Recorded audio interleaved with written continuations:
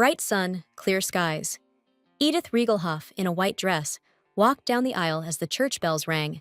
The bride, dressed to kill with a soft tulle veil over her shiny hair, made her way to the groom and the priest. All eyes were on the gorgeous Edith, and those eyes were filled with malice, envy, scorn, and lust. The bride and groom looked flawless, their outfits impeccable. This ducal wedding had to go off without a hitch. As the priest droned on about the wonderful future awaiting the happy couple, Edith sank into gloomy thoughts. The sad bride mentally told the priest that none of his words would come true, because this marriage was doomed. Today, this sweet girl with ruby red hair is marrying a man who despises her and will someday slit her throat. Memories swirled around the bride like a hurricane. A petite brunette meeting someone she knew on the landing. The tall, broad-shouldered guy was yelling at the girl, demanding she give him everything she had, saying he was the reason she was alive. The brunette protested, because the uninvited guest had already taken her money many times. He didn't like her answer and shoved her hard. As she fell, the brunette realized all that was behind her was the staircase, and that was the last thing she'd ever see. The girl resigned herself to a pointless end, but when a bright light flashed in her eyes, she rushed to the mirror. The reflection in the mirror looked impossible. Some beautiful stranger was staring back at her. When a maid came into the room and addressed the girl as Lady Edith, she immediately understood she'd transmigrated into someone else's body. The girl with ruby-colored hair sat in shock as she realized she was in the body of a heroine from a novel she'd read last night. In the novel's plot, the main character, Eliza Sinclair, an illegitimate daughter of a count, was often mocked and ridiculed by her father's legitimate family. One day, she met the Ludwig couple, who offered her a place to live with them in the duchy. However, there, Eliza Sinclair found herself caught between two rivals who were fiercely competing for her innocent heart. One envious girl from the novel, Edith Riegelhoff, really hated what was happening. This female character was stupid, evil, blinded by love and jealousy, and constantly sabotaged and harmed Eliza. That ruby-haired bitch was doing everything she could to off sweet Eliza Sinclair. Edith's dad was the count himself, so she never worried about cash. But now that her body's got a new soul, there's a chance to make things right. The maid, Sophia, told her ladyship that her father was already in his study, so Lady Edith bolted there like a bat out of hell. She ran to the count, thinking she could easily fix the screw-ups from the novel, and finally win her family's love, no strings attached. Lady Edith happily threw open the study doors, but seeing her father's pissed-off face, her good mood tanked. The count glared at his daughter, saying she was slow, late again, and had shown up behind schedule. Her father was confused why the ruby-haired girl even came to him and ordered her to shut the doors on her way out. Edith was stunned and decided to dig into her memory, nail down the plot of the novel, and figure out why he was being so cold. It was like a bucket of ice water to the face, because a dramatic scene suddenly flashed through her mind. Even though Lady Edith begged her father for forgiveness, he locked her in her room and only let her out for special events. My brother stopped by to see my sister, told her the bill was due for all those years of room and board. The guy suggested she become the family's walking billboard, decked out in fancy dresses and jewels. Back home, Lady Edith was once again Count Riegelhoff's prized doll, a target for humiliation and beatings, even from the servants. Her face, bruised and cut, suddenly turned and saw a tiny brunette figure standing before her. The broken Lady Edith looked up sadly at the girl and asked if she could handle a life like this. The dark-haired girl froze, shocked and surprised, unable to get a single word out. Lady Edith's imaginary meeting with her new soul was cut short by Count Riegelhoff's loud yell, calling his daughter's name. He was chewing her out for spacing out and not paying attention when they were talking about serious stuff. The Count sternly lectured his daughter that she couldn't screw up today. The Ludwigs couldn't see even the smallest flaw. Lady Edith's face twisted at the mention of the deal her father made, that if everything goes perfectly, they can move to the next stage. Count Riegelhoff, pumped about the coming changes, ordered the servants to pack up, while Lady Edith stood to the side. The sad girl wondered why her family was like this, and why Duke Ludwig and Count Riegelhoff acted like rivals. Edith remembered that the family's rivalry started years ago, when their power levels were pretty much equal. But everything changed when Ludwig's family made a huge contribution to the war and got the Duke title. To get revenge, Count Riegelhoff decided to marry off his daughter, because he thought the title was unfair and should have been his. Edith was bummed out, thinking her own father was planning to use her to destroy the dukedom. But a second later, she calmed down. because after the transmigration, she's twice as strong and won't miss this chance to survive. Stepping out of the carriage, Edith thought about how, in novels where the heroine's reborn as a villain, there's always some kind of crisis at the start. When the girl saw Duke Ludwig's castle, she knew the most important thing was not to make the same mistakes as the heroine in the original novel. The Duke's estate looked amazing, so the Count and his son talked about it with envy dripping from every word. Count Riegelhoff figured there was no point to such a lavish castle if it was just empty and lonely inside. Servants greeted the Count's family at the estate entrance and announced that the Duke and Duchess were expecting them. Around other people, Edith's father and brother's attitude towards her instantly changed, becoming kind and affectionate. Even though their behavior was weird, Lady Edith decided not to dwell on it and played along with her father's politeness. The ruby-haired girl didn't pay attention to her relatives. She was too busy plotting her move on the dukedom. Count Riegelhoff and his children were invited into the main dining hall, where all the invited guests were gathered. The Count's daughter was stunned by the dining hall's beauty, where the novel's plot was about to unfold. Duke Axel Ludwig and Duchess Jessica Ludwig, who until now could only be imagined from descriptions, welcomed the arriving guests. Cliff, the novel's main male lead, was sitting at the dining table. He was ridiculously attractive, especially his eyes with the golden irises. That fair-haired sweet girl must be Lady Eliza Sinclair, 'cause she was gorgeous and looked like a spring goddess. That arrogant dude with the harsh glare, straight nose, and sharp chin? Probably Lady Edith's future husband. The Earl's daughter couldn't imagine falling for such a seemingly heartless guy. But the longer she stared at her future spouse, the more she understood why the Edith from the novel was so attached to him. The ruby-haired girl realized she'd been checking out the young master for way too long, and blushed hard. Edith Riegelhoff decided to shift her gaze to the fancy-ass dining table, piled high with all kinds of food. She kept chowing down, stoked to be in this aristocratic world, but her meal got interrupted. The Earl put a caring hand on his daughter's shoulder, telling their company that, as a loving dad, he couldn't just let his heir go. The Duke and Duchess listened intently as the Earl explained he'd be at peace if 3 maids went with Lady Edith. Duchess Jessica Ludwig protested, 'cause she thought their family had good maids too, perfectly capable of providing proper service. But Earl Riegelhoff wasn't backing down, and asked the Duchess if she hadn't brought any maids with her when she got married. After that question in the dining hall, you could cut the tension with a knife, but Lady Edith figured she could smooth things over. She explained her father's weird request as just him being worried and overprotective, and told the Duke and Duchess not to sweat it. On the way home, the Earl was screaming bloody murder at his daughter, saying her words only made things worse. Lady Edith tried to argue with her raging dad, asking him if he even saw Duke Ludwig's face. She pointed out she noticed how stiff everyone got, because the Earl's request for maids was way too obvious. The Earl's daughter reminded him that this marriage was supposed to squash any doubts or suspicions about the families being rivals. Earl Riegelhoff wanted to know how exactly she planned to pull this off without any help from servants. Lady Edith insisted she needed to go to the dukedom alone and win them over, while her brother just stared out the window, thinking about Eliza. The Earl decided to roll the dice and trust his daughter. Maybe her being so agreeable and obedient wouldn't raise any red flags.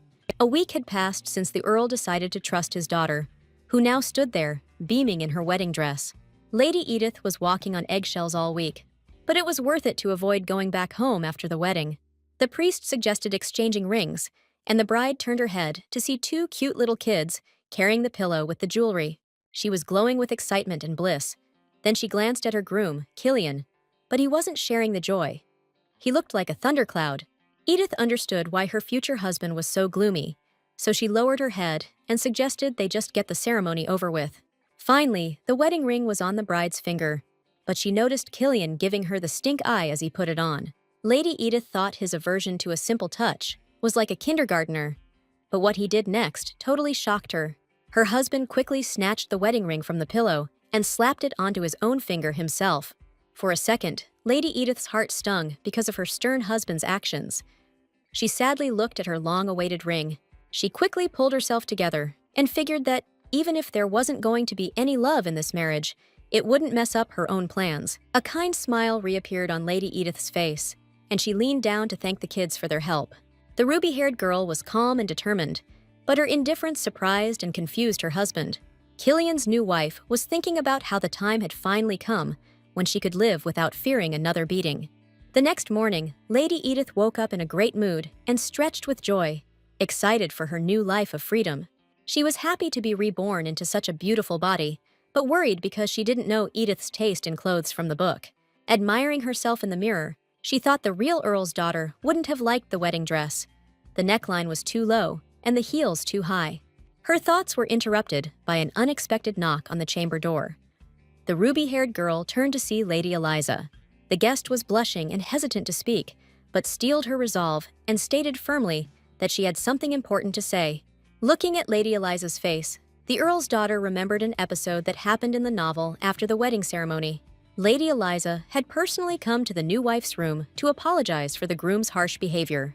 But her apology had the opposite effect and only angered the young wife more, so all that fury was unleashed on Lady Eliza. The ruby-haired girl grinned, lost in happy memories of the novel. Now, in a count's daughter's body, she'd be different from the novel's heroine. No anger at the blonde, just patient listening. Eliza started apologizing again, begging her not to be mad at Killian, saying he's a good guy, even if he seems harsh and cruel.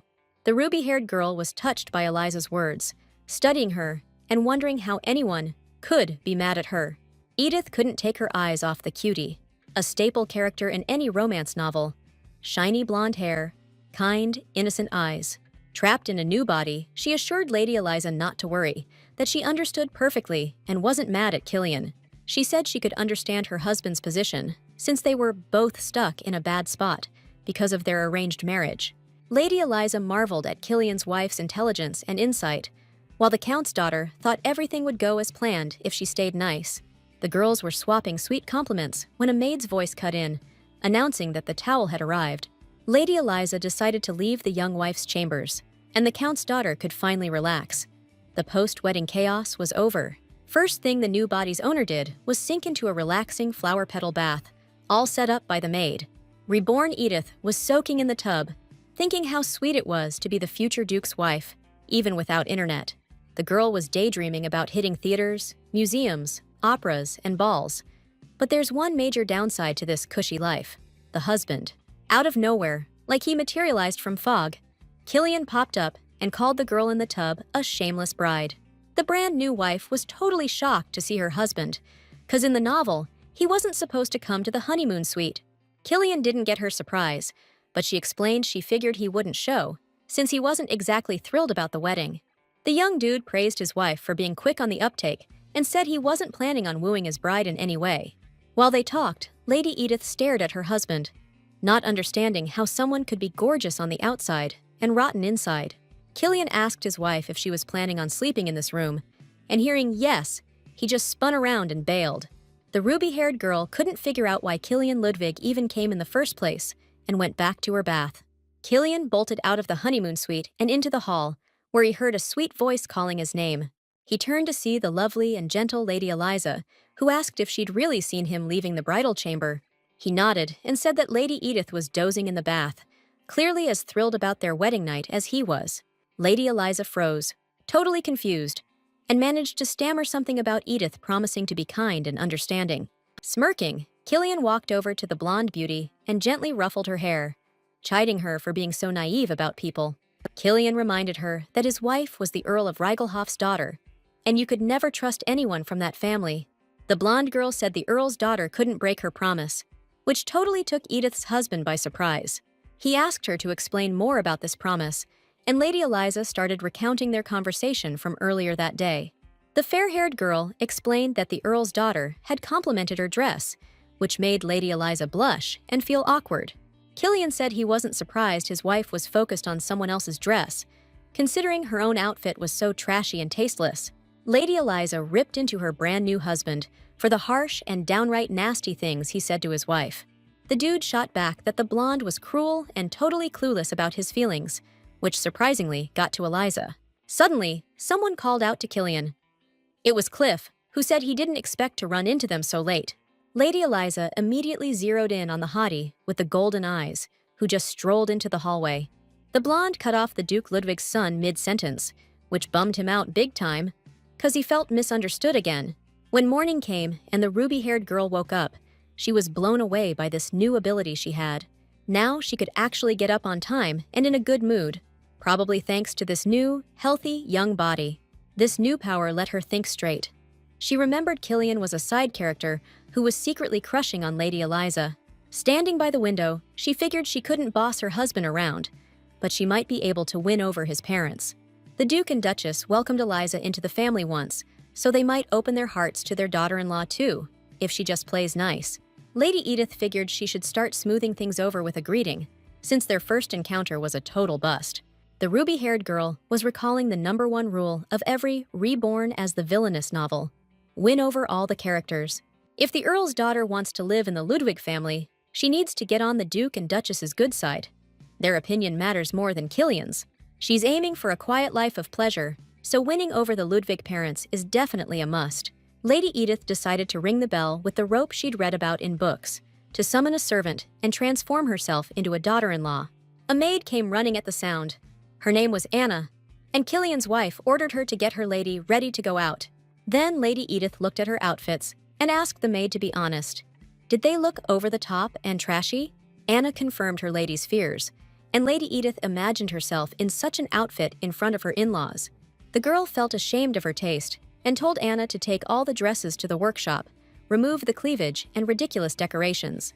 When Anna immediately went to carry out the errand, her lady was surprised, because the maids at Reigelhof didn't do anything without a direct order. As Lady Edith sorted through her wardrobe, she glanced at the bed, wondering if she should leave the bloodstain, from the wedding night. But a second later, she shook the thought off. No way would her husband be cool with her faking it. According to the original story, Killian Ludwig was only supposed to give himself to one girl, Lady Eliza. Killian's brand new wife thought it was kinda cute that her husband was both a total hottie and a virgin. In her head, she thought it was messed up of the author to force everyone to love this side character like that. Lady Edith remembered that time in the bathroom when Killian showed up. She never figured out why he came, but she did enjoy seeing his handsome face. The ruby-haired girl was snapped out of her daydreams by her maid, who said her dress and hair were ready for her to go out, milady. Lady Edith started scolding herself for thinking like this, since she'd already decided Killian was a total non-factor for her. The new daughter-in-law went to see the Duke and Duchess to say good morning and ask how they slept. They were flattered she came by, especially since she must have been exhausted after such a crazy day. But she still came to say hi the next morning. The Duchess graciously invited Lady Edith to sit on the plush sofa. And that's when she realized the Ludwigs knew their son hadn't spent the night with his wife.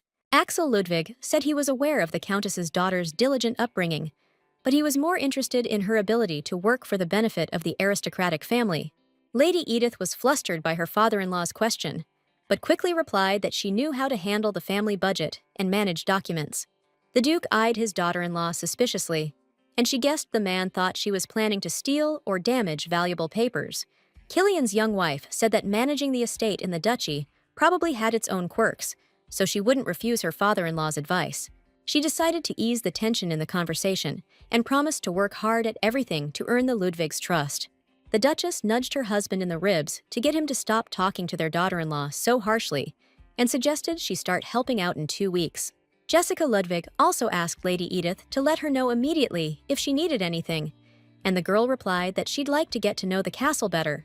The Duchess was about to say that her husband should be the one to show her around, but remembering that Killian was avoiding his wife, she said she'd assign someone to her.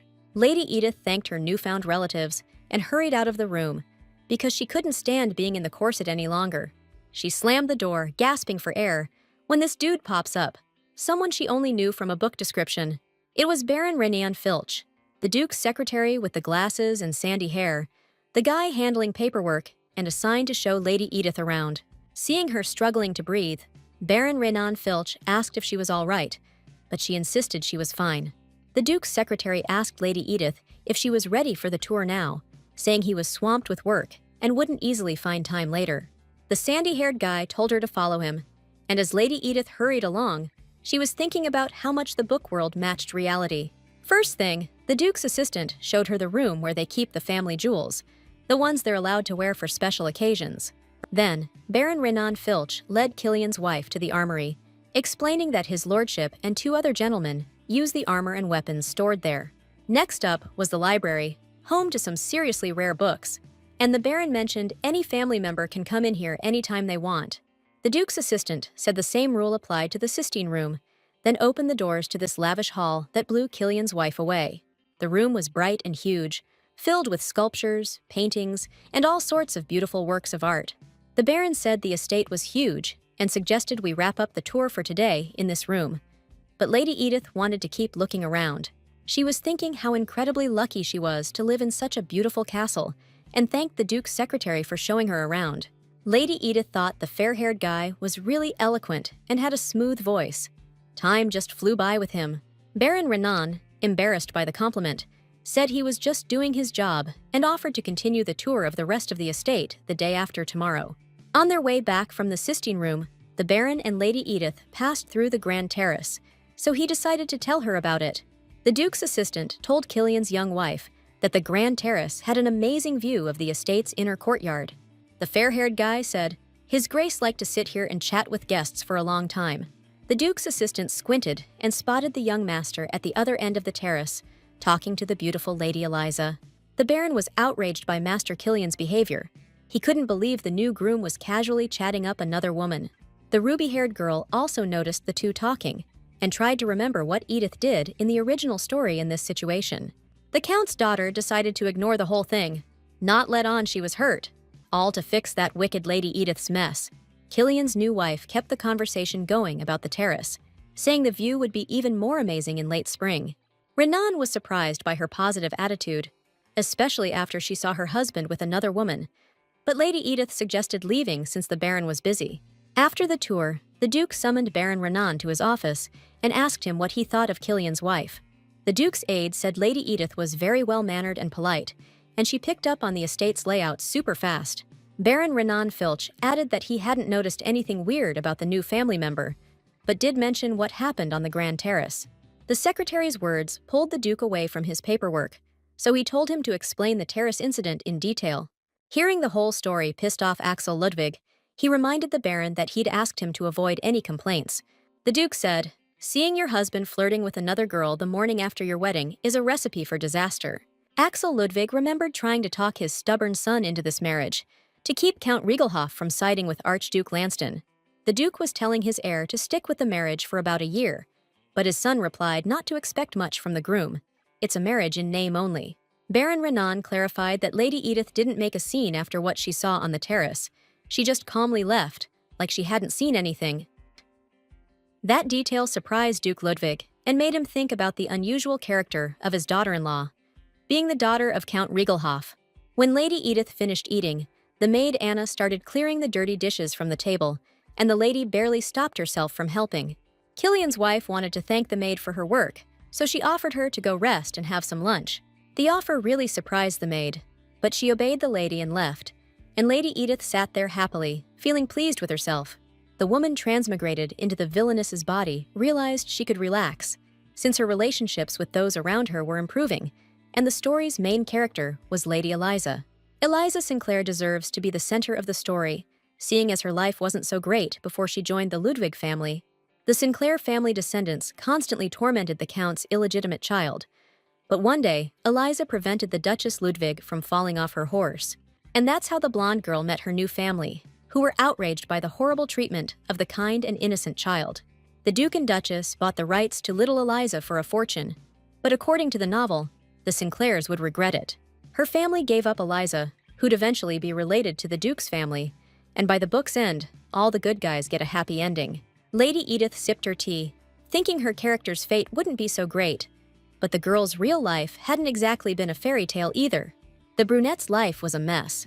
In her year at the company, her bosses had abused their power more than once. She broke up with her boyfriend via text after seeing him going into a motel, hugging some other woman.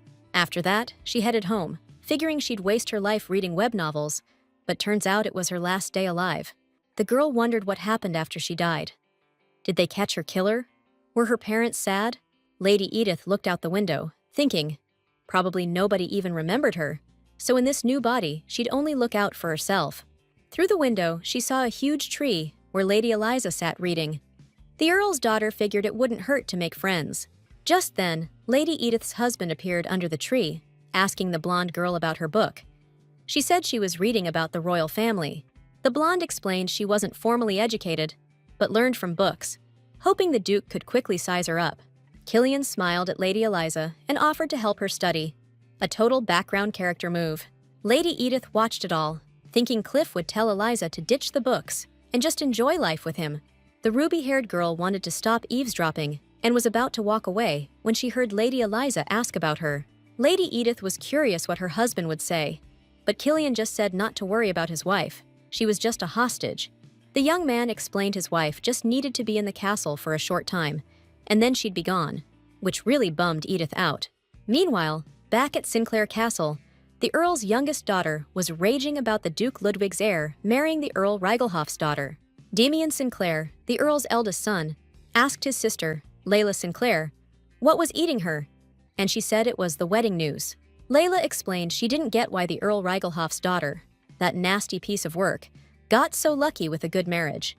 Damien joked that maybe the Ludwigs collect useless women as a hobby, but his sister wasn't feeling his humor.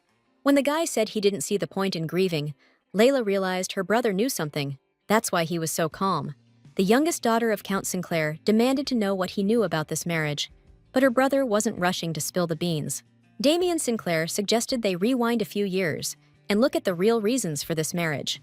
The guy reminded her that Count Reigelhoff owns mines where they dig up iron ore, which is the raw material for making weapons. Layla didn't get what her brother was getting at and what weapons had to do with it, but Damien explained that power right now depends on weapons. Her brother told his sister that Archduke Langston, who dreams of becoming emperor, and the factions supporting the current emperor are fighting for power.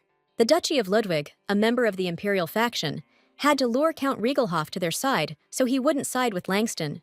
Layla started yelling at her brother for just wasting her time and telling her about a reason for the marriage that everyone already knows. Damien replied that this is where it gets interesting, because Duke Ludwig is sure he's got Count Reigelhoff tamed. But he doesn't. The guy told his sister a story about how he once visited Count Reigelhoff's estate and accidentally witnessed the father scolding his daughter. The Count was screaming at Edith, and she was pathetically begging for mercy. Then her father said his daughter had to get intel from the young Count Everton.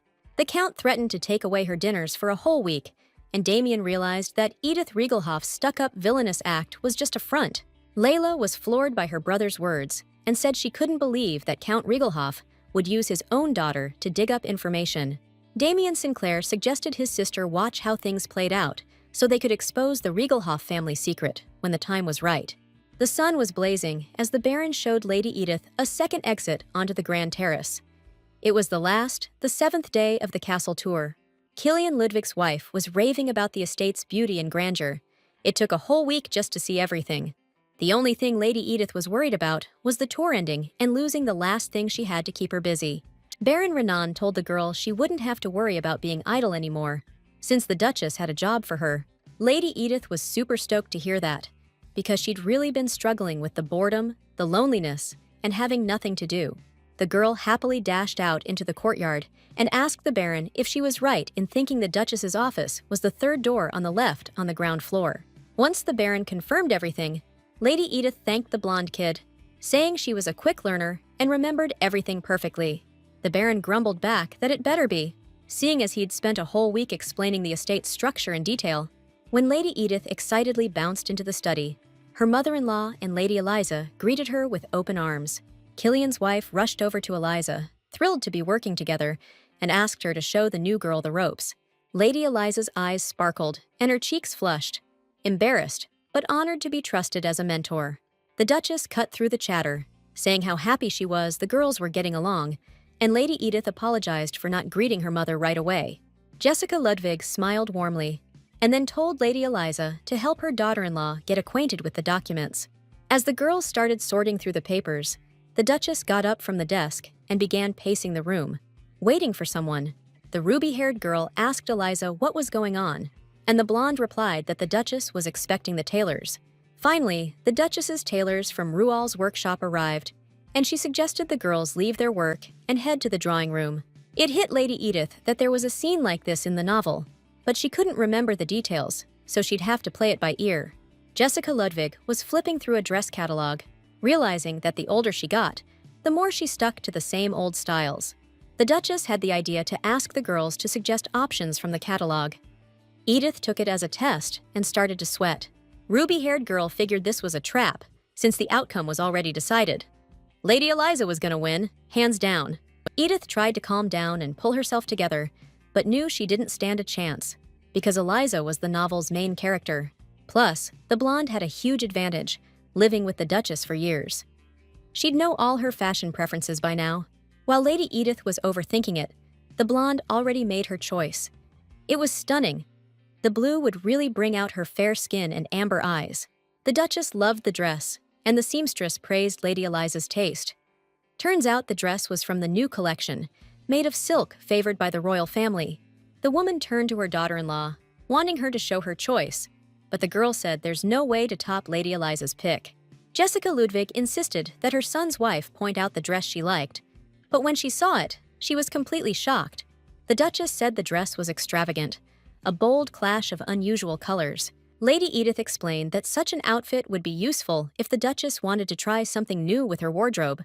Jessica Ludwig said she knew the saying about older people needing more luxurious clothes, but this dress was too flashy for her. Lady Edith realized her mother-in-law didn't like the dress, but she wasn't even hoping for a win in her current situation.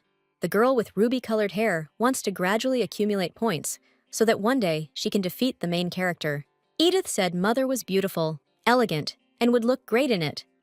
Her mother-in-law replied that she was flattered and trusted her daughter-in-law's taste. The Duchess said she'd order those other two dresses for herself, and she also wanted to pick out dresses for Lady Eliza with her daughter-in-law. The fair-haired girl protested, explaining that she had enough clothes of her own, but no one was listening. The Duchess and Lady Edith curiously looked through the catalog, figuring a floral dress would be perfect for a tea party. The daughter-in-law pointed to a pink dress and assured her mother it would really suit Eliza, since she has pale skin and rosy cheeks. The seamstress chimed in, suggesting a white empire waist dress and an aquamarine brooch to complete the look. Lady Eliza kept saying she didn't need anything, but nobody listened. The Duchess ordered the seamstress to take down the order for the 5 dresses they'd picked. The Duchess suggested Lady Edith check out some new outfits, but the girl said she was already tired of choosing clothes. Then, the ruby-haired girl turned to Madame Roual and asked if she did alterations. After getting a yes, Lady Edith ordered a maid to bring the dresses she wanted altered. In a flash, Madame Roual had a mountain of dresses in front of her, and Lady Edith explained what she wanted done with them. She wanted all the rhinestones, sequins, and other decorations removed, and every low-cut neckline raised. Strolling through the castle corridors, Lady Edith stretched contentedly, feeling like she'd had a pretty productive day. She'd gotten the dresses altered today and improved her relationship with Duchess Ludwig. Calling her mother would make things even better. As the ruby-haired girl approached her room, she found Killian waiting by the door.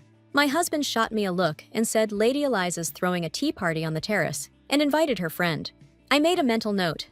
No way Lady Edith, the villainess, was invited to tea in the original story. Killian told me to follow him, probably 'cause Lady Eliza asked him to escort his wife to the terrace. I walked behind my husband, thinking even from the back, he's gorgeous.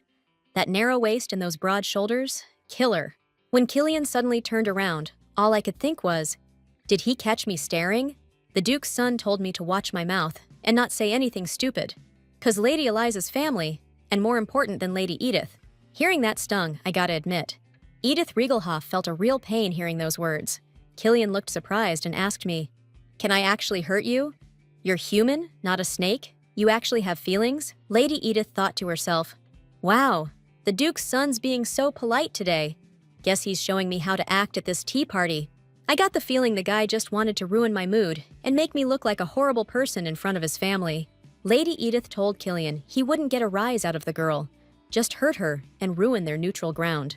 The ruby-haired girl got offended and headed towards the grand terrace alone, leaving her husband totally confused. Lady Edith found the terrace without a guide, and Lady Eliza was happy to see her and figured her sister-in-law knew the castle well. Cliff confirmed that Killian's wife was totally used to castle life, but the guy was worried she was working too hard. Cliff suggested the newlyweds take a trip. Edith saw through it. He's waiting for his rival to leave so he can hit on Eliza. Killian replied that he was too busy with work, but his brother could take a trip, since winter's over and the lands are perfect for checking out. Cliff wasn't thrown off by the suggestion. He praised his rival's idea and suggested the blonde beauty come with him on the trip. Lady Eliza was shocked by the offer and didn't know what to say, and the golden-eyed guy reminded her of her dream to travel. Killian asked him not to put the blonde in an awkward position, and Cliff pointed out that if he went alone, Eliza would be in an awkward position too. Edith thought that was true, because right now the three of them looked like two brothers and a sister, and if Cliff left, there'd be bad rumors for sure. Cliff figured the rumor mill would start churning, saying the two of them left behind were secretly hooking up. Edith was impressed with Goldeneye's quick thinking, figuring being the main character was getting to his head. Then, Cliff asked his sister-in-law what she thought about him leaving alone, and the whole mess between her husband, and Lady Eliza. Everyone at the table got super awkward, because he just blurted that out for everyone to hear. Lady Edith thought bringing up something that sensitive over tea was just plain rude, like the Duke's family had zero manners. The ruby-haired girl glanced at her freaked-out husband, thinking she wasn't expecting love, but she wouldn't screw him over. Edith told smug Cliff that she didn't care about the situation, which didn't sit well with Killian's pushy brother. The Earl's daughter played dumb, pretending she didn't get the question, and started explaining that inspecting the lands was the Duke's heir's job. Killian's wife said she had no right to tell the Duke's son whether to travel or not, but Cliff was trying to say that wasn't the point. The girl ignored the guy's protests and kept rambling on, saying taking a companion could be a real burden. Killian's young wife said Lady Eliza wasn't even Cliff's wife, so why should she put up with a long carriage ride and feel burdened? The blonde liked Lady Edith's answer, but a second later, her satisfied look changed to worried as she started talking to Cliff. Lady Edith was surprised by the quick mood swing, but decided she was probably mistaken and just imagined it. Lady Eliza asked Cliff with sadness in her voice if he was leaving for the inspection now, but the golden-eyed guy assured her it was just his sister-in-law talking. The Earl's daughter looked at the puffed-up guy with amber eyes and knew she was looking at her main enemy. When night fell, Killian decided to take a walk on the grand terrace, but a memory of his young wife ruined the peaceful stroll. An episode from the tea party flashed before his eyes, when Edith smiled sweetly in response to her brother's sarcastic words about his sister-in-law's generosity and kindness. Suddenly, Eliza peeked out onto the terrace, already ready for bed, and anxiously asked the guy what was wrong. Killian replied cheerfully that everything was fine, he just wanted to get some fresh air before bed, and said he'd heard about Eliza's new dresses. Eliza explained that they were thanks to her mother. The Duchess always orders a lot of clothes for her, which makes her feel awkward. The guy told her not to feel awkward, his mom just shows love that way. She's always been jealous of families with daughters. Killian said the blonde beauty deserved dresses as a thank you, 'cause she looks after the Duchess, spends a ton of time with her. The Duchess has a husband and two sons, raised tough like real knights, so it's no shock his mom gets lonely sometimes. Lady Eliza nodded, understanding, and said in that case, his mom would be even happier if she could buy outfits for her daughter-in-law. Killian was totally thrown when he found out his wife turned down new dresses and wanted to remake her old pre-marriage ones. The dude was thinking. He barely recognized his wife as the same stuck-up Edith Reigelhoff, who wouldn't be caught dead in the same dress twice. He was wrong to think his wife hated the dress shop, because Lady Edith picked out outfits for her mother-in-law and Lady Eliza. Killian figured his wife was a total hypocrite. Her wedding dress was trashy, but now she only wears modest stuff. The guy remembered that Lady Edith, known before as a mean and nasty girl, barely annoyed him. Her words sounded logical and smart. The young husband thought back, even in messed-up situations, his wife kept acting polite and classy. Killian's head was pounding just thinking about it, but Lady Eliza insisted he was way off base. His wife wasn't up to anything shady at the atelier. The blonde couldn't believe this guy still couldn't stand his own wife. Killian shot back that he thought Edith Reigelhoff was a lying snake, just playing nice for now, but she'd eventually rear her head and bare her fangs. In the morning, the maid Anna mentioned that the lady's blush and perfume were almost gone, and suggested calling a perfumer and cosmetics dealer. Lady Edith was taken aback, but quickly realized it was bound to happen sooner or later. Restocking her makeup is gonna cost a fortune, but luckily she planned ahead and kept the jewels from the dresses she had altered. She remembered saving and stashing away money in her old life too, but never actually spending it, especially not on cosmetics. Back in the real world, she'd often hide in the bathroom to swipe on some old lipstick, but now she realized she'd been doing it all wrong. In her past life, she used makeup to hide the fact that she wasn't loved, but now she was reborn into the body of a noblewoman who should be spoiling herself. Lady Edith told the maid to summon the perfumer, thinking to herself that it was time to learn how to spend money and buy herself some luxury items. Before long, The ruby-haired girl's desk was covered in fancy little bottles, filled with liquids of all colors and scents. Lady Edith and her maid watched as the perfumer sniffed a paper strip soaked in her Ashley Rose perfume. The perfumer assured the lady that he could easily recreate the perfume in the same quantity as the original bottle, and quoted a price. Hearing the price, the girl freaked out. She figured the cost of that perfume was twice what she spent on food in a month back home. Noticing her lady's terrified expression, the maid Anna took a chance and asked the perfumer about perfumes made from other roses. He said Titania rose perfumes were popular, but they were long-lasting and super strong, not right for a young lady. Lady Edith pictured the perfumer as some pushy cosmetics store guy, just going on and on about perfume. The perfumer went on to say that he'd recommend Tess Rose or Nathaniel Rose perfumes. The scents would be richer and deeper than Ashley. When Edith heard the price for a bottle of the same size with the recommended perfumes, she almost fell off her chair. It was twice the previous cost. Lady Edith, keeping her cool, said that she didn't want to change her usual scent so drastically. The maid felt bad for the lady. Anna knew Edith deserved better, so she jumped back into the conversation with the perfumer. Anna suggested mixing Edith's usual Ashley Rose perfume with the new Nathaniel Rose. A deeper note wouldn't hurt a married woman. The perfumer called it a great compromise, since the cost for the same amount would be the average of the two perfumes. Lady Edith was pleased, but still haggled for a discount. The perfumer wasn't budging. He wanted to make a profit too. Edith explained she didn't want people gossiping about her spending after the wedding. In return, she promised to be a regular customer. The perfumer was touched by her thriftiness. He said the Duke was lucky to have her as a daughter-in-law and gave her the discount. After the perfumer left, Lady Edith sighed sadly, thinking too much money was being spent in this world.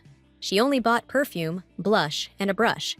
But inside, a greedy little frog was already weeping bitterly. Edith remembered that in her past life, she couldn't buy anything. Her hands would shake at just the thought of spending money. The aristocrat thought she still looked pathetic, because she had money now, but just couldn't bring herself to spend it. For a guy scraping by on a measly paycheck and constantly getting ripped off by his own brother, any expense feels like a sin. Lady Edith stretched happily, thinking that soon enough, she'd be tossing around big bucks like it was nothing. The girl figured there were things in the world you could enjoy for free, and it hit her. She should check out the Sistine Room.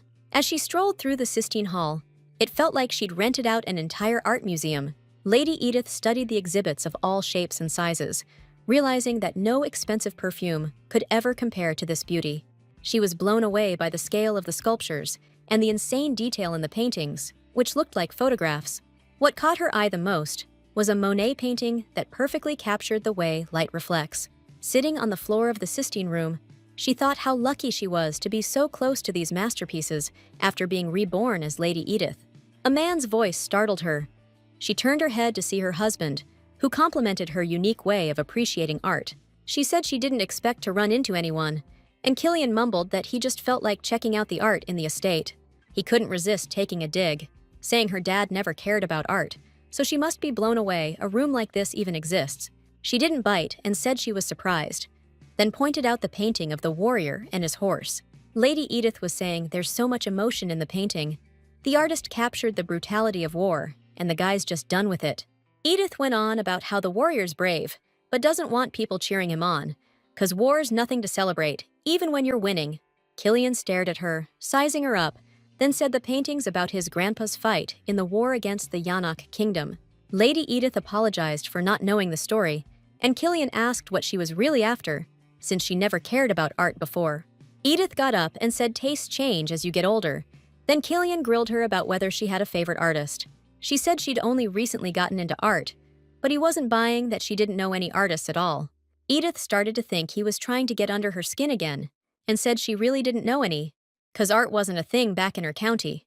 As they talked, they moved closer to a painting of a little lamb and a young boy wrapped in a sheet. When Edith took a closer look, she realized the kid looked like Killian.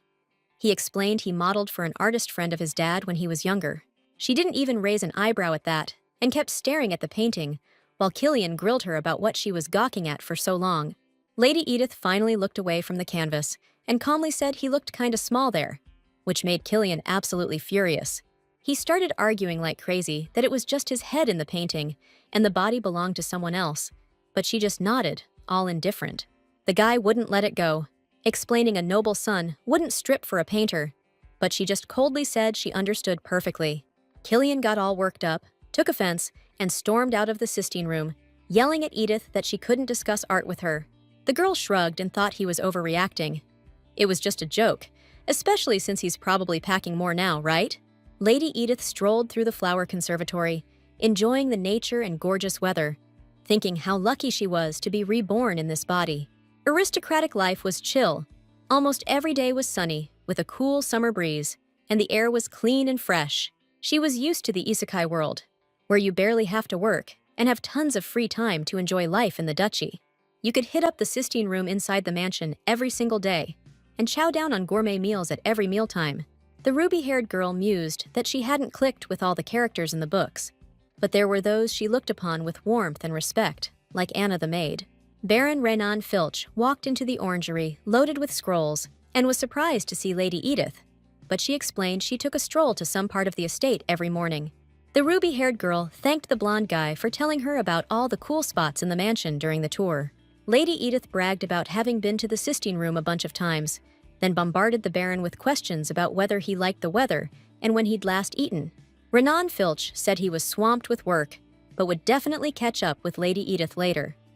The girl waved goodbye as the Baron walked off. Afterwards, Renan stopped briefly and looked anxiously at Killian's wife, thinking that nothing should happen yet. Lady Edith pushed through the trees towards the spot with the awesome view of the training grounds, the real reason for her daily walk. She watched her husband and mentally noted that he was in top form today, his sweat-slicked muscles gleaming in the sun. The girl thought that even though she watched the training every day, she still couldn't help but admire her husband's broad shoulders and sculpted chest.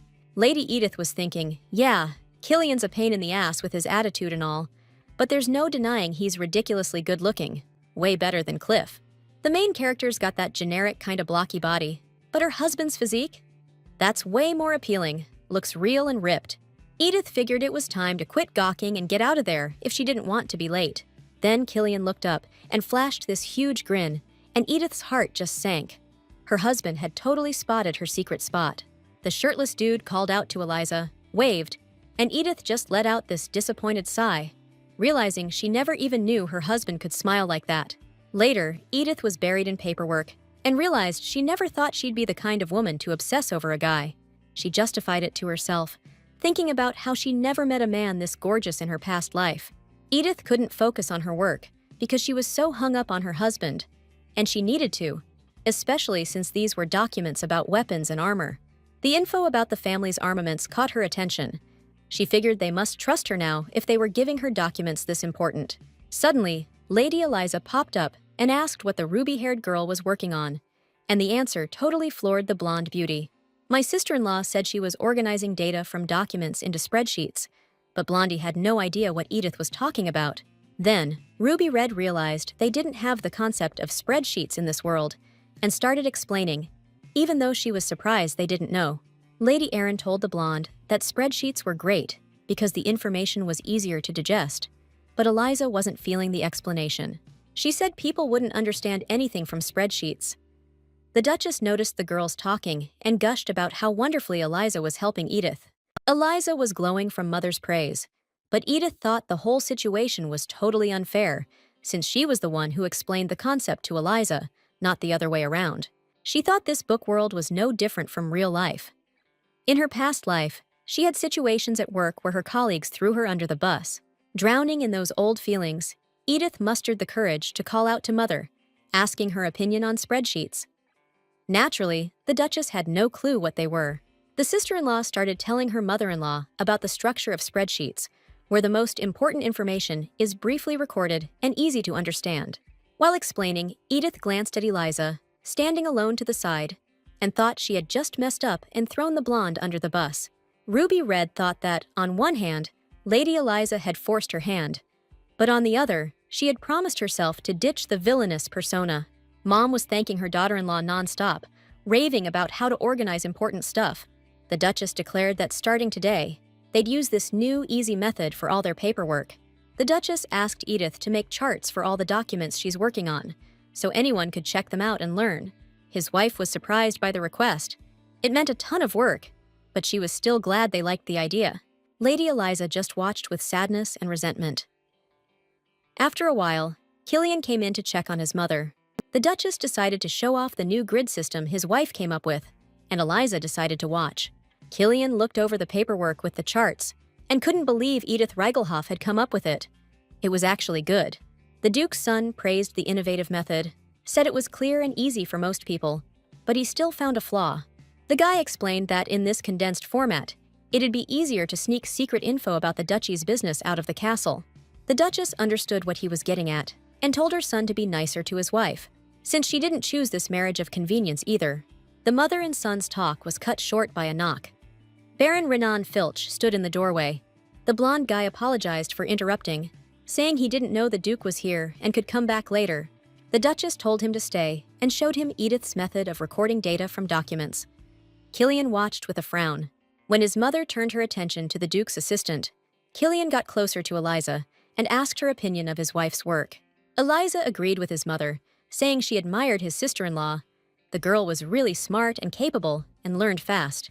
She added that Killian's wife was well-educated, which really helped her work, something Eliza couldn't exactly boast about. Sometimes, the blonde felt she only worked with the Duchess because she'd been by her side for so long, since Eliza didn't even have a degree. The young man figured if even Eliza was jealous of Lady Edith, his wife's mental abilities must really be off the charts. He flashed back to her observations about the Sistine Room and got suspicious, realizing his wife's intelligence wasn't about education. The vulgar and stupid Edith Reigelhoff didn't match the woman he knew, and Killian realized she'd just been extremely well prepared. One morning, just as dawn was breaking, Killian knocked on Lady Edith's door. She totally wasn't expecting him. Edith realized she was just in her nightgown and robe, wishing she'd gotten dressed. She started guessing why he was here so early. Killian's wife figured he caught her spying on his walk, or maybe Lady Eliza was still pissed about the spreadsheet thing. The ruby-haired girl let him in, then snarked, "So you came by this early 'cause you missed me?" Secretly, she hoped he'd say yes, but he just said he knew she was eager and wanted to get straight to the point. She thought to herself, every time she sees her smug husband, she barely holds back the jokes, 'cause there's no way she'd be forgiven. Lady Edith knew a lecture was coming, so she tried to stall, bringing up how nice the weather was outside. Killian's wife mentioned the wind was still chilly, but it'd probably warm up when the sun came out. He listened patiently, but when the ruby-haired girl reached for the window handle to let some fresh air in, her husband's patience snapped. He came up behind Edith, stood close, slammed the window shut, and said, "Those are pretty basic protest tactics, you know." Killian whispered in his wife's ear that he'd figured her out. Edith didn't. Order dresses from Mother's favorite place because she just didn't like them. The guy said there was no way Edith Reigelhoff, known for changing outfits like crazy, would leave that shop empty-handed. Edith thought to herself that she didn't order anything because she wanted to ditch the image of a wasteful, over-the-top girl. She didn't see how Killian could twist that into a reason to hate her, but realized it was just the tip of the iceberg of his resentment. He told her to just say what she meant and stop hiding things. Then Edith's anger flared up like a match, and she shoved him away. She yelled that he didn't know her at all, and his suspicions were BS. If she didn't like the first shop, she would have found another and ordered dresses there. Edith said, getting emotional, that it was clear Killian was just looking for excuses to hate her and convince himself it was her fault. She screamed that she saw it all at the wedding. Not a day went by that he didn't blame her for something, just to make himself feel better. She kept going, saying he was acting like a coward. But it was time to realize and accept that he wasn't the only victim in this mess. The young man just stared, stunned by her outburst.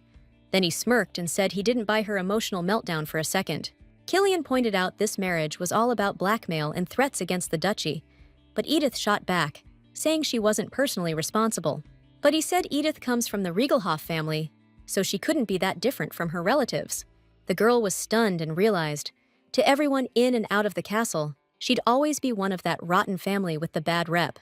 Edith sadly told her husband he didn't know anything about her. Then Killian paused, cooled down a bit, and decided to leave. Before leaving, the husband told his wife he'd heard Mom praising her work, so he advised Edith to not be sneaky or do anything suspicious. After the talk, Edith crouched down, hugged her knees, and cried like a kid from hurt, thinking this wasn't the first time this had happened to her. Wiping away the tears, She thought she didn't want to stay here for the luxury anymore. She wanted to come up with a plan to get out ASAP. Killian went back to his room and found he felt sick. His head was swimming. Maybe it was because of the rose scent that filled his wife's room. The young man tried to analyze the recent conversation with his wife, but he had a bad headache, and he didn't know what to think anymore. He'd always seen her as a typical heiress of her father, that cunning and low-down Count Riegelhoff. But Edith hadn't even mentioned his name this morning. Killian kept replaying the image of Edith sadly, calmly saying he didn't know her, and the guy just couldn't figure out what she meant. Suddenly, a pleasant female voice called out to him. It was Eliza, anxiously asking how he was feeling, saying he looked pale. Eliza put her hand on Killian's forehead. He caught a whiff of violets and thought the blonde girl was like a wildflower herself, vibrant and simple. The blonde said he didn't have a fever, and he finally realized what was making him sick. He'd been breathing in those nasty rose perfumes. Killian thought to himself that Edith was just pretending to be a decent girl, but she's a spy and a traitor sent by Count Riegelhoff.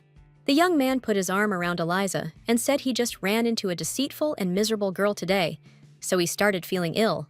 The blonde beauty advised the Duke's son to not speak so harshly about Lady Edith. Later that day, the maid Anna entered the lady's chambers to ask if she had any tasks, and the sad Lady Edith was standing by the window, lost in memories. In her past life, when she was sad, she'd buy a large Americano and wander aimlessly through the city. Lady Edith asked if Anna could go for a walk with her, and the maid replied positively and offered to warn the Duchess. First time the girl stepped outside the estate with her maid, and she's freaking out because she knows jack about what's around the castle. Lady Edith got a little flustered when Anna asked where they were going and why, but she managed to say she'd never walked to Main Street alone. The lady said she was looking to her maid for help with that, and Anna was just happy to give her lady a hand.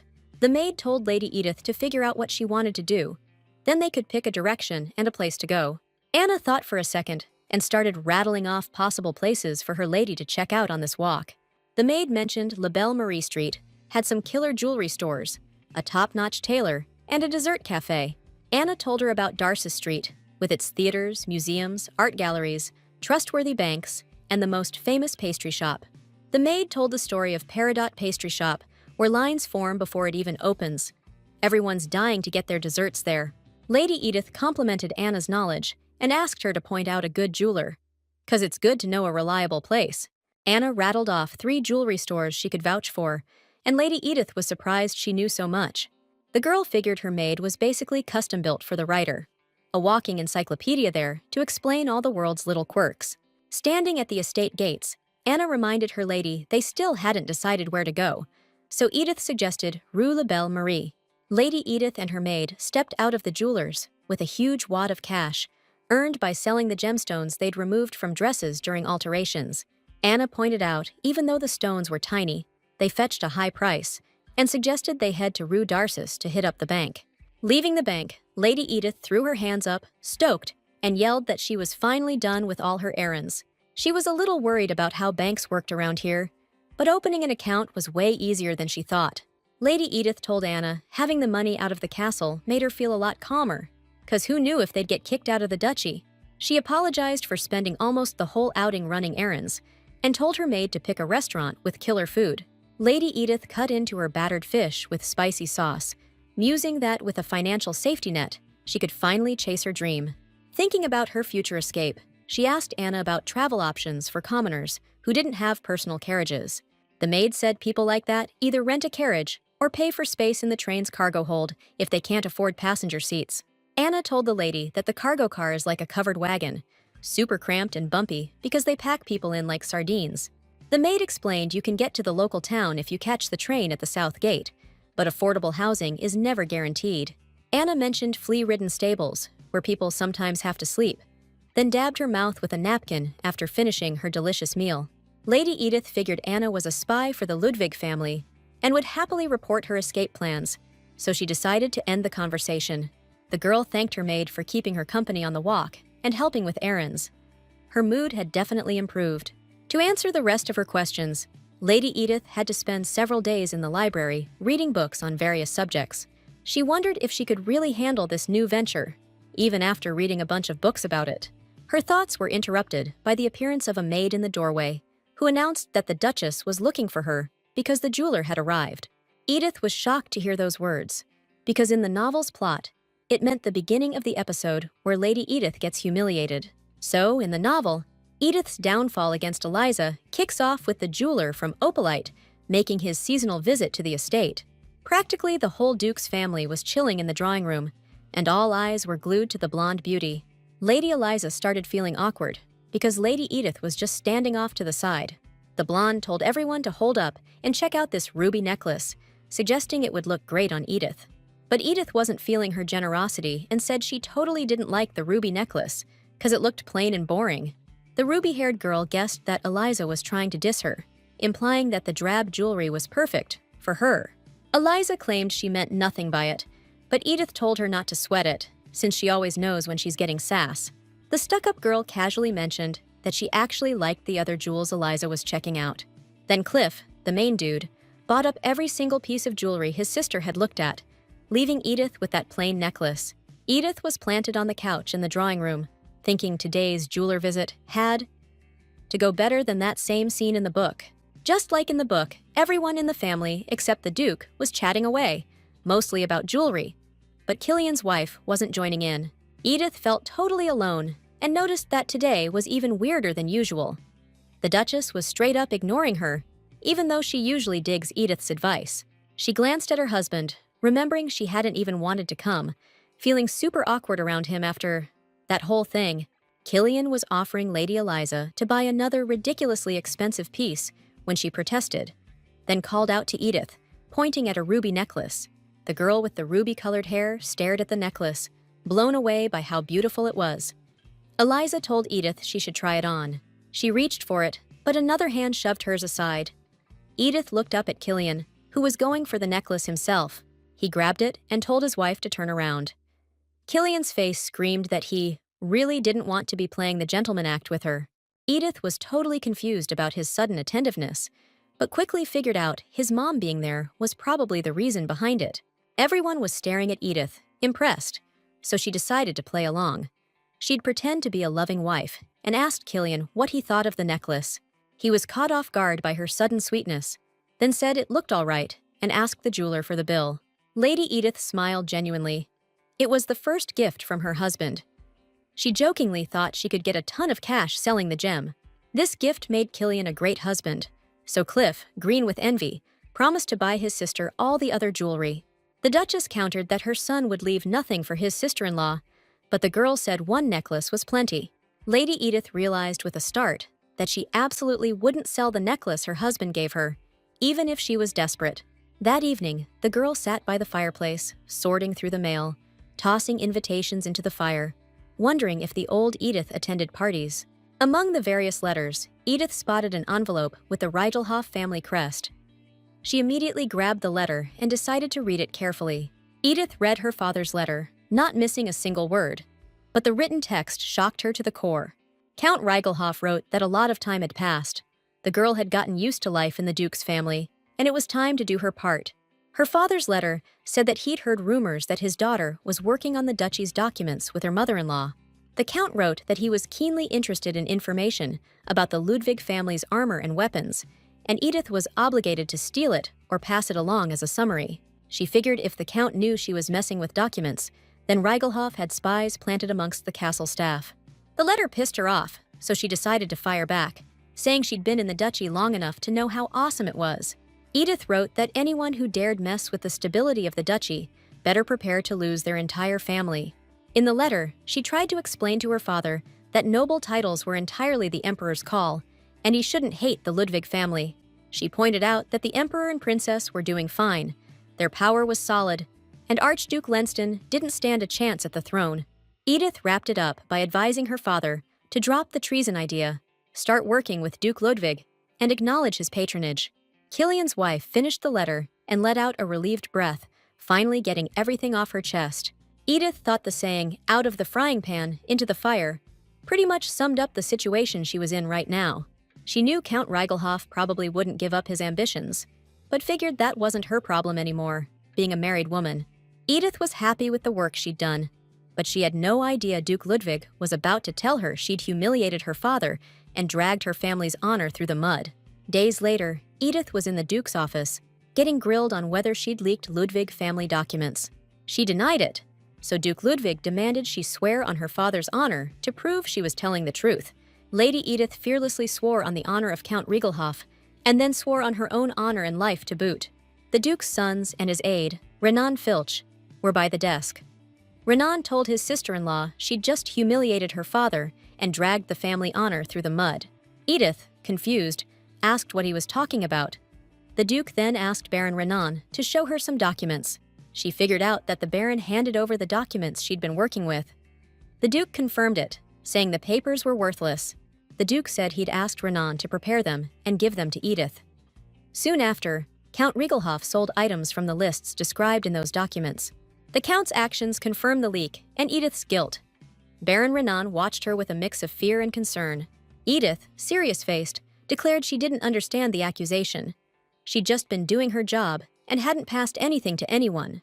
Cliff smirked, watching his brother's wife's reaction, while his father said sternly he was amazed at how desperately she was trying to prove her innocence.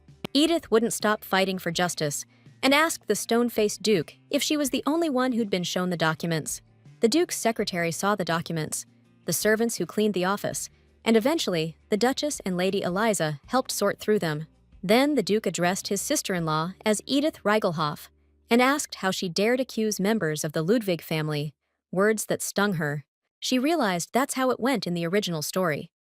After the wedding, the main villainess was called by her maiden name, not Ludwig. Edith snapped and yelled, asking what Lady Eliza's last name was then, but the Duke sternly told her to watch her mouth. The ruby-haired girl fiercely repeated her question about the Duchess and Lady Eliza's involvement in the information leak. From the very start of working with the documents, Edith knew that if anything suspicious happened, she'd be the one to blame. To finish proving her innocence, Edith mentioned the fake papers and said that the Ludwig family had never trusted her anyway. The girl figured out it was a setup. They'd put her on this job specifically, but never intended to give her any real important documents. The Duke wanted to provoke Count Riegelhoff, decided to use his sister-in-law, creating a situation to lure him into treason. The Duke and Edith's husband were impressed by her quick thinking, but she was just trying to figure out once and for all who was responsible for the data leak. She didn't get how the info landed in Count Riegelhoff's hands, seeing as she'd told him she wouldn't be his accomplice. Edith figured it sucked that Renan screwed her over, but he wasn't rotten enough to leak data to competitors. Lady Eliza couldn't have passed info to outsiders either. Edith concluded Count Riegelhoff had spies in the castle who stole the info. The Count's daughter couldn't wrap her head around why they needed a sham marriage then. In the original, the villainous Edith was actually leaking Ludwig family documents, and the info flowed to Count Riegelhoff like a river. But in the book's plot, the Ludwig family was feeding the Count bogus information, so they easily and harmlessly played him like a fiddle. In the novel, the Edith character had a probationary period, but she violated it, got exposed, and received a serious punishment, becoming an outcast forever. The Count's daughter realized that the story from the book was still repeating itself, no matter how hard she tried to fix the villainess's mistakes and change the course of pivotal events. Edith realized with regret that she couldn't alter the course of the novel, and would now fall to the bottom until she finally died at her husband's hands. Tears streamed from her eyes, but she tried to pull herself together in front of Duke Ludwig and the young lords, and reminded them of her oath on her honor and life. My sister-in-law calmly asked to have her throat slit if the Duke was so sure she was guilty, and Killian hated that she said that. Even Cliff leaned over to Dad and asked him to do another investigation first. But the Duke didn't even flinch. The golden-eyed guy suggested locking her up first, but the Duke just gave her a probationary period. Hearing about the probation, she was completely hopeless, thinking this whole thing was straight out of the novel. The Duke was going to have the Baron escort her to her room, but Killian jumped in, grabbed his wife's hand, and dragged her out of the office. Edith tried to resist and stop him, but he just growled at her to follow him. Everyone there was watching it all go down, shocked at how much hate the husband had for his wife, just for being suspected of treason. Killian hauled her out into the hallway and snapped, asking if she'd lost her mind, offering to let the Duke off her like that. The Duke's son told his wife his dad was nicknamed the Head Chopper in the war, sending armies and prisoners to their deaths without a second thought. Killian's wife was surprised he was so worked up about her asking to have her throat slit, but Killian said he just wanted justice. Hubby said justice has got to be served. If Edith's guilty, she deserves punishment. but if she's innocent, she'll be fine. Edith pointed out the Duke's family never trusted their daughter-in-law, so she's got zero reason to trust their upstanding morals either. She smirked, saying everyone in this family already thinks she's a criminal, then sauntered off to her room like she owned the place. Edith leaned against the table, explaining her life depends on the Duke. He provided the fake documents and said her father used them. The girl looked at her bewildered husband, telling him if the Ludwig family investigates, she's toast. The Earl's daughter sighed, saying sadly, all she can do is sit here and wait for the verdict like a good little girl. Killian swore on his honor, promising a fair investigation, free of prejudice and bias. Her husband explained he'd make sure only the incriminating stuff isn't all that's stacked against her. The young master guaranteed he'd keep Edith in the loop as the investigation progresses, updating her on anything important. Flattered by her husband's words, she thanked him, then gave a crafty smile and hit him with a sharp question that threw him for a loop. Edith reminded Killian of his promise to stay objective, then asked how he'd handle it if Eliza was a suspect. The next day, a line of His Highness's royal guard stood at attention in the square near the Imperial Palace, awaiting a carriage. Baron Filch and Cliff stepped out of the carriage, and Cliff chivalrously helped Lady Eliza out, when suddenly a voice called out to the blonde. Hurried footsteps echoed on the cobblestones as a girl with short hair and a tight suit approached. It was Princess Katrin Iberia. She excitedly shouted how much she missed the blonde beauty and how happy she was to see her, saying she became fun and friendly in her company. Her Highness Princess Katrin was the younger sister of the current emperor and his only blood relative. Princess Katrin once flatly refused to wear dresses. Even at formal events, she showed up in breeches. Her Highness the Princess was the only aristocrat in the empire with short hair, and her behavior was just as atrocious. She was the most selfish and spoiled princess in the empire's history. The servants nicknamed Her Highness the Palace Terror. When all three guests got out of the carriage and greeted Her Highness, she protested, asking them to call her by her name.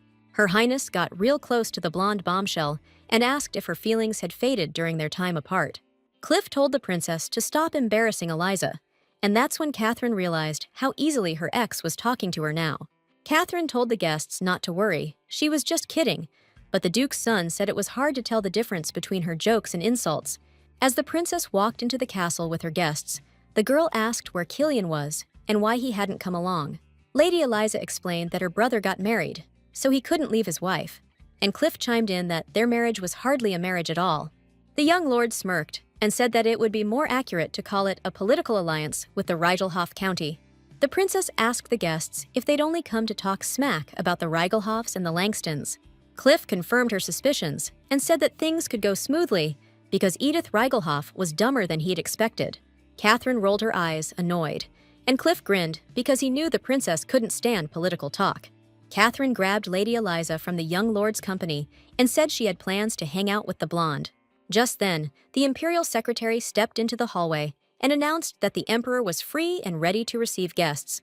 The princess said this was perfect timing. Cliff could discuss political news with him, said her goodbyes, and asked him to give her regards to the Duke and Duchess. The young master watched Catherine lead Eliza away, promising to show her the horses in the stables, and remembered what happened yesterday. Cliff ran into his brother in the hallway and asked if everything went smoothly, but Killian just snapped at him to get lost, saying he had a splitting headache. Cliff asked if Killian wanted to come with him to the Imperial Palace, if he wasn't in the mood, which really pissed his brother off. Screaming, Killian lunged at his brother and demanded to know why he was going now, saying it was too early to report the investigation to the emperor. The young man with golden eyes replied that their father had sent him. He tried to argue the investigation wasn't finished, but then he clammed up. A little girl lay in the hospital bed, crying softly, when a quiet child's voice suddenly asked if it hurt a lot. She sat up and saw Ida, her roommate, by the bed, and the tearful girl guessed that she'd woken her up with her whimpering. Ida said it was okay, because she cried a lot too, and then asked the girl if she was crying because she might die. The little girl confirmed the roommate's suspicion, saying she should have just offed herself since she's causing so many problems. She explained that her parents were going through hell because of her sickness, and her older brother was constantly fighting with them. Turns out the brother's a potential bone marrow donor, but he's terrified of the surgery and refuses to help his sister. He actually wants her to die quick. The little girl concluded she'd rather just die right away and save her family the trouble, and Ida sat back, leaning on her wrists, looking more relaxed. Ada smiled and replied that life ain't always what you want it to be, and said she was jealous that her roommate had a relative with matching bone marrow. Ida decided to share her own dream and explained that more than anything, she wanted to turn 20 years old. The roommate elaborated on her dream, how a 20-year-old her would put her long hair in a ponytail and put on makeup. Ada pictured a beautiful 20-year-old walking outside, strolling among people and watching their lives unfold. The roommate admitted she wasn't afraid of any hardship now. She could handle anything as long as she got the chance to do all that. The little girl stared at her in awe. Now, that scene replays in her head whenever things get tough. Edith woke up in tears, scared out of her mind, and started thinking about what life's really worth. Ed was terrified of dying in the hospital, after all. Ruby-haired Edith remembered that as soon as Ed got the bone marrow, she vanished from the hospital, didn't even say goodbye. That whole thing taught Edith a lesson she'd never forget. As long as she's alive, she can handle anything, get through any hardship. Later that day, she realized that changing her perspective had given her life a whole new vibe. Even the probation wasn't a big deal. Edith happily figured that probation's supposed to be a punishment, but for an introvert, being stuck in a room is like a gift from the gods. The Count's daughter was planning to spend that time alone, focusing on herself and her hobbies, but her husband showing up ruined everything. Killian wanted to have lunch together, but he didn't say a word at the table. Edith figured he just didn't want to talk with the maids around. Killian's wife realized she was wrong, because even after the servants left the room, leaving the couple alone, the dude still didn't say anything. The girl spoke up first, asking the young man what the reason for his unexpected visit was. Killian mumbled that he didn't have time to talk and kept quietly chewing, soaking his cracker in the soup. Edith was furious at that response, told the Lord to hurry up, and started trying to figure out what she even liked about her husband. The girl couldn't stand her husband's coldness and arrogance, but he couldn't care less about how complicated he was. Lady Edith figured Killian thought he was some hotshot with a tight body and a cute face, so he thought he could get away with anything. She flashed back to reading a forum about marriages based on looks, and then felt ashamed for even thinking about it. Edith remembered them talking about how long those marriages last, because the fights just stop when the wife looks at her husband's face. Killian's wife decided to put all that thinking aside and start eating, because the food looked amazing. She happily devoured everything on her plate, while the young lord just glared at her. Her husband said the investigation was now focused on finding information leaks, and pointed out that Eliza was also a person of interest. His wife faked interest and kept shoveling food in her mouth. The guy was shocked she didn't choke. He turned back to Edith and told her not to worry, because Lady Eliza wasn't the only one they were looking into. The girl looked confused and smiled, saying she wasn't worried at all, since she knew she was innocent. Edith said the soup was amazing, but sadly, she finished it all, although there was still bread. So Killian slid his bowl of soup over to her. The young master said it was an extra helping of soup made just for her, and wished her a good meal. After lunch, the girl went back to her room and lay on the bed, thinking about the emptiness she felt inside right now. In her past life, she had plenty of hobbies, reading web novels or doing origami, so Edith could spend her free time doing things she liked. The girl sadly realized none of that existed in this novel world, and asked her maid, Anna, what ladies did on days like this. Anna said embroidery and drawing were common hobbies among the ladies here, and added that the more active aristocrats enjoyed horseback riding. For a second, Lady Edith imagined herself embroidering and figured there was no way she'd be any good with a needle. The girl remembered that back in her art club in her past life, she drew a puppy, and the teacher thought it was an elephant. Edith decided that getting back into drawing was a bad idea, and thought about horseback riding, but realized she was terrified of horses.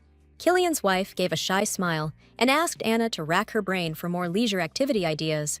The maid remembered that embroidering dresses and dressing up wooden dolls was all the rage right now. It's a popular hobby with aristocratic kids. Parents spare no expense on it because it helps develop sewing skills. Edith thought it was like real-life kids obsessing over dressing up Barbies. She never could afford that as a kid. Anna told her that parents make the wooden dolls, or they buy them from artisan shops that carve them. Edith was curious about the doll prices and pulled out her purse to give Anna enough money to buy dolls, fabrics, and a sewing machine. The ruby-haired girl handed Anna the bills and ordered her to keep the change from the purchases as a bonus. The maid was surprised by this kind gesture and said she didn't need a bonus. Serving her ladyship was her job. Edith realized that the maid Anna and Baron Renan were the only people who treated her well, even if it wasn't advantageous to them. Her ladyship insisted Anna take the money, explaining that the amount wasn't enough to be considered a bribe and offend the maid's pride. Lady Edith told the maid to take it as a thank you gift and not refuse, or the lady would be offended. Edith spent the evening on her new hobby. It started okay, but she couldn't quite get the hang of sewing outfits for the lady. During the day, waiting for the maid, she imagined relaxing and sewing, but it turned out to be way harder than she thought. Like always, Anna went all out getting ready. She shopped for ages, then went to a tailor and ordered patterns in a few different styles. The dolls were bought as a set, male and female. The maid said to just ask if she needed anything else. The girl with ruby hair noticed the maid was being nicer to her, but she still looked sad. Sewing dresses was harder than she thought, but Lady Edith told herself it was just a hobby and didn't have to be perfect. Edith figured that's what hobbies were for, people to waste time and money on them for fun and relaxation. The girl wondered how, in her past life, she never considered resting without worrying about wasting time and justifying expenses. Edith looked at the dolls and thought it felt like she was only now living her life, after being reborn into someone else's perfect world. She gave her work a once-over, figured it looked all right on the outside, but inside it was a total train wreck. Edith decided to celebrate nailing today's lesson with a doll kiss, then started brainstorming what to do next. She put the dolls on the table, sized them up, and thought about trying embroidery while she still felt like it. Suddenly, the door flew open, and Killian burst in, yelling that he'd found a document in Edith's handwriting during the investigation. Back at Sinclair Castle, a brother and sister were enjoying tea and catching up on all the latest gossip. Layla snarked about the news that Edith Riegelhoff had somehow managed to get a travel ban after the wedding. Damien asked if his sister had heard about the new bride stealing the Duke's documents.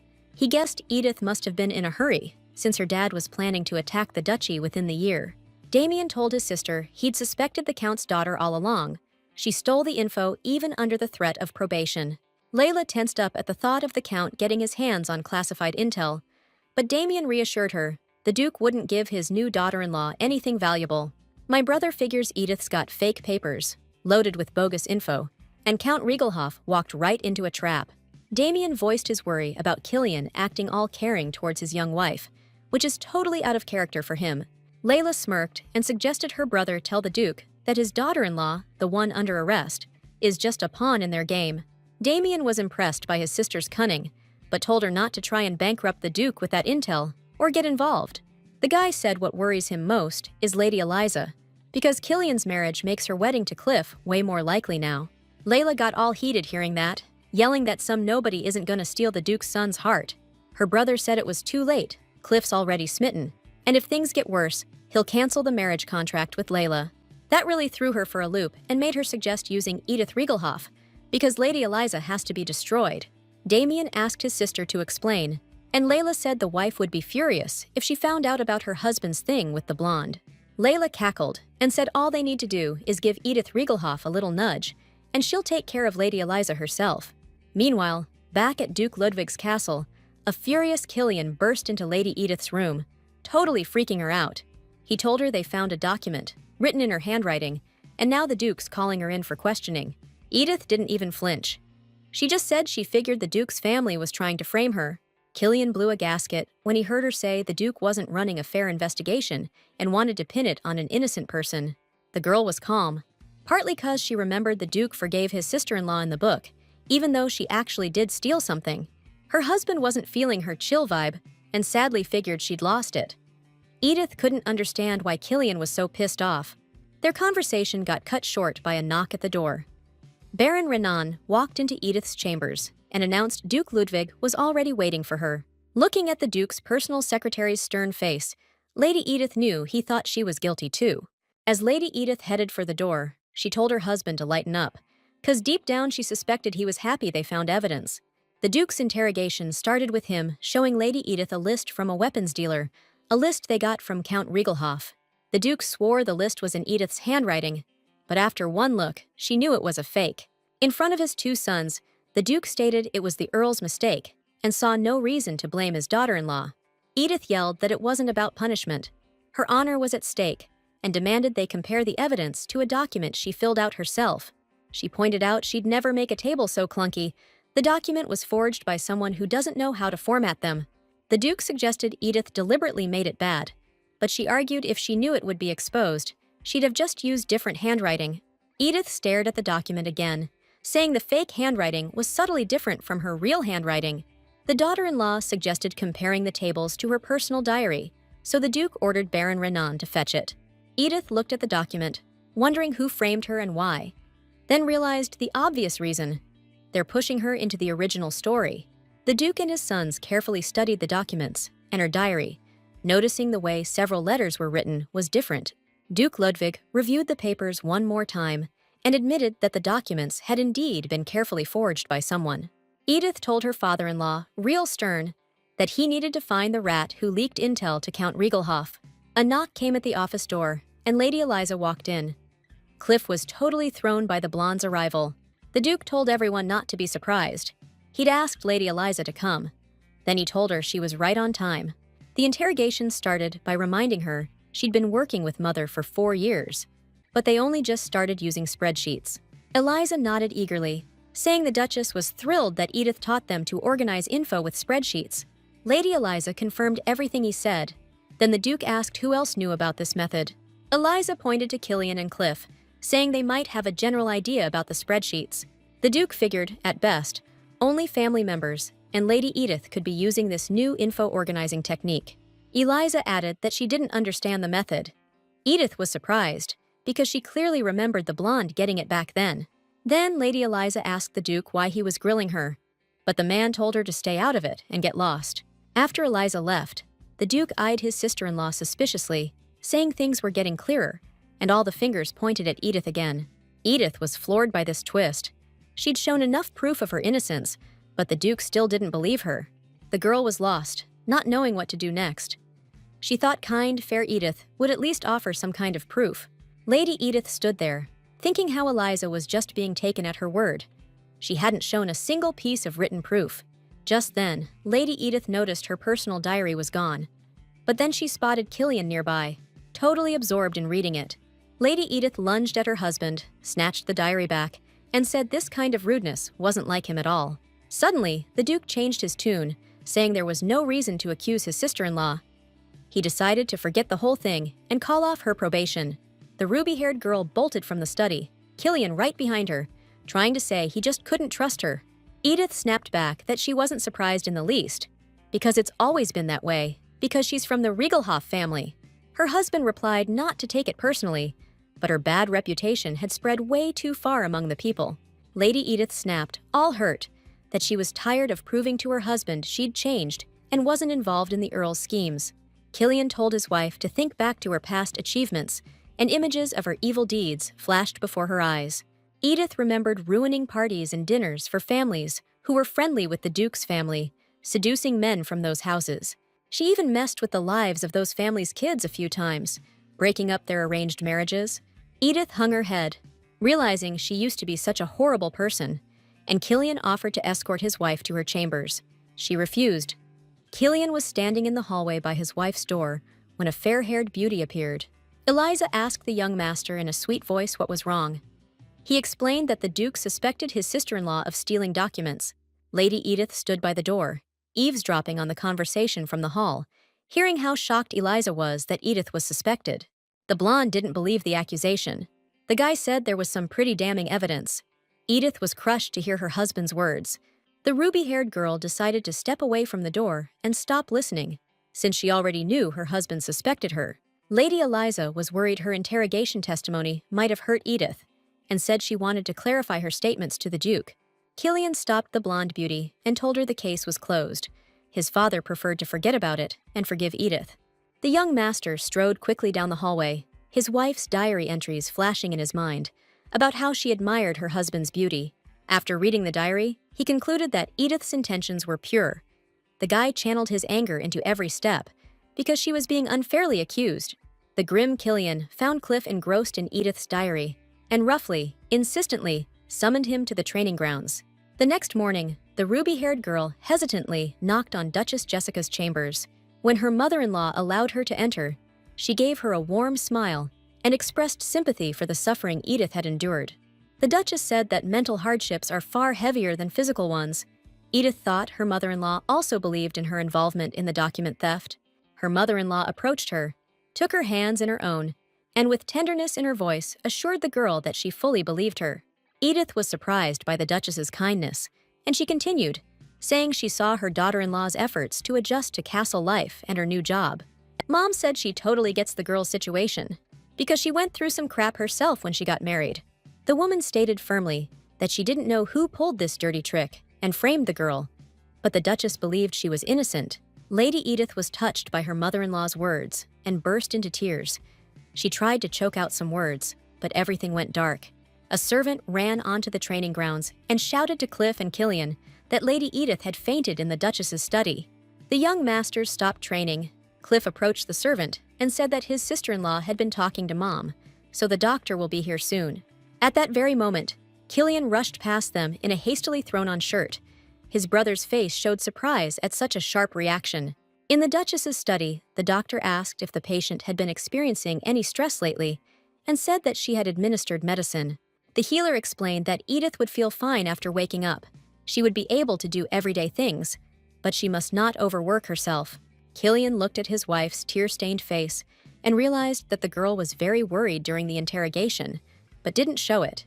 The young master couldn't understand how the arrogant Edith Riegelhoff, as he knew her, could cry herself to the point of fainting. The guy asked his mom what she talked about with his wife, and she said Edith swore she didn't forge any documents. Killian said Lady Edith claimed the same thing yesterday, and Mom added that she told the girl she believed she was innocent. The Duchess's son was shocked to hear that, and the woman explained Edith burst into tears because she said she believed she didn't steal anything. Mom said her daughter-in-law tried to thank her, but then passed out, and the mother-in-law figured no one had believed the girl before. The young master remembered his suspicion and distrust of his wife, even though she tried to prove her innocence multiple times. Thinking about all that gave the guy a headache, and the Duchess got nervous and offered to call a doctor. Killian protested and said he just needed rest, but as he went to leave, he ran into Lady Eliza.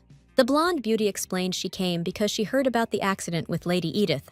The girl stopped talking when she saw Killian's pale face and reached out to touch him, and he smelled her familiar, pleasant perfume.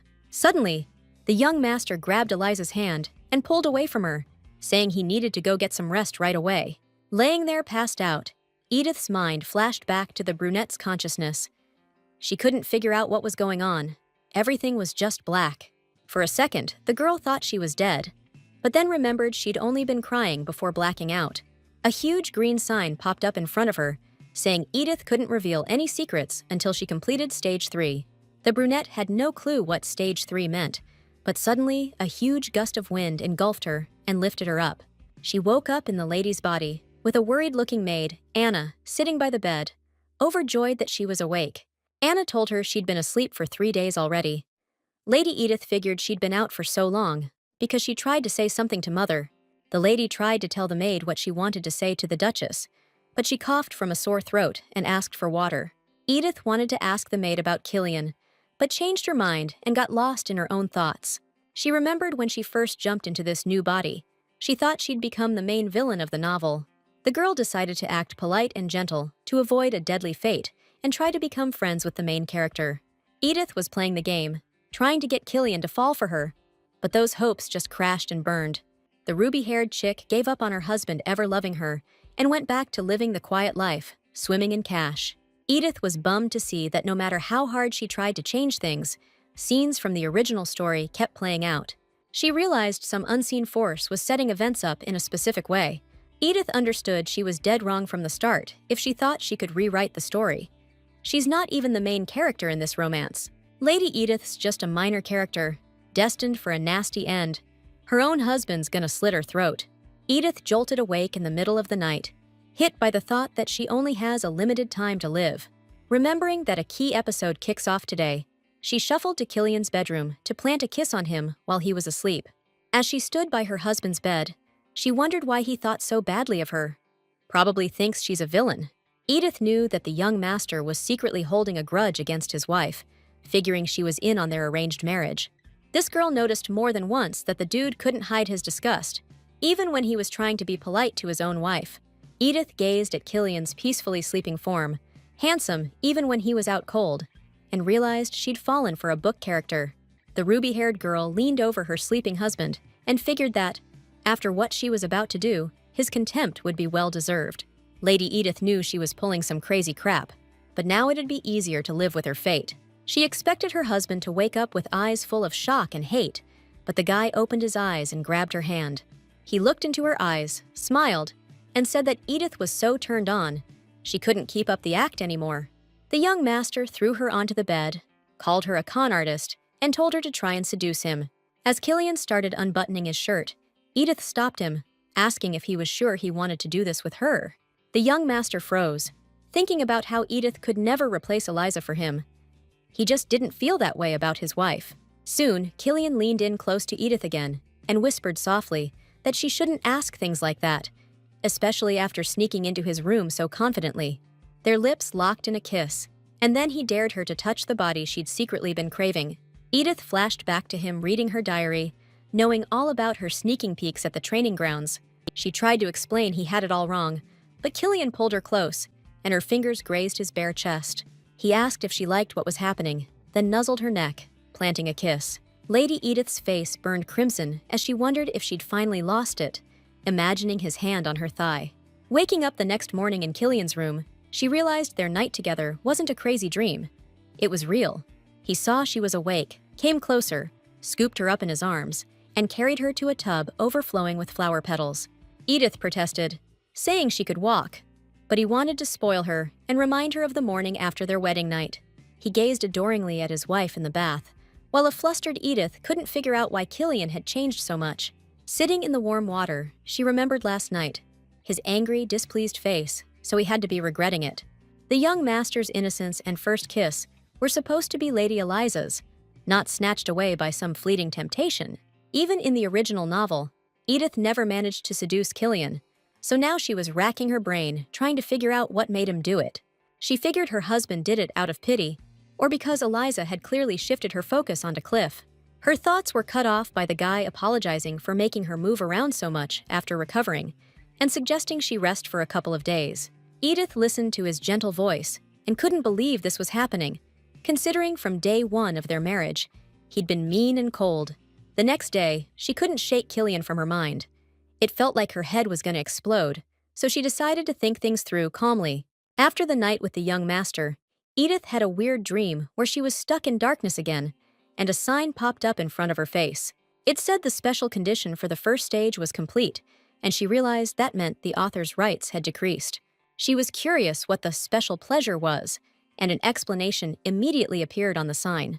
The special challenge was following the actions of the character from the novel, and she concluded the system knew her soul had transmigrated into Edith. The brunette figured the system assumed she'd try to fix her character's mistakes, like any other isekai protagonist. Edith realized that to outsmart the system, she had to do the opposite of what it expected. The ruby-haired girl wondered who controlled the book's events, setting the limits and restrictions for the characters. The system flashed a message saying authors' rights were reduced, but not by how much, or even what rights it meant now the novel was done. Lady Edith thought there wasn't nearly enough information to explain this. She couldn't understand who the author was, or what they even did. One thing she knew for sure, the novel's events could be changed. Last night proved that. Lady Edith decided it wasn't time to give up yet, and planned to watch Killian's choices in the next episode. The next day, Lady Edith visited the Duchess's study, which made her mother-in-law very happy. She asked how Edith was feeling. Edith said she was fine, and apologized for fainting and causing worry. The Duchess said the Duke was the most concerned of all. Duke Ludwig felt like he'd been too hard on his daughter-in-law during the interrogation, his tone too strict. Mom said don't take it personally. He's been on the battlefield a long time. That's why he's so rough. The Duchess suggested we sit down and talk. She figured you might not want to deal with the paperwork anymore. Edith thought to herself, that'd be great, if I'd actually been involved in the theft. She happily pointed out she'd been cleared and asked to get back to her old duties. Edith suggested whoever framed her could do it again and asked to work under someone's supervision. Mom remembered Baron Renan Filch was looking for assistance. The Duke's secretary was someone the Ludwig family trusted. Edith didn't like that idea. She flashed back to when she found out the Baron gave her fake documents.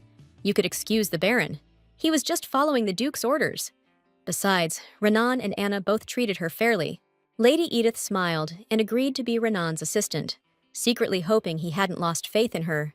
Edith left the Duchess's office with wide, scared eyes, remembering the look on the Baron's face during the interrogation.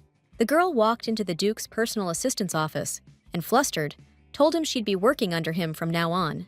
Lady Edith asked the Baron where she should start, and he handed her a whole box of receipts piled up over 3 years and asked her to sort them. She asked why the receipts were dirty, and Renan replied that the previous assistant had stormed out and scattered them all over the floor. The Baron said the assistant was punished for treating the Duke's papers like that. Then Renan turned his attention to Edith. He announced he wouldn't go easy on her or be nice just because of her title, and he'd make her regret her decision to work with him. The ruby-haired girl started working and found that the Duke's secretary's office was incredibly quiet. The only sounds were the scratch of the inkwell and the rustle of paper. Edith didn't notice that the last rays of sunlight were already shining. The ruby-haired girl was engrossed in her work when Baron Renan approached and announced that it was the end of the workday. Edith sadly requested extra time to work, but the supervisor said she'd done enough for today. The girl marked where she'd finished sorting, and the Duke's secretary praised her for the work she'd done. Edith said the Baron had also proven himself a great leader today, and it reminded her of her boss from her past life. He thought brunettes were less productive than their co-workers because they weren't as social, so Edith was super grateful to the Baron. The girl only asked Renan for 2 things: to stay competent and honest, and then she said goodbye to her new boss. After Lady Edith left, Baron Renan Filch remained standing motionless in his office, lost in thought. A while later, the Duke's secretary showed up in Cliff's chambers. The young master apologized for pulling him away from his work and summoning the Baron. Turns out, the guy was throwing a little dinner party in his room, and he invited Killian and Lady Eliza. The young master said he'd heard Edith started working under the Baron's guidance and wanted to know if she was a good assistant.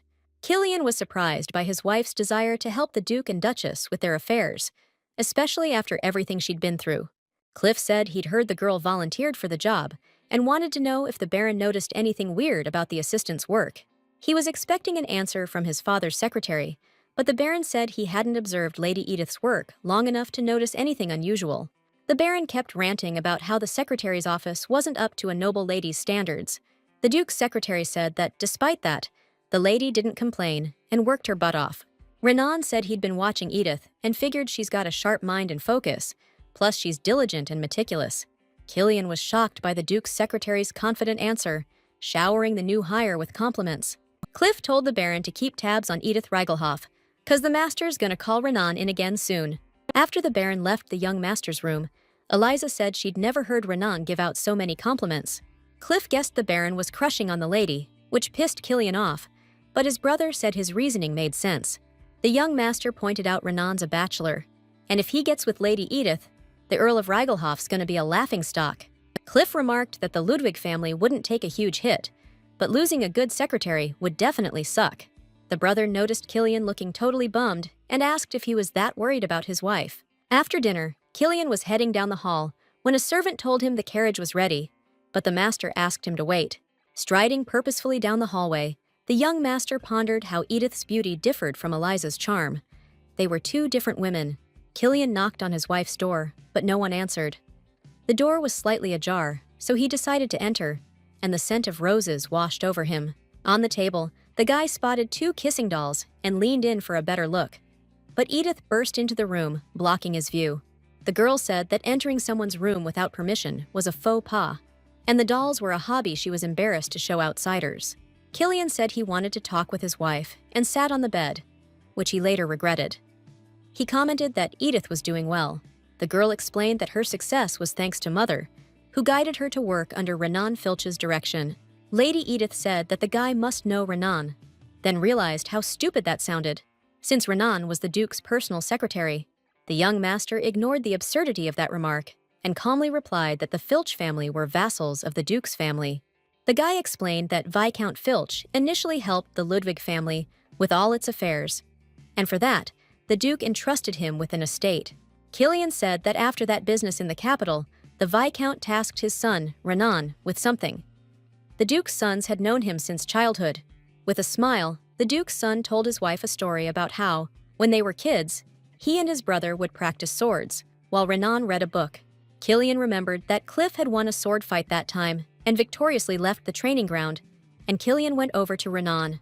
The guy recounted how, as a little kid, he walked under the tree to the boy reading and suggested they start sword fighting. The young master concluded that he could call Renan a good friend, and Edith was really surprised by the story. She thought how, while reading the novel, she hadn't paid attention to Renan, a minor character, but it turned out he was connected to the Ludwigs.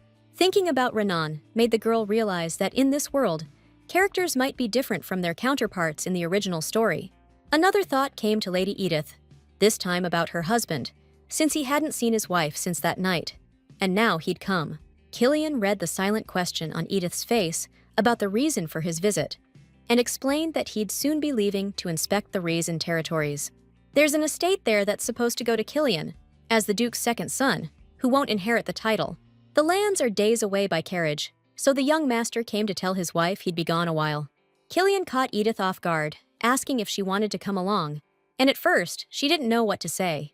The young master left the room frustrated, because she thought he was joking and didn't take him seriously. The young master was kicking himself for being dumb, even though he was sincere. But then a servant called out to him. The servant said his lordship was waiting for his son in the courtyard. Killian dropped his thoughts and headed out.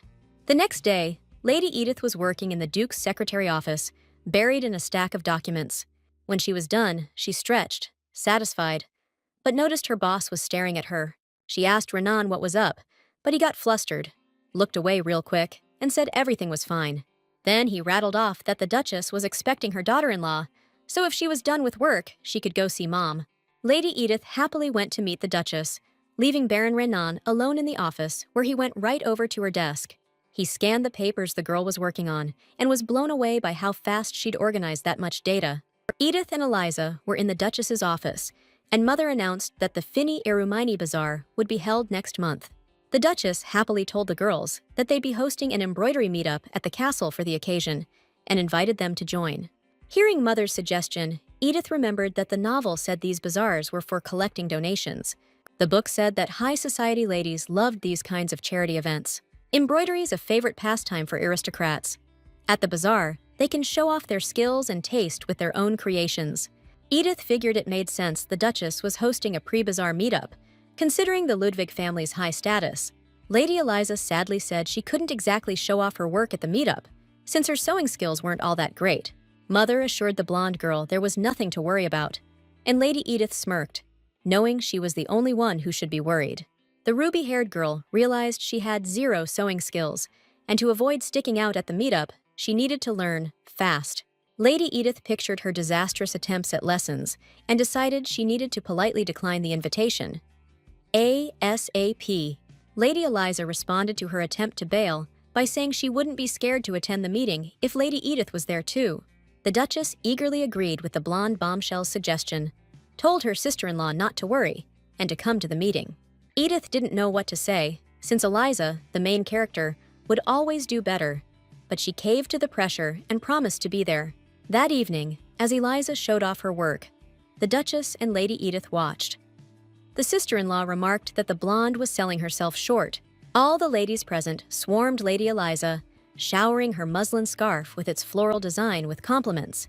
Edith watched this and tried to remember if the blonde girl had ever sewn pretty scarves in the original novel. Suddenly, Lady Eliza turned to her sister-in-law and asked what she was planning to sew. The ruby-haired girl froze. Lady Edith replied that she'd probably sew a scarf, thinking to herself that she looked like an idiot among these sewers, since she couldn't do anything. After the meeting ended, Lady Edith flipped through a catalog, looking for some easy project she could try to sew. Lady Eliza stuck around to help the ruby-haired girl with her new venture, but Edith knew Eliza just felt sorry for her sister-in-law. Mother showed up, glanced at the scarf they'd picked from the catalog, and said her niece had sewn the same thing last year. Lady Edith assured her it would definitely turn out beautiful, since they were using yellow and pink threads. A noblewoman approached the Duchess and asked how old her niece was now, and Mother replied, 16. Lady Edith thought they were making fun of her, discussing some kid who'd stitched a scarf with the same design. Then, the ruby-haired girl said she'd be using gray and blue threads, because those colors reminded her of Killian's eyes. Hearing that, Mother went over to her sister-in-law and praised her choice, figuring Edith was just lovesick and dreamy. Meanwhile, Killian was checking out the Raisin estate. The Duke said the lands were far from the capital, but had a lot of potential for growth. The young lord remarked that the estate looked much better than he imagined, all thanks to the hard work of the caretaker and servants. The guy looked at the castle's interior and thought it was missing some serious glitz and glam. My husband imagined his wife, raised in Riegelhof Castle, would feel stifled in the austere Raisin estate. Killian figured he'd find a good furniture maker first, but the decor wasn't the only thing bugging him. The young lord asked what the temperature was like at the estate in winter, and the Duke replied it wouldn't be much colder than in the capital's castle. His father said the heavy snowfall was the only real issue on his future lands, but the guy wasn't fazed. Killian stood there, looking pleased, so the Duke figured he liked the land. His son agreed and explained his excitement. The young man said he'd noticed a lot of people living on the estate and figured they could develop a few different industries. The guy suggested to his father that if they cut a road through the mountains, they could attract merchants traveling throughout the empire.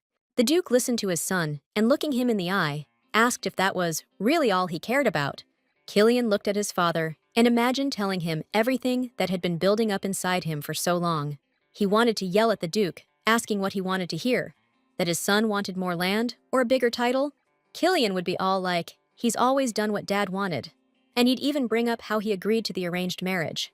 The young master shook those thoughts off and calmly told the Duke he was happy with everything, but his old man didn't like the look on his face. Killian tacked on that his dad shouldn't sweat it, because the second he got the title, he'd start running the estate. Axel Ludwig tried to offer some advice about the trade route, but the Duke's son just walked away, totally blowing him off. A few days later, a charity bazaar sprawled out in the heart of the estate. The scale was insane. Lady Edith and Lady Eliza were pleasantly surprised by the sheer amount of different stuff. Suddenly, Lady Eliza squealed with delight and pointed to a stall piled high with scarves embroidered by young women. The ruby-haired girl glanced at her own scarf and realized Anna had lied when she said the embroidery was amazing. Eliza was stoked someone bought her scarf, since it had that bow on it, and Edith smiled, because she figured it was Cliff's doing. She decided to help the guy buy up all the stuff his girl made. Plus, she didn't want to see her own scarf mixed in with the masterpieces. As they moved on to the other stalls, they overheard some high society ladies gossiping loudly. One of them was shocked at the capital's morals, going on about how an illegitimate daughter is allowed to stroll through the market like she's one of them. Another aristocrat replied that even though she's an illegitimate count's daughter, the Ludwig family accepted her like their own and cherish her deeply. Lady Edith sighed, annoyed, and thought that this world wasn't any different from her past life when it came to gossip. At her old job, there were always those types who'd loudly criticize her in front of other people, just so she could hear it. The noblewoman continued, saying that the Ludwig family was known for their kindness toward strays. Eliza trembled and squeezed Edith's hand when one of the aristocrats suggested the girl was just pitied and taken in like a pet. The blonde told Edith she didn't know how to act in these situations, and Edith replied that they were just looking for a fight. Lady Edith told the loudest gossiper that the backwater she came from must be really far, since she didn't recognize her face. But the noblewoman retorted that if Edith Riegelhof didn't recognize Lady Brinch, then she clearly needs to broaden her horizons. The girl with ruby hair shot back that the lady should know her last name changed after she got married. Lady Edith figured that the noblewoman's gossiping about people walking by showed a real lack of class. The noblewoman shouted, totally ticked off, that she'd heard the Duke's new wife was trouble, but not this bad. Edith suggested telling Cliff what this lady said about the Ludwig family and seeing what was left of the Brinch County family. The gossip group got spooked by the threat and scrammed, yelling as they left that they felt sorry for Lord Killian, stuck with her. Edith asked Eliza if she knew the rude gossip, and the blonde said it was a friend of Countess Sinclair. Eliza apologized to Edith, saying that the ruby-haired girl was insulted because of her, but the new wife said it was no big deal. Edith smiled at her and told her that the ladies just needed to chat, and she had nothing to be ashamed of or hide. After a while, Lady Eliza was surrounded by socialites, gushing over either her beauty or her embroidery. Edith sat off to the side, thinking she was about a quarter of the way through the original novel at this point. Lady Eliza was saying she wasn't all that great, but some aristocrat told her the Duchess thinks of her as a daughter-in-law. The ruby-haired girl heard the noble ladies showering Eliza with praise and figured they were just ignoring the real daughter-in-law. Sad Edith didn't even notice Killian walk up to Lady Eliza and announce he'd just arrived. Edith finally snapped out of it and noticed her husband, but wasn't sure if she should greet him or not. After hesitating, the wife decided to go say hi, just so the ladies wouldn't gossip about her ignoring him. Edith was flustered, not knowing how to greet the guy, so she asked how his trip was, even though she wanted to say she missed him. Killian was happy to see his wife, said the trip was great, and asked her the same question. She admitted she missed him. The young master asked if Edith missed him because he wasn't home, but she just snarked that he thought too highly of himself. A moment later, Killian and Edith were sitting together, chatting sweetly. She told him she tried to embroider something decent despite having zero skill. The ruby-haired girl suddenly stood up and apologized to her husband, saying she needed to powder her nose. Lady Edith stepped out of the powder room, heard footsteps coming, and someone grabbed her arm. A dude in a purple suit with blondish hair popped out of the shadows, but she didn't recognize him. The guy, all hurt, asked if she really didn't recognize her own brother's voice. That's when she realized it was Shane Riegelhoff under all that blonde. Lady Edith wasn't expecting to see her brother, but then she remembered that everyone in high society was invited to the market. Her brother pressed her, wanting to know what had happened to her and what her relationship with the Ludwig family was now. He told her he thought she'd lost it when she wrote that weird letter about stopping the attacks on the Duke. He calmed down when she sent the fake documents, realizing the letter was because she was being watched and she was working with forged documents. She yanked her hand out of his grip and told him the letter was sincere, and she never sent any documents. Meanwhile, back outside at the table, Killian was getting tired of waiting for Lady Edith, since she promised to be back from the restroom quickly. The young lord watched the ladies gossiping about something and figured Edith was held up in the ladies' room, hiding from the boring chatter. He never figured his wife cared what people thought. Probably all the talk about their sham marriage, her husband not giving a damn, and other nasty gossip. Worried sick about Edith, Killian spilled his juice. He decided to wash up in the restroom and check on the lady while he was at it. Killian brushed past some young high society girls, throwing compliments his way. But he just apologized and said he was in a hurry. Peeking into the restroom, the young master spotted Edith talking to Shane Riegelhoff, but he couldn't make out what they were saying. He tried to eavesdrop, but only caught snippets of their conversation. Enough to figure out the siblings were at each other's throats. After Shane left the restroom, Killian showed up next to Edith and asked her what took her so long. She got flustered, but made up an excuse, saying she was just admiring the castle's interior. Killian wasn't expecting an honest answer anyway, so he just calmly walked back towards the center of the bazaar. Edith asked Killian if he was looking for her on purpose, and the young master replied, his wife probably wouldn't want a yes for an answer. Edith smiled and said it made her heart flutter, just knowing someone cared where she'd wandered off to. When the couple got to the center of the marketplace, they saw the organizer announcing that everything had been sold and the money was going to the orphanages. Lady Edith cheered, because that meant her embroidery had been bought too, and Killian instinctively checked his pocket and felt the handkerchief he'd bought. The guy flashed back to yesterday when his mother told him the handkerchief had a bird embroidered on it, the same color as Killian's eyes. The Duchess confided in her son that Edith admitted she'd embroidered the handkerchief while thinking of her husband, and Killian was shocked by that. The husband stared at his happy wife and figured she just wanted to impress his mom, so she picked the design with the gray bird for her handkerchief.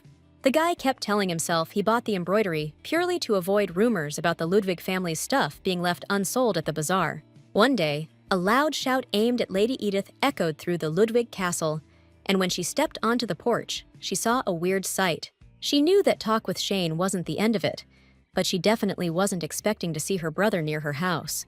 The guy apologized for the commotion and pointed to the maid kneeling and calling for her lady, explaining that she almost went crazy without Lady Edith. Shane said he heard that someone was watching his sister in the duchy, so she couldn't make it to her friend's tea party. The girl figured she'd been blowing off those invitation letters, and Mom had no clue what offer she was talking about. Even though her brother looked at Lady Edith with pity, she knew he was faking it and hiding some nasty intentions. His look made her imagine him saying that Edith was wasting her time hiding in the Ludwig castle because her family was still going to put a collar on her. Suddenly, Killian's voice cut through, saying that Edith's maid could stay at the castle since she'd been taking care of the lady since she was a kid. The girl listened as the young master said that the Riegelhoff Earl's family would worry less if the maid stayed and served Lady Edith. The ruby-haired girl screamed that it would never happen, but then her chest tightened and she started having trouble breathing. Coughing, Lady Edith slumped over, weak, and the newly arrived maid, Sophia, caught her. She whispered a greeting to the lady, told her in her ear that it had been a long time, and led Lady Edith to her room. Once inside, the maid Sophia explained that Shane was right when he said the ruby-haired girl was doing well and living peacefully. The girl looked at the maid and realized her arrival was expected, since according to the plot, the investigation and poisoning episodes started with her. Sophia asked if Lady Edith really hadn't sent any documents, and the madame confirmed it. The maid figured that fake documents were sent from the Ludwig estate in Lady Edith's name, and the handwriting was forged. Sophia suggested they stop talking about depressing stuff and instead remind one newly liberated bitch of her place and duties. The maid stopped beating Edith, who collapsed to the floor, whimpering in pain. Realizing Sophia was hitting her in places that wouldn't show, Sophia watched the girl crawl on all fours and said she hadn't expected such betrayal of the family. Edith replied that she hadn't betrayed anyone and wrote the warning letter sincerely, since there was no guarantee that Archduke Lanston's supporters would win. The girl said everyone knows that Count Riegelhoff gets rid of the lackeys who help him reach the top first. The maid got super pissed and said the little shit had completely lost her fear, daring to insult her masters like that. Sophia said fiercely that if the little bitch became useless to the Riegelhoff family, the maid would kill her and blame it on the Ludwig family. The next day, Lady Edith worked with documents and remembered the previous day with the tyrannical maid.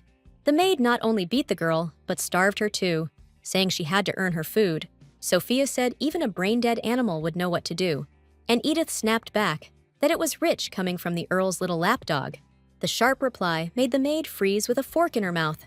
Then Sophia rushed at Lady Edith with fists flying, promising to shut her up for good. The maid lunged at the ruby-haired girl, saying she wasn't such a nasty piece of work back at the house. Back in Renan's office, the girl thought about how she'd read about Lady Edith's abuse since childhood, and that helped her endure the awful treatment now. Edith was standing by the nightstand when the Baron guessed she really liked the cookies, and the girl blushed, not even realizing she'd eaten them all. The ruby-haired girl was flustered by Renan's question, since there was only a single cookie left on the plate. Edith tried to explain that the pastries were exceptionally delicious today and offered the Baron the last lonely cookie. Renan refused, saying he didn't like sweets. Edith looked at him and realized it was true. The Baron seemed like he preferred bitter and bland food. Also, the ruby-haired girl noticed that Renan looked way more handsome than usual today. Lady Edith decided to finish off the last cookie, and Renan offered to have the servants bring another plate, but she turned him down. She seriously regretted saying that later, because at the end of the workday, the Duke's secretary announced he was leaving on a business trip for a week. Lady Edith worried if she could handle the maid's torment on her own, and remembered picking up a bad habit during her probation period. During her house arrest, the ruby-haired girl always ate alone in her room, so the cooks and maids got used to it. Lady Edith sadly realized that no one would ever think to have dinner with her, not even Killian ever eats with her. She figured out that all her problems started that awful day when Killian hired the maid Sophia from the Earl of Riegelhoff's castle. Edith thought her husband should have listened to his wife instead of believing Shane, then snapped out of it, realizing she was thinking nonsense because she was hungry. She got out of bed and rushed to get ready for a walk outside, before the maid showed up and started her torture. Sophia wheeled a cart down the hall, thinking about how Edith had changed. She used to be scared of even a slap and easy to control. The maid remembered Edith's recent reaction to being hit. She hadn't even flinched, and just glared at her abuser. Sophia smirked, thinking she finally had a new goal. Wipe that smug look off that bitch's face. The maid kept pushing the cart, when suddenly, she heard a sweet, girly voice inviting Lady Edith for tea. Sophia knew it was Lady Eliza's voice, and remembered that before she left for the Duke's castle, Shane Riegelhoff asked her for a favor. The young master said Eliza Sinclair lived in the castle, a girl he'd been crushing on for ages, and asked the maid to dig up some dirt on her. He wanted the info in a private letter. Sophia was surprised by the request, but agreed to do whatever Shane asked. Sophia sadly gripped the cart handle, thinking she never expected to marry the master, but she at least wanted to be near him, helping out. She stared at Eliza Sinclair and couldn't figure out how some earl's bastard daughter could snag her master with that pretty little face.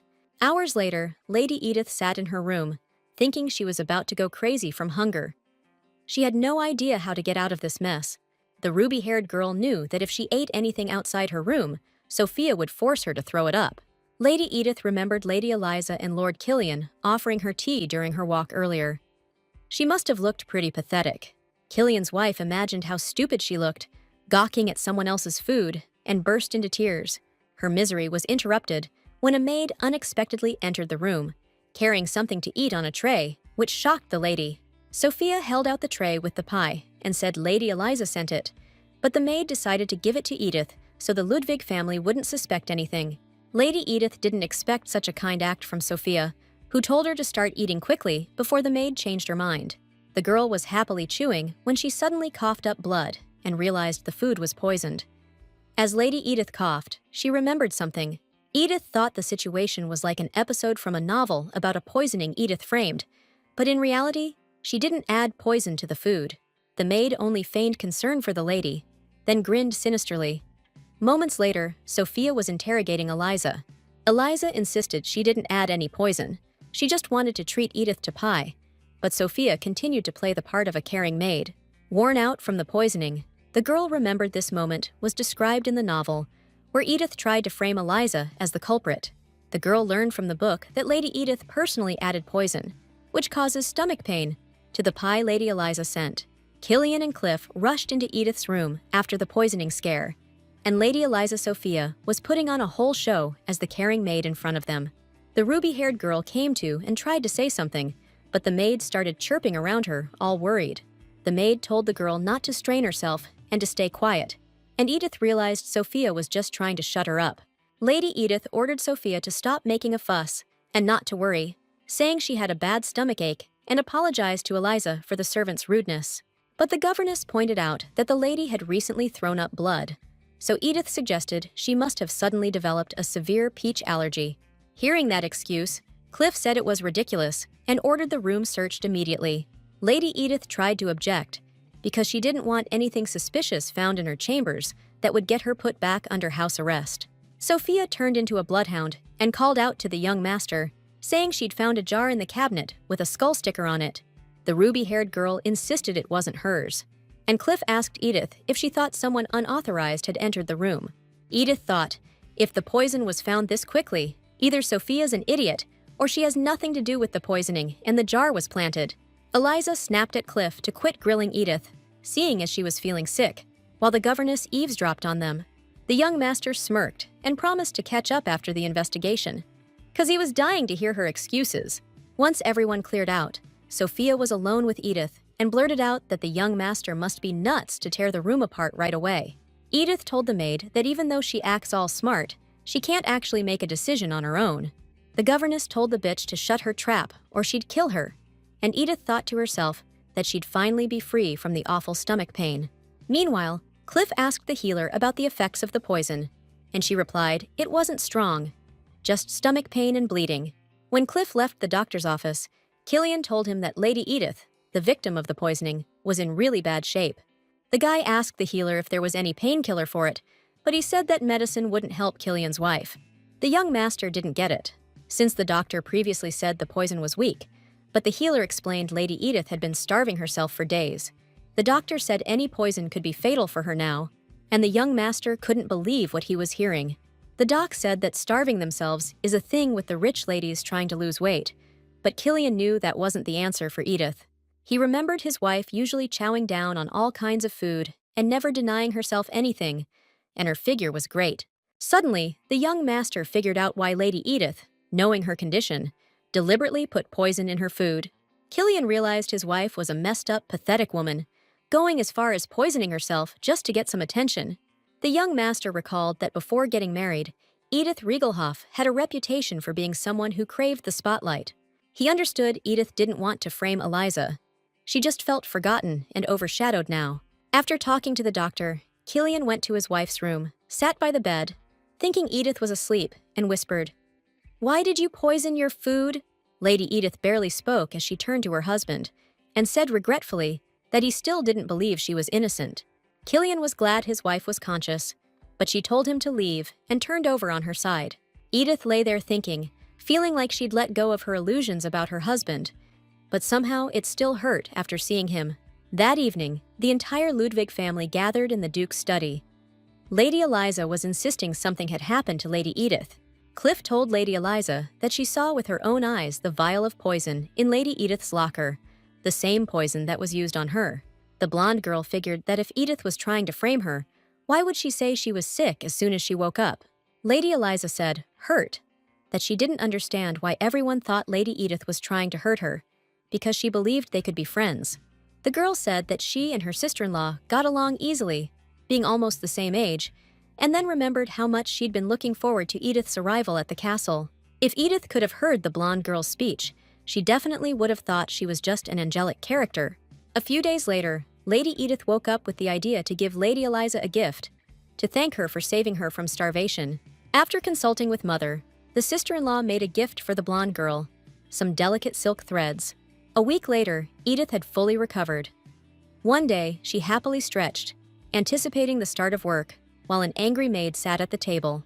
Edith's enraged husband burst into the room, called out to her as Edith Ludwig, and demanded to know how she could do something like that again.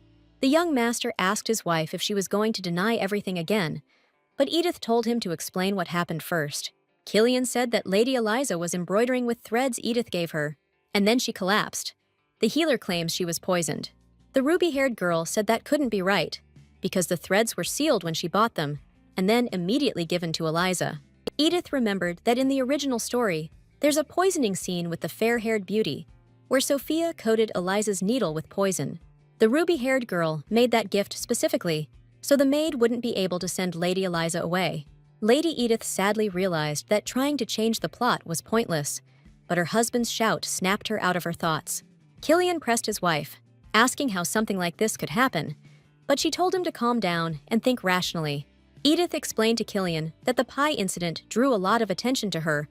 Why would she poison Eliza with a gift at a time like this? The argument made the guy think, but he said he couldn't fully trust Edith, because she'd been involved in a lot of suspicious stuff. Right then, the ruby-haired girl had a brilliant idea. She suggested assigning a maid to keep an eye on her. Lady Edith said she wanted to avoid suspicion, but Sophia overheard the whole conversation. She didn't like Edith's suggestion and got all riled up, but the lady said she was innocent, so there's nothing to worry about. Lady Edith asked her governess not to see it as surveillance, but just as an increase in the number of maids. Killian was bummed and let down, but his wife held his hand so gently that the young master decided to agree to her request. A moment later, Killian was already ordering the castle manager to assign Anna as Lady Edith's maid. The ruby-haired girl was happy her wishes were being granted so quickly. If she had more time, she could easily get rid of Sophia. Edith thought about how tired she was of being bullied by the tyrannical governess and dancing to Count Reigelhoff's tune. The young master finished talking to the manager and turned to his wife, asking her to explain Lady Eliza's poisoning. His wife asked if they'd checked out the thread merchant. Killian said he was the first one they questioned, and they figured he wouldn't risk his reputation.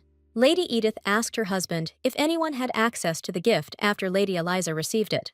He said only Eliza's maids, Killian and Cliff, had free access to her room. That got the ruby-haired girl thinking. She figured someone was trying to frame Edith by hurting Eliza. Kill two birds with one stone, right? The young master was floored, but told her to keep talking, to lay out her theory. Edith said it could be Count Sinclair. Rumor had it his stepkids had tried to hurt their dad's illegitimate daughter before. Killian said he hadn't heard those rumors. The ruby-haired girl thought Sinclair could have a spy among the castle maids. Edith added that she'd heard whispers about Count Reigelhoff's people being involved, and the Ludwig family wasn't exactly innocent either. His wife reminded him that the Duke's family set her up in the first place, which meant they were trying to screw over Count Reigelhoff. Killian blew up, saying he still couldn't forgive his father for that dirty trick. Edith was surprised to hear him say that. Lady Edith spent forever proving her innocence to her husband. Now he finally realized they had enemies everywhere. The young master admitted it sounded plausible, but doubted his brother and father would buy it. Edith was surprised Killian actually believed her this time. Too bad he didn't during that whole pie incident. She told him she had zero interest in being recognized by the Ludwig family. She only wants to be recognized as Lady Edith. She admires that blonde girl because even living in the Duke's family, she still kept defending Edith, no matter what. Lady Edith explained that her gift was sent as thanks, but Lady Eliza would be super upset if she found out the threads were a poison attempt. The husband told his wife he thought Edith hated Eliza, but the girl with ruby hair was shocked to hear him say that. The young master figured Edith might be bothered by all the attention Eliza gets, but that just made her laugh. She scooted closer to Killian and said she's Edith Ludwig, and she has no reason to be jealous of other women's popularity. Her cheeks flushed pink as she realized she finally dared to say such sweet words to her husband. Suddenly, the young master ran his hand through her ruby-colored hair, and Edith wondered if something was wrong with her hairstyle.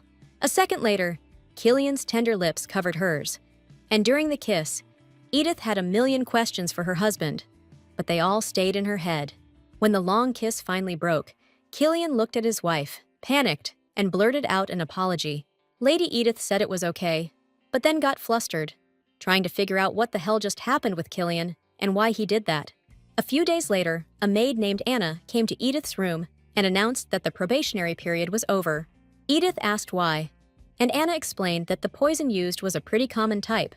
The maid told Edith that the investigation concluded that there wasn't enough info to make any real conclusions right now. Edith pictured Eliza sick and thought maybe she'd forgive her. But Cliff wouldn't just forget this whole thing. News about the end of the probationary period reached the Imperial Palace and pissed off Princess Catherine Iberia. Cliff himself gave the princess this shocking news, saying he was just as surprised, since his father caved to Killian. Catherine said she couldn't get a hold of Eliza to see if she was all right. She'd visit, but her brother temporarily grounded her. Cliff just sat there, listening to Princess Catherine, who was seriously ticked off, and decided it was time to do something about it. The princess was bummed that even the Duchess, who she trusted, hadn't told her about the incident. Cliff remembered the conversation about the poisoning in the Duke's office, when Killian said he didn't think Edith was guilty, since no one was in Eliza's room. The guy argued there were too many unknowns in this case, like why that item was poisoned, and Cliff replied that it was obvious. Cliff concluded the poison was put on something Eliza was sure to touch, and Killian yelled that his brother was jumping to conclusions. Killian said Edith couldn't get past the palace guards, because they're too well trained. The Duke agreed, saying there was truth in his words. Her father got up from the table, saying the conversation was over, because after the recent pie incident, Edith's things and the maids were thoroughly checked. Cliff told the princess that the Duke was leaving soon for a visit to the Imperial Palace. The young master didn't know his father wouldn't be alone. One morning, Mother asked her daughter-in-law if she had been able to rest during her probation period. Edith said she felt great, and mentally added that it was thanks to Anna, who brings Edith a lot of tasty dishes. The Duchess said Renan had asked about how the girl was feeling, and suggested she go back to working in his office again. The Duchess told her daughter-in-law she needed to visit the Imperial Palace before going back to work. The princess wants to see her. A while later, the girl was riding in a carriage alone with the Duke, barely believing her luck. She remembered that in the original story, Edith never even rode in the same carriage as her father-in-law, let alone got to visit the Imperial Palace. On the way to the Imperial Palace, Lady Edith was worried, because she didn't know why Princess Catherine had summoned her. The Duchess had previously explained to her daughter-in-law that His Majesty and Her Highness had always been kind to the Ludwig family and were now interested in Edith. Her mother was positive, but Edith sensed the reason for the trip was bad, since the Emperor's sister is known for disregarding etiquette and decorum. The girl had heard that the princess is a famous oddball who acts on impulse, refuses to wear dresses, and sports a short haircut. It's common knowledge that the brash and quick-witted princess only becomes docile around Lady Eliza. Catherine doesn't conform to the system and acts freely. When Edith read the novel, Her Highness was a character she liked, but now she was scared to meet Catherine in person. The girl looked out the carriage window, hoping the princess's unbiased nature would allow her to take Edith's side. The first time Katrina saw Lady Eliza, she was in the arms of Cliff, Katrina's first love. But despite the jealousy, she grew to love the blonde beauty. The soon-to-be sister-in-law figured, if the princess could warm up to Eliza and cherish her more than Cliff, then Edith might get lucky too. Being in the Imperial Palace, the ruby-haired girl realized her expectations of a friendly welcome from the princess weren't gonna happen. The air was thick enough to cut with a knife, because Edith couldn't say a word until Princess Katrine accepted her greetings. Finally, Princess Katrine broke the silence and asked if she was a daughter of the Riegelhoff family, but she replied that her name was Edith Ludwig. Her Highness said it didn't matter, and announced there'd be no tea, since everyone knows Edith likes to poison people's drinks. The girl realized Cliff had already told the princess about the incidents at the castle, and said that she'd never used poison. Edith added that she couldn't explain her past actions or bad reputation, so she didn't understand why Her Highness believed the rumors. The princess warned Lady Edith not to get a big head, since the marriage to Killian was arranged. Duke Ludwig couldn't refuse an alliance with Count Riegelhoff. Edith replied that she understood, But Princess Katrina didn't believe a word of it. Her Highness smirked and said Edith's answers sounded fake, then started yelling that she could see right through her. The princess figured Edith thought she was a joke, dreamed of taking the throne. Edith protested, adding that she respected Her Highness. Edith remembered that in the second part of the novel, there's a scene where Eliza walks with Catherine in disguise after the Archduke Lanston rebellion is crushed. In that scene, Catherine was hiding her identity, so she wore a wig for the first time and went to a clothing store with Eliza to try on a dress. After that walk, the princess stops acting like she used to, takes on the imperial family's duties, and leads the Soviet society. Reading the novel, Edith concluded that she liked the free-spirited and headstrong princess who didn't listen to others better. Lady Edith told the emperor's sister that she hoped Catherine wouldn't listen to biased aristocrats and would judge her fairly. When the girl got back to the Duke's castle, she started agonizing over whether she'd made a fool of herself in front of Her Highness. Edith decided it was time to develop a habit of ignoring the other person's beauty and not losing her ability to think straight. The girl decided to stop daydreaming and headed to work in the Duke's secretary office when someone grabbed her arm. Ruby-haired girl turned around and saw her maid, Sophia, grabbing Edith by the throat and talking about some final chance. Sophia said that the brat needed to steal the Duke's main property tax documents. If she didn't do it, the maid would kill her. The governess said that when she learned the embroidery supplies were sent to Edith, she thought the good-for-nothing had finally snapped out of it. Sophia revealed she was pissed when she found out the gift was a trick to get rid of her, and that she had nothing to do with the mushroom poisoning. Gasping, Edith realized Sophia wasn't behind the poisoning, and the maid explained she could kill the brat any time, especially since the master permitted it. The governess let Edith go and said she had a chance to fix everything. Catching her breath, the girl asked what would happen if the Ludwigs found out.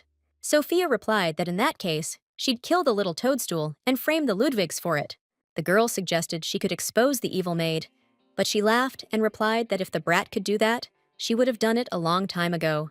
The maid confided to Edith that as soon as she ratted her out, Killian would learn his wife's true nature, dump her, and go back to Lady Eliza. Sophia said that in case of betrayal, the master would screw up Edith's life so badly, it's too awful to even talk about. The governess grabbed Edith by the chin and said if she could steal the documents, Sophia promised to go easy on her.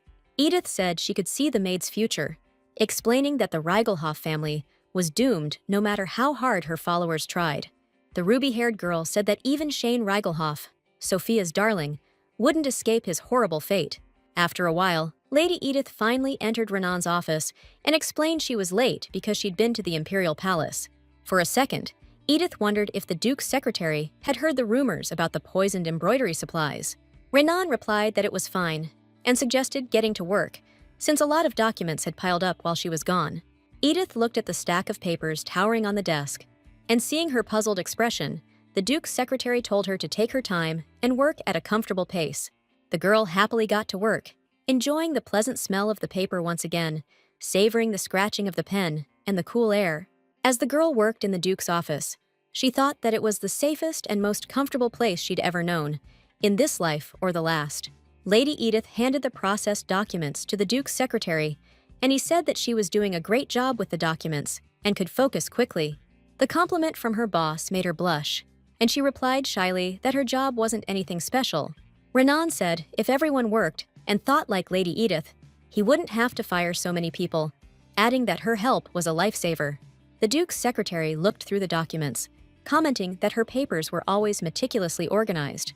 Edith noticed a stain on one of the documents she'd filled out, and tears welled up in her eyes. She tried to wipe them away and pull herself together, but the tears kept flowing. She felt ashamed and awkward. The Duke's secretary stood up, took Edith's hand, and told her she couldn't bottle up her emotions like someone was after her. Renan pulled a handkerchief from his pocket and started wiping the tears from Edith's cheeks, saying, "You can't suppress emotions, or you'll lose control." The light-haired guy told the tearful girl that the documents weren't urgent, and she didn't need to rush her work. The door to the Duke's secretary's office was ajar, and Killian was passing by when he accidentally overheard their conversation. Lady Edith had this idea that minor characters in the novel, like Renan, weren't really bound by the plot. Edith greeted the servants and wished them a good day, deciding to get on good terms with the minor characters. A beat later, Edith realized befriending the help probably wouldn't do her any good. Then Sophia's words flashed back. Killian would kick her out of the palace. Thinking about her husband, jealousy flared, making her wonder if Killian had visited Lady Eliza today. One evening, Killian came to his wife's chambers, sat on the bed, and asked why she hadn't been coming to his room after work. She was at a loss for words and barely understood what was happening. But the blush creeping onto Edith's cheeks wasn't enough for him. The young master asked Lady Edith if she hadn't enjoyed their night together, leaving her speechless with shock. Then, her husband touched her hand and asked why she hadn't come after her probationary period ended. Barely recovering from the loaded question, all Edith could manage was asking Killian why she would come, to which her husband replied that she usually did, seducing him with her body to prove her innocence. Edith figured showing up in her husband's bedroom could be mistaken for a slutty woman's move, using her body to hide lies. Killian said it really worked last time, and Edith totally played him. First, she asked if he was sure he was sober, then said she'd always been innocent and hadn't intentionally seduced anyone that night. She figured he was misunderstanding, but he shot back that it was pretty clear. She came to his bedroom and kissed him. Killian decided Edith just didn't enjoy it last time, wasn't satisfied, so she went looking for other prey. At that point, she knew for sure he was hammered, got pissed, and said she had no idea what prey he was talking about. The young master pointed out that everyone knows she's popular with guys. Stories keep popping up, confirming how hot she is. Edith thought to herself, "My character in the story seduced men on Count Reigelhoff's orders, but it never went beyond flirting." The rumors blew it way out of proportion. He moved in close and said that Edith was a pro at seducing men, 'cause he loses all control around her. Killian thought about how drawn he was to his wife and realized she was amazing. She'd been kind and sweet to everyone and knew her art. He remembered how Edith got excited about food like a kid and always responded calmly to rudeness without getting emotional. The husband realized his wife always looked for the most logical solution, no matter how screwed she was. The young master remembered how her reasoning swayed the Duke when nobody else even considered it. Killian pictured himself standing outside his wife's room, promising to conduct a fair investigation. The guy realized they always suspected Edith, but she never complained or showed her pain to her husband. The young master understood that instead of asking Killian for help, Edith chose to share her problems with Renan. Right then, the guy realized his wife didn't enjoy their night together. She just used him and tossed him aside.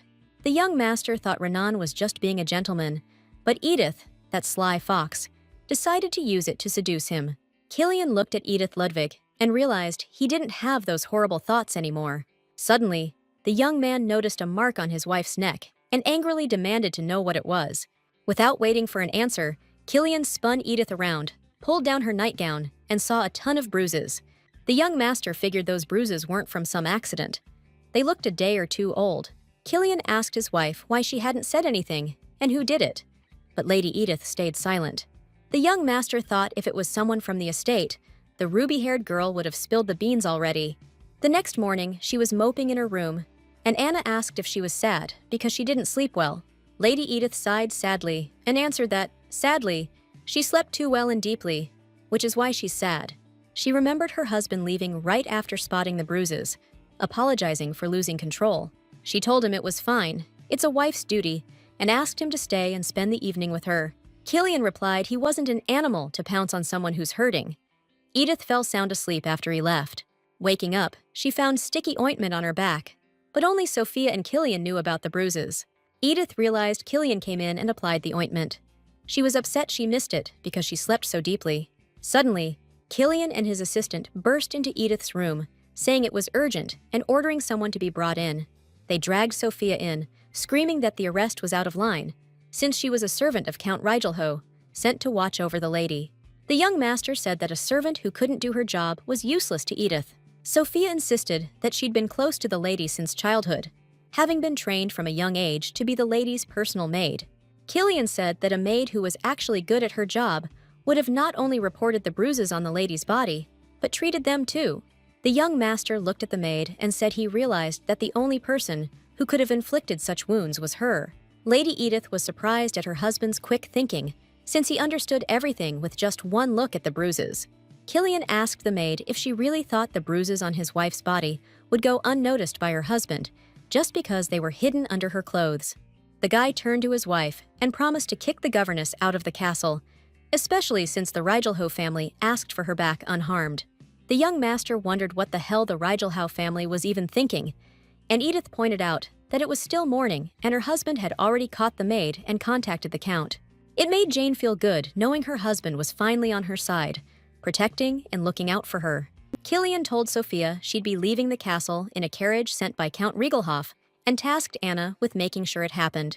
Lady Edith was surprised the Riegelhoff family wasn't afraid of rumors and valued their little lapdog enough to send a carriage.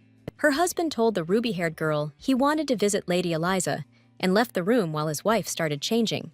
Anna helped loosen the dress's corset and saw a bunch of bruises on her mistress's back. The maid was stunned and asked why Lady Edith hadn't said anything. Then the maid said she'd go get some medicine for her back, and the mistress was really touched by such care and loyal service. One day, someone in a hood stood near a green sign that said the second stage condition had to be met, or there'd be a penalty. The hooded figure said he understood, but the notice was weird since he'd totally cleared the first stage. The unknown guy thought about it and added that the system's demands were getting stranger all the time. It hit the hooded figure that the villainous character in the novel acted like your typical silver spoon girl. Her biggest mistake was trying to get on the good side of the main characters. She realized it was pointless during that document scene. When Edith, the villainess, was suspected of crimes, she'd freak out instead of calmly proving her innocence. The hooded guy said he only had influence over the main characters, while the side characters are freer from the plot. He added he couldn't say if this girl, playing Edith, was only building good relationships with people when it benefited her. The incognito guy said things were going great until the first stage conditions suddenly popped up. He noted the original plot's influence weakens if the conditions are met, and clarified that not much changed after clearing stage 1. The hooded figure said the side character's attitude toward Edith shifted and slammed his fist on the table, annoyed. He regretfully yelled that Killian's a main character, but then calmed down and regained his composure. The incognito guy excitedly exclaimed that this factor will benefit the perfect scene that'll make the main character even better. The unknown guy remarked, "It's funny watching everything go against his plan," then grinned maliciously and hit some buttons on the control panel. Tapping at the keyboard, the incognito guy wondered how Edith the 13th would handle the next challenge. Later, in Lady Eliza's chambers, Cliff asked his brother if he'd lost his mind letting the maid go, since she might be connected to the poisoning. Killian said that during the investigation, it would be tough to accuse someone just because the Earl of Riegelhoff sent them. The young master said he deliberately found an excuse to kick the maid out of the castle, a maid who would have caused the Ludwig family a ton of trouble. The guy added that he didn't like the governess from the start. This surprised Cliff and Lady Eliza, since they heard Killian welcome the maid into the castle. The young master clarified that the Duke approved his decision. Even Lady Eliza agreed with him, but Cliff didn't like it and asked why. The blonde girl replied that she wanted to talk more about the poisoning and find those responsible. Lady Eliza explained that it didn't matter who poisoned her, whether it was someone from the Sinclair family or someone from the Riegelhoff family. What mattered was that someone hated her. Eliza said it would hurt more when the poisoner was revealed, and Killian concluded that it was good the blonde girl had talked to the Duke. The young master thought that, against the backdrop of the governess incident, his father might become interested in Edith and find out she wasn't valuable to the Earl of Riegelhoff. If it turns out this marriage, arranged for family interests, is falling apart, he figured that's why his wife kept quiet about the abuse. It hit him then, and he remembered the time Edith asked for a personal maid, claiming it was to avoid suspicion. Killian realized she wasn't just a victim in all this. She played it smart and used her husband to her advantage. Killian snapped out of it when his brother asked what he was thinking, since he spaced out during his conversation with Lady Eliza. He apologized to the blonde and explained he's been dealing with a lot of crap, most of it because of Edith. Eliza blinked back tears and nodded sympathetically, telling Killian he needs to pay extra attention to his wife and take care of her right now. Eliza said while she was recovering, she kept thinking about Edith and how hard it must have been for her, since she also took the poison. The blonde said the Duke's sons visit her often, so Edith's probably sitting alone, bored out of her mind. Eliza suggested Killian try to comfort Edith somehow, help her get through this, like maybe go for a walk and talk. The blonde begged him to be as kind and open with his wife as he is with her. That golden-eyed dude was seriously pissed about Lady Eliza's kindness toward Lady Edith and her offer to his brother. It was way past dark, but the ruby-haired girl couldn't sleep. She was too busy stressing about her husband and everything that just went down. Edith figured her husband was already onto her. It's kinda hard not to put two and two together and suspect something, right? First off, Edith was getting beat up by her personal governess. And second, Riegelhoff sent a carriage for Sophia to get her back home. Killian totally knows, but he realized holding his wife hostage is pointless. It's a miracle he didn't just kick Edith out of the estate. Instead, he fired the maid. It hit her. If nobody's bringing it up, maybe Killian actually likes his wife. Edith admitted to herself she wasn't even scared of getting kicked out, since the original story has bigger plans for her than just being a maid. Still, she was worried Sophia still has a big part to play in a bunch of episodes, and who knows how that'll mess with Edith. Leaning on the table, Edith thought she couldn't get her hopes up about her husband liking her, because she had no clue how much he cared. The ruby-haired girl knew she had to keep proving she wasn't a threat, so things could stay chill with the Ludwig family. Lady Edith decided she'd change her husband's mind at any cost, since he thinks she seduced him because she was down on her luck. The next day, Killian asked his wife to have a little tea with him, but her answer was a surprise. Lady Edith refused. The young lord figured she was just caught off guard, so the next day he went to his wife again with a special offer. Killian said he knew she'd been eating alone in her room, so he was inviting her to join the family for dinner. Lady Edith refused again, claiming she didn't want to start any trouble or ruin the mood with her presence. The young lord thought his wife was right. His father was wary of her since she'd been hurt. The next afternoon, the guy went to his wife again and said the weather was awesome, and he wanted to take a walk. Lady Edith looked up from her book and said she appreciated the invite, but it was still too sunny, so she'd rather stay in. The young lord closed the door to the room, and his head instantly filled with negative thoughts about Edith being uncomfortable around him. Killian started to think he was doing something wrong, and wondered if maybe Edith was still that cunning and malicious woman he thought she was. He thought to himself that she was definitely different from the nasty rumors going around, and probably just caught in a bad situation. Killian remembered he'd decided to hold off judging his wife until he'd spent some time with her. But it wasn't that easy. He realized he was getting worked up over nothing. Their schedules probably just didn't match up. He'd try again later. Suddenly, the door to his wife's chambers opened, and Lady Edith stepped out into the hallway where Killian was standing and thinking. The ruby-haired girl asked what her dear husband was doing there, since he promised he'd go for a walk. The young man was flustered, couldn't think of an answer, and just blurted out an offer to eat the strawberry pie he'd brought from that famous bakery. Lady Edith realized her husband was talking about the famous pie, the one Anna had told her about ages ago. Even though the ruby-haired girl could practically taste how delicious the dessert would be, she managed to resist and turned it down. She said she'd put on so much weight lately, so she just wished her husband bon appetit and quickly hurried away. Edith rushed down the hallway, thinking she couldn't give in over food and stop playing the role of the reasonable, harmless wife who just wanted to be left alone. 3 days later, she went to Lady Eliza's chambers, who thought Lady Edith looked sad, and asked if she was upset about Killian. The ruby-haired girl was shocked by the question, but managed to answer that everything was fine and nothing had happened. The fair-haired beauty explained that she had recently overheard the maids whispering, discussing Killian, who had asked for a rejection once again.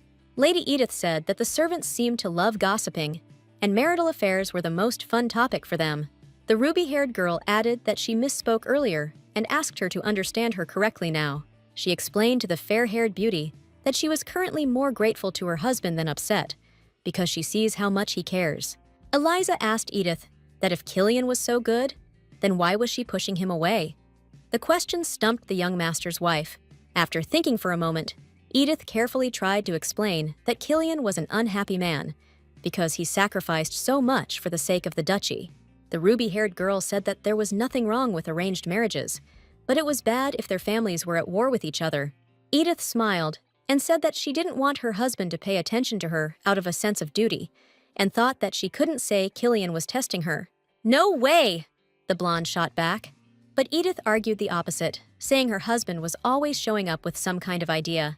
Edith said that just recently, he came to her pitching some health kick thing, asking if she knew how to ride a horse.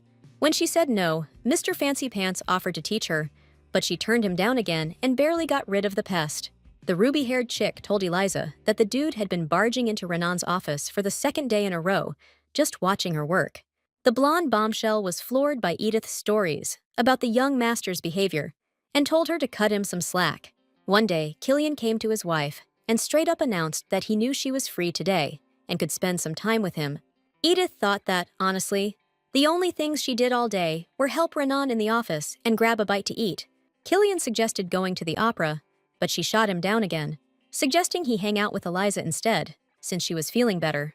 Her husband was stunned by what she said, but Edith insisted that everyone knew how close he and Eliza were, and it didn't bother her at all. That really pissed him off, and he asked his wife what she actually thought of him. At first, Edith said her opinion was obvious. He was her husband. But in that instant, the girl figured if the young master was testing her, she needed a different answer. Lady Edith clarified that Killian was just her husband on paper, and the young master was seriously ticked off by that. The ruby-haired girl lowered her gaze and said she understood that her marriage was just a business deal. Lady Edith said she realized that this marriage had become chains for Killian, keeping him from being with the woman he loved. Edith thought to herself that, to Killian, she was probably just a jealous, spiteful woman, clinging to the marriage like a snake or a demon. Killian got pissed at the husband-on-paper comment and asked if his wife didn't want to spend time with him, then guessed she'd found someone else. The young master figured the other guy was Renan Filch, and Lady Edith was just floored by what her husband was saying. Killian headed for the door, thinking he was the only one forcing things and getting jealous in this room, and realizing his wife just didn't like him.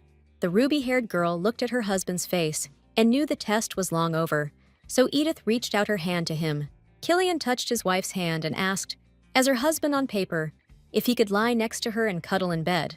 Hearing the request, the ruby-haired girl got pissed and tried to yank her hand away. But the young master wouldn't let go of his wife. He apologized for acting like that and kissed her. Edith didn't fight it, but realized if this kept up, they'd just keep misunderstanding each other. Killian kissed his wife's neck, and she mentally cursed herself for letting him, 'cause then he'd just say she was seducing him again. The brunette was back in the darkness, lit by a green sign that said the conditions for the second stage were complete. The board refreshed, now saying exclusive rights were obtained, and the author's rights were decreased. The girl got excited and shouted that she understood how the system worked. Every time she slept with her husband, the conditions got easier. The board updated again, showing a message rejecting 10 of Killian's proposals. The girl figured she was wrong and thought someone was messing with her, forcing her to play with her husband's feelings.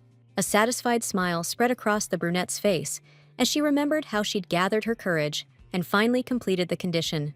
The only thing the ruby-haired girl cared about was if the young master was really upset because of it. This hooded dude was pissed. How the hell did she pull that off so fast? He couldn't wrap his head around turning down someone you love, like, 10 times. Reminded him of Eliza and Cliff. When you're in love, you do anything for your partner. Give everything and ask for nothing back. You'll even put up with their crazy demands, just to hold them close. The mystery guy said he'd never seen Lady Edith actually complete stage 2. Not once. The incognito figured he was wrong. Edith doesn't feel a thing for Killian. And he realized his control over the main characters was slipping. The hooded figure shuddered, imagining what would happen if Edith cleared stage 3. The author's rights would be totally gone. The story would write itself, shaped by the characters' choices. The story would keep rolling, and everyone's favorite blonde would grow old and eventually kick the bucket. The system demanded he set the conditions for stage 3. He tried it a bunch of times. Every attempt was a disaster. The system kept flagging the third stage parameters as invalid. Incognito was almost at the end of his rope when he had a brainwave. Set up the system to kill Edith, but without him directly doing it. After their night together, the young master asked his wife if she was all right. Edith said she was fine, adding she wasn't expecting much. Killian responded that muscles are built during training. The young master whispered in his wife's ear that her body was way more amazing than his, then kissed her forehead. Lady Edith couldn't believe the novel's plot had shifted slightly, and her husband was actually being sweet to her. The wife smiled at her husband and jokingly said he was gonna crush her. He was hugging her so tight. The young master turned to Lady Edith and asked if she really meant it when she said her husband was just a character on paper. She didn't get why he was asking, like he actually cared, and answered yes. The question got Lady Edith thinking about her husband. It definitely wasn't just pity, or he wouldn't have gone this far. Killian couldn't get Lady Eliza to love him in the original story, so maybe loneliness and a need for connection pushed him to do what he did. The ruby-haired girl gave her husband a close look, thinking she was starting to figure out why he was acting this way. Killian spent his whole life in his brother's shadow. Cliff always beat him in sword practice. Cliff's the Duke's direct heir, which is why he got all the attention growing up. Even the girl he likes only has eyes for his brother. Makes sense, since he's the novel's main character who has it all. Looks like the young master finally realized that Edith was just as lonely, so she'd understand how he felt. Lady Edith touched her husband's cheek and asked what she could do to finally make him believe in her. That evening, Killian took his wife to the theater. She was blown away by its beauty, decor, and sheer size. The couple went up to the balcony to take their seats, and Lady Edith was met with an awesome view of the huge hall. She wondered if they'd be able to hear anything in such a big place, and her husband asked if she'd never been to a theater in the capital before. Edith was lost in thought about her character's past, really feeling for her. Her dad never let her near music or books, you know? All because Count Riegelhoff was scared she'd get too smart and start refusing to follow orders. She decided to change the subject and asked what the play was about. Killian said it was a tragedy called Odalita. So, Odalita, this rich viscount's daughter, goes into the woods looking for berries and finds this wounded guy, Laszlo. She felt bad for him. Odalita decides to help the injured dude, and he stays with her until his memory comes back completely. Turns out Laszlo's a prince from a neighboring country, running away from a power struggle for the throne. Story is, these two fall in love. Odalita's dad butts in, wanting to marry her off to this rich baron, Hubert, from a nearby estate. Laszlo begs her to run away with him for their love, but Baron Hubert knew damn well Odalita was in love with someone else. The wealthy baron tempted her with his riches, and the Viscount's daughter turned her back on love for her family's sake. Odalita's on stage singing about how Laszlo will always be in her heart and saying goodbye, and Lady Edith was bawling. Killian kept his eyes glued on his wife the whole play, watching her reactions. When they left, he asked if she was okay. The ruby-haired girl said she was fine, and admitted she actually found the play really interesting. She told her husband that if she'd known she'd enjoy it so much, she wouldn't have turned down theater invites before. Killian asked what she would have done in Odalite's place, and she said she'd definitely pick the rich baron. Killian asked her to explain, and his wife said she wouldn't kill herself or pass up a rich guy. Laszlo's no hero, seeing as he knew Odalite's situation but kept his identity a secret. Edith concluded the guy was awful. He was just cleverly testing her and playing with her feelings. Killian wondered if you can be tempted by money when you're in love, and she said it wasn't just about the money. Lady Edith explained that Odalite's decision impacted her whole family. She added that the play reminded her of Killian's own story. The girl said Hubert was portrayed as the bad guy, but he was the only one who really loved Odalite and was honest about it. Lady Edith was saying the play's ending didn't ring true, with Laszlo marrying the princess. Edith thought it was dumb how the main character offed herself when she found out. Ruby-haired girl here thinks Hubert and Adelaide would have ended up together in real life. Killian was lost, so she explained there's this thing called time, you know? She grinned, adding that people are tougher than they seem. Even the coldest hearts warm up, and wounds heal. For a second, the young master thought she was just trying to sweet-talk him again. But looking into her kind, honest eyes, he realized he was wrong. Edith herself is one tough cookie. Killian took his ruby-haired girl's hand and asked if she wanted to take a walk, if she wasn't too tired. Lady Edith happily agreed, and the couple strolled through the evening city, bathed in the sunset. A thought popped into her head. He's done this before, leading the way like he knows exactly where he's going. For a second, Edith felt awkward, even a little down. But then she spotted a girl hawking flowers. The ruby-haired woman asked her husband to pull over, walked up to the young flower seller, and asked the price of a bouquet. Suddenly, her husband appeared beside her, handed the girl a few bills, and said that should cover it. Lady Edith and the girl were totally surprised by this generous gesture. Then the young master gave the bouquet to his wife. He figured she was the only noblewoman in the whole damn empire trying to buy flowers herself, especially with her husband right there. Edith happily thanked him for the flowers, saying it was the first time she'd ever received a bouquet like this. Killian got flustered, assuming she meant it was the first time she'd gotten a droopy bouquet, and said he should have bought a fresh one this morning. Lady Edith protested, explaining that it was literally the first time she'd ever received flowers this way. She remembered that in her past life, her parents never wasted money on impractical stuff like flowers. Her only lover couldn't even keep their relationship from cheating, let alone give her flowers. Bookish Edith probably got sent tons of flowers, but she never saw them. Shane Riegelhoff probably had them tossed. Lady Edith stared at the bouquet, thinking how exciting it was to get flowers, and that they smelled amazing. The young master was surprised at how mesmerized she was by the flowers, but then she snapped out of it. Lady Edith suggested they keep walking, maybe go somewhere else, and when her husband agreed, she immediately grabbed his hand. Like a couple of kids, the newlyweds took off down the street, checking out all the shops, cracking jokes and laughing. The young man was stoked to see the sparkle in his wife's eyes and suggested they grab some tasty popsicles. A clown was doing tricks near the main road, and she really wanted to get a closer look. The clown tried to pull Edith into the act, but she didn't realize he'd be so creepy. Her face twisted in horror. The young master chuckled, held out his hand, and told the clown to give his wife back. Lady Edith was pleasantly surprised that her husband called her his wife in public. In that moment, she decided to look around. Edith realized everything she was seeing, the cozy streets, buildings, shops, landmarks, was all built for the main characters. She figured that she and her husband were now the ones destined to enjoy these perks, created by the author for those chosen ones. The ruby-haired girl wondered if it was because she'd completed the second stage requirement. As they strolled, Edith watched Killian, guessing that he'd changed after fulfilling Stage 2's conditions. She remembered how recently he'd actually wanted to spend the night with her, and then suggested they go to the opera together. The young lord added that he really wanted to spend some quality time with his wife, to get to know her better. Edith thought that if she was right, then after completing the third condition, she could finally break free from the original plot. Edith watched the people walking by, free from the script, and wondered if she and Killian could ever make their own choices. She looked at her husband and dreamed of the freedom to choose when to be sad or happy, who to fight, and who to love. Killian walked down the corridor, lost in thought, thinking about their trip to the opera and the walk afterward. He was worried his wife would be bored, but he took the chance and invited her to the theater, since she's into art.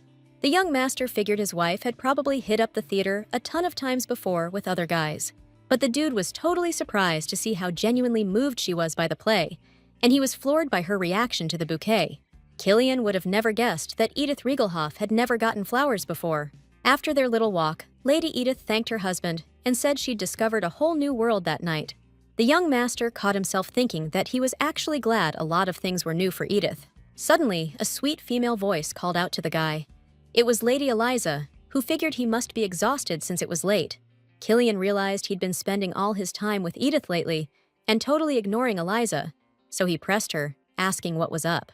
The blonde girl timidly said Lady Edith's name and said that one of the servants saw her putting poison on threads and a needle. Lady Eliza's words completely stunned Killian, but then she dropped another bombshell on him. The girl said they found out from a maid cliff located after she mysteriously vanished from the estate. The guy was furious, demanding to know from the blonde how his brother knew and why the maid kept quiet so long. But Lady Eliza didn't have a clue and said Cliff claimed he'd get to the bottom of it himself. The blonde admitted she couldn't keep quiet about what happened and decided to tell Killian. After thinking a bit, the blonde beauty asked the young master if it was all a lie, because Edith wasn't capable of something like that. Killian assured her his wife wasn't involved, but he secretly thought Lady Edith, the notorious villainess, was totally capable. Suddenly, the young man heard a weird sound, and he asked Eliza if she'd just heard someone shout. But the hallway was empty except for the two talking, so Killian, reassured, continued explaining. The guy figured Count Riegelhoff wouldn't order his daughter to kill Dedi Eliza, since she has the least influence in the Duke's family. The young master guessed jealousy could be a motive, but the ruby-haired girl just doesn't have, well, anything. Killian thought with regret that instead of wanting her husband's affection, his wife just felt awkward whenever he showed her any attention.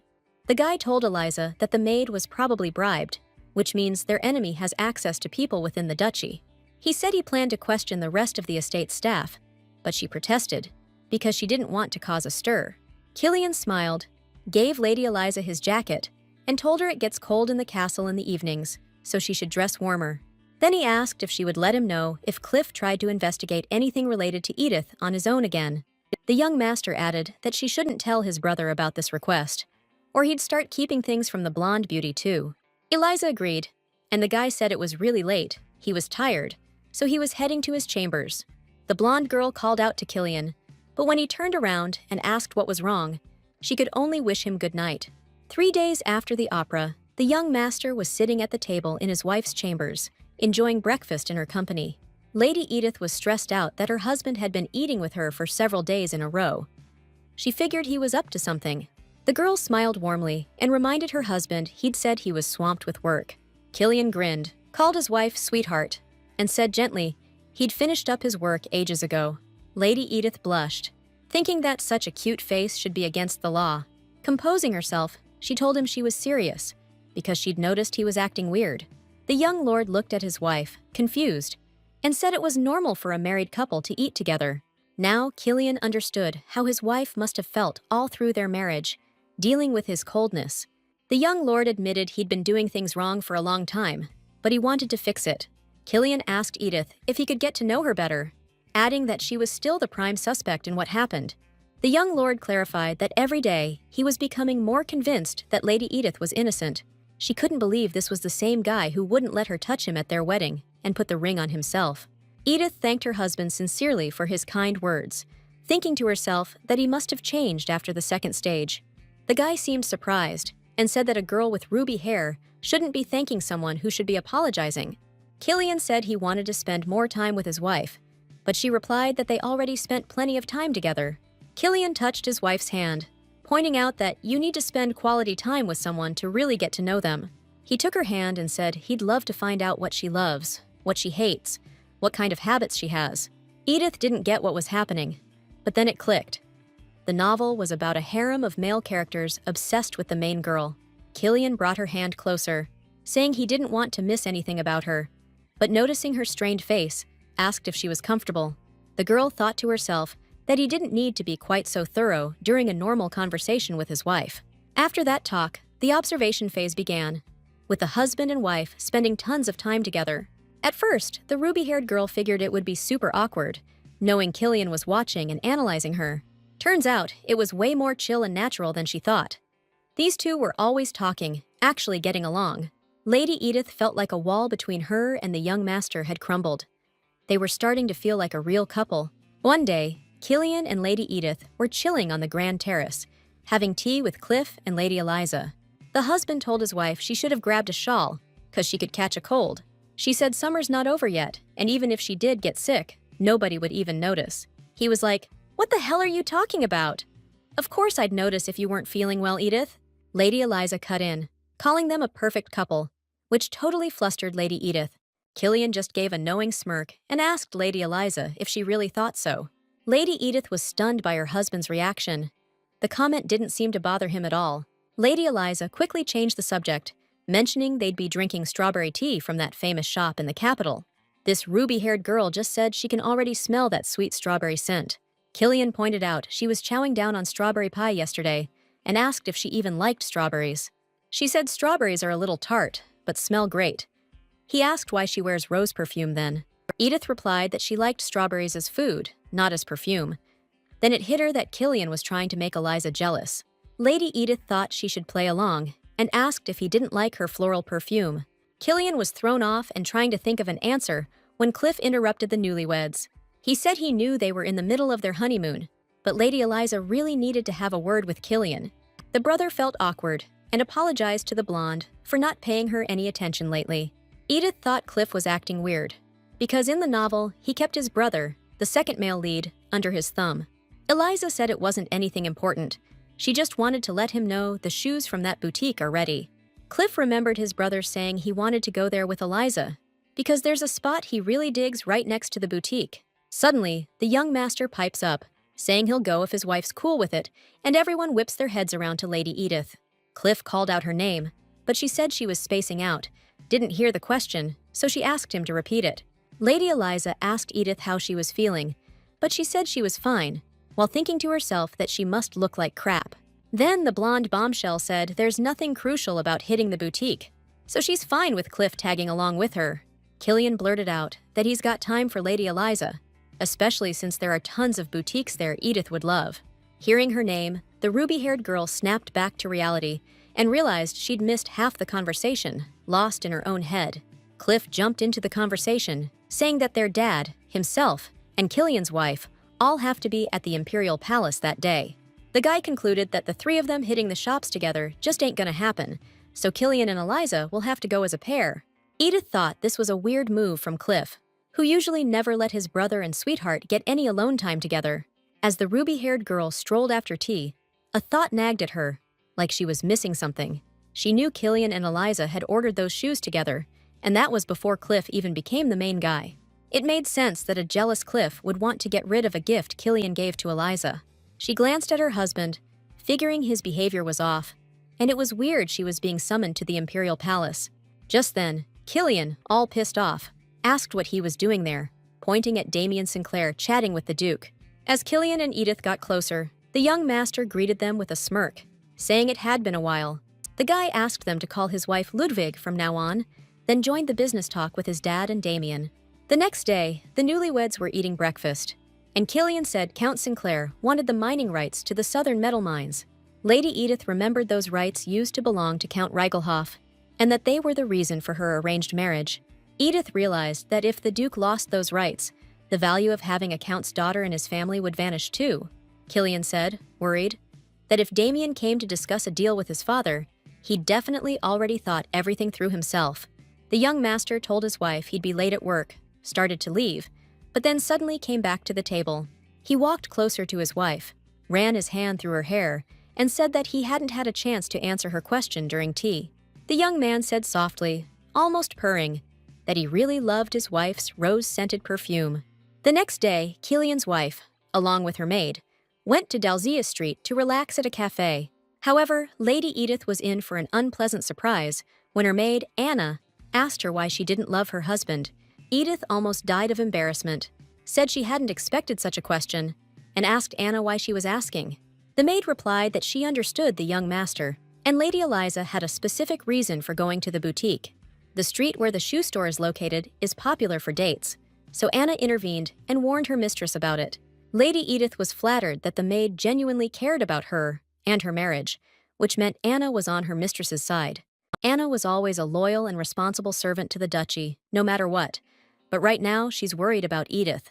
Lady Edith thanked the maid for her concern and told her that things really were good between her and Killian. She smiled and confessed that she wants days like today to keep on happening. Edith remembered selling a dress that morning, one she'd never even worn because she thought it could hurt the duchy's reputation.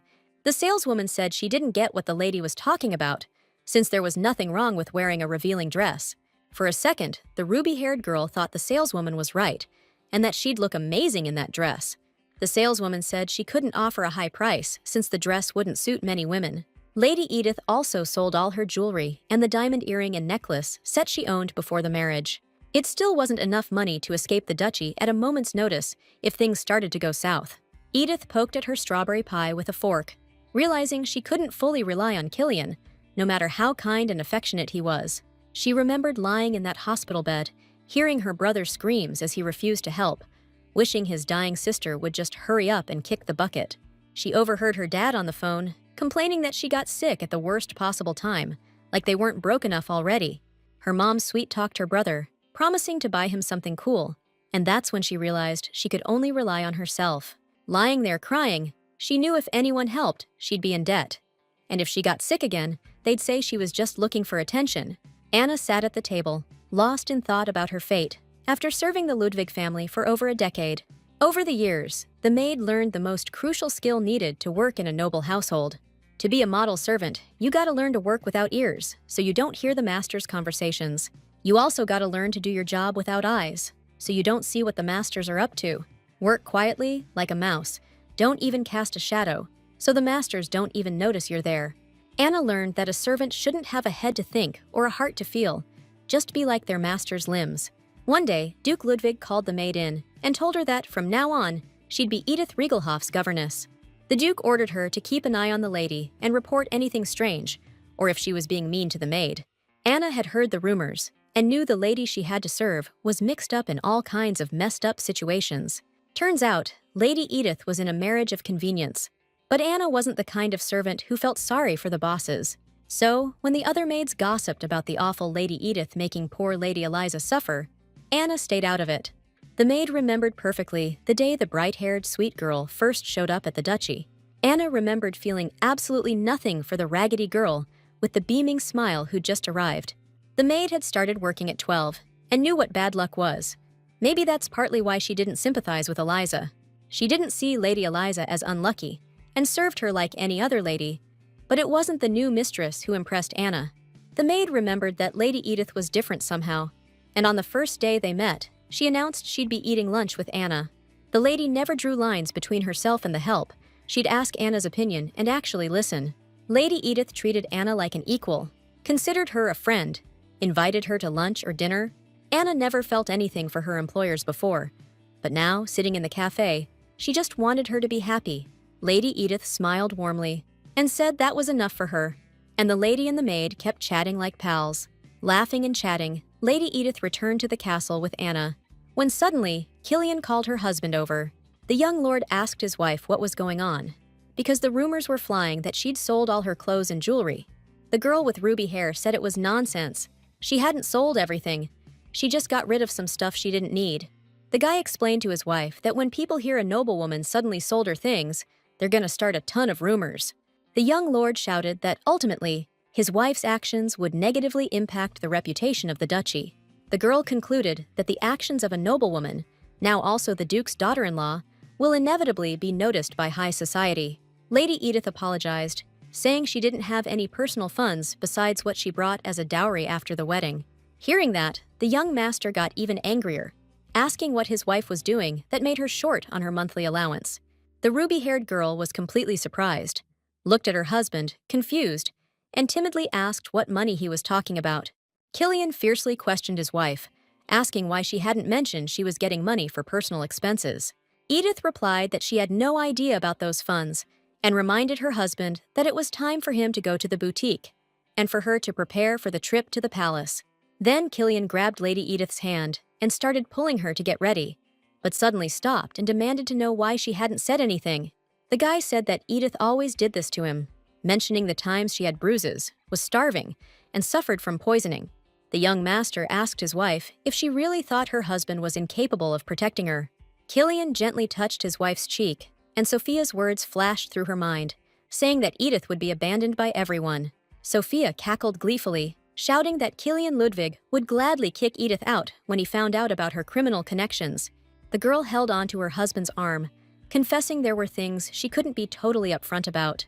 She added that she still couldn't completely trust his word, and he'd have to get used to it. The young master vowed to buy back all the dresses and accessories that were sold, but Edith protested, blurting out that they were useless.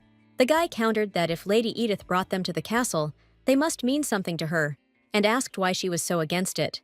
The girl said she felt bad spending her husband's money, so Killian face-palmed and promised to tell Renan Filch everything. The husband said Renan would get the expense paperwork started right away, so his wife could review it when she got back from the palace. Already in the carriage on her way to the imperial palace, Lady Edith was lost in thought about her conversation with her husband. Lady Edith decided to drop the whole thing because she'd come out ahead anyway and she'd be getting paid. The ruby-haired girl realized that right now, it was more important to figure out Cliff's intentions, sitting right next to her. The guy broke the silence, telling Lady Edith that if she kept giving him those suspicious looks, he was gonna start getting jumpy. She apologized. Then the young master went on about how they weren't spending enough time together. Cliff pointed out Edith seemed to be getting along better with her husband lately, but she said it was too soon to celebrate. Lady Edith said the warmth and affection had only lasted a couple of days, and there's no telling what the future holds. Honestly, the ruby-haired girl was super uncomfortable talking to Cliff, and she was forcing herself to smile. The guy said there's no point comparing a newlywed relationship to the time Killian spent with Lady Eliza. Lady Edith thought the young master was trying to pick a fight, but he just said he hopes Killian focuses on his wife.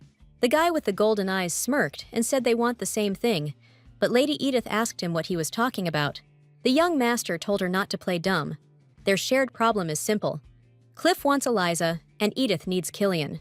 The guy explained the best outcome would be just checking in now and then to make sure they don't even look back. Suddenly, Edith protested and said there'd been a misunderstanding because she had no desire to tie anyone down. The guy clarified it wasn't just anyone, but her own husband, and said the ruby-haired girl's speech sounded good, but wasn't convincing. The young master asked if she could give that same speech when Killian was being a jerk and treating her like crap. Lady Edith didn't get what Cliff was on about, and instead of answering, he launched into a story about her husband. The guy said that as a kid, Killian loved spending his summer vacations sailing on the lake. As soon as it got warm, he'd head to the lake. Even Mother, seeing the yacht, would say summer had probably arrived. Ever since Lady Eliza arrived, she'd often sail with Killian, but after his wedding, she never set foot on his yacht again. Cliff mentioned his brother's passion for art and concluded that whatever it was, Edith needed to shower him with praise. The young master assured her the effect would be huge, since Killian's got a complex about always being second to his brother. Cliff laughed and pointed out that the ruby-haired girl had a funny reaction to what he'd said. Lady Edith remembered that the novel also mentioned that Killian and Cliff had a bad relationship. This girl just couldn't wrap her head around how brothers, even fighting over a girl, could have zero love for each other. When the carriage pulled up to the Imperial Palace, Cliff told Edith to put what he'd told her to good use. The young master opened the carriage door and suggested Lady Edith chew on their conversation. Nobody's losing anything, right? Cliff helped Edith out of the carriage and asked if she knew a maid named Sabina, and she just stared at him, confused. He clarified, "Skinny brunette, freckles?" Then added, "If you don't know her, guess it can't be helped." Too bad. Cliff said goodbye to Edith and headed over to his dad and Renan, who'd arrived at the Imperial Palace in another carriage. As he walked away, the young master said it was a pleasure talking and wished her a pleasant time with the princess. Edith, totally lost, called out to Cliff, but got no answer. Just then, a maid addressed her. This maid told the ruby-haired girl she'd escort her to Her Highness, but first, a change of clothes was in order. A few hours later, in the stables, Princess Catherine was petting a horse when she froze. Shocked, she'd finally spotted Edith. The ruby-haired girl introduced herself and asked what was going on, since they told her to change clothes as soon as she arrived. The princess replied that she'd heard Edith couldn't ride, but now she sees she looks pretty comfortable. The girl got flustered, since she forgot to pretend to feel awkward in pants she used to wear all the time in her past life.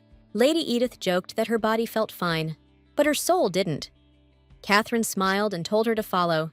She'd teach her personally. Sitting astride the horse, Edith followed the princess's instructions precisely, looking forward, straightening her shoulders, and keeping her back straight. Princess Catherine said fiercely that a horse's skill depends on its rider, and fear is a one-way ticket to an accident. The ruby-haired girl thought Her Highness was just getting back at Edith for her audacity during their first meeting. But looking at Catherine's expression, Edith realized that Her Highness was teaching her because Killian asked her to.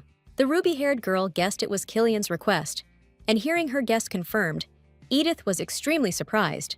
Catherine said she was surprised too, hearing Killian's request, and thought it was a joke, but that guy wouldn't joke about something like that. The princess flashed back to that time she yelled at Killian for wanting to talk to her alone, without the Duke and her brother around. The young lord asked Princess Catherine if she could teach his wife how to ride a horse. Killian explained that the estate he was going to wasn't exactly as civilized as the thriving capital. The dude said if Edith only traveled by carriage, she wouldn't be able to get around the property once it started snowing. The young lord clarified that he wanted to teach her himself, but was worried she'd feel awkward about it. The guy remembered trying to suggest to his wife that she lose some weight and take up horseback riding. Killian begged Princess Catherine for help, saying he had nowhere else to turn. But the princess was seriously pissed. She said she always thought Killian's marriage was just a contract thing, a spur-of-the-moment political deal. The princess figured the young lord would just put up with her for a bit and then ditch the wife after things calmed down. The girl blurted out that she was totally thrown off by how much the guy cared about his lawfully wedded wife. When Killian heard about getting rid of his wife, he flipped out and demanded to know who told the princess that. The guy said he was disappointed in Catherine for believing the empty rumors floating around high society. That last bit really ticked the princess off, and she bit out that he and his wife were driving her nuts, always harping on the same thing. Catherine reminded him that his wife was part of the Rigelhoff family just a month ago. Their dirty deeds ain't just rumors. The princess snapped, asking if Killian could honestly say Lady Edith had nothing to do with the Rigelhoffs. The young master replied that it was hard to believe, but Edith was nothing like the Rigelhoff family. Killian said he couldn't explain the details clearly yet, so he wouldn't dare ask Catherine to just take his word for it. Then, the young master pleaded with the princess to meet Edith first, and then decide what to do with her. Catherine told the ruby-haired girl about this conversation, which surprised her, and concluded that the couple was right. Catherine stretched languidly and said she'd gotten the girl on horseback and been a tough, no-nonsense teacher. The princess noticed Lady Edith was still treating her with respect and courtesy, which made Catherine think society was a joke. It turned a modest, well-mannered girl into a snake or a villain, and the princess trusted it without checking things out herself. Catherine admitted she thought Edith was the reason Killian got into tough spots, and blamed her for Eliza's problems. Her Highness realized she'd hurt someone who respected her with her words, and asked Edith if she would accept her apology. Hearing such sincere words from the princess, the ruby-haired girl burst into tears, and Catherine said that Killian was right. Her Highness smiled because of Lady Edith's tears, because the young master had warned her about her excessive sensitivity. Meanwhile, Lady Eliza and Killian were walking down the street where the boutique with the imported pair of shoes was located. Eliza found the shoe store was closed, and Killian started to scold her, asking how she could have gotten the store hours wrong. The guy remembered that he left according to the boutique's opening hours, even though he was delayed in Renan's office because of paperwork.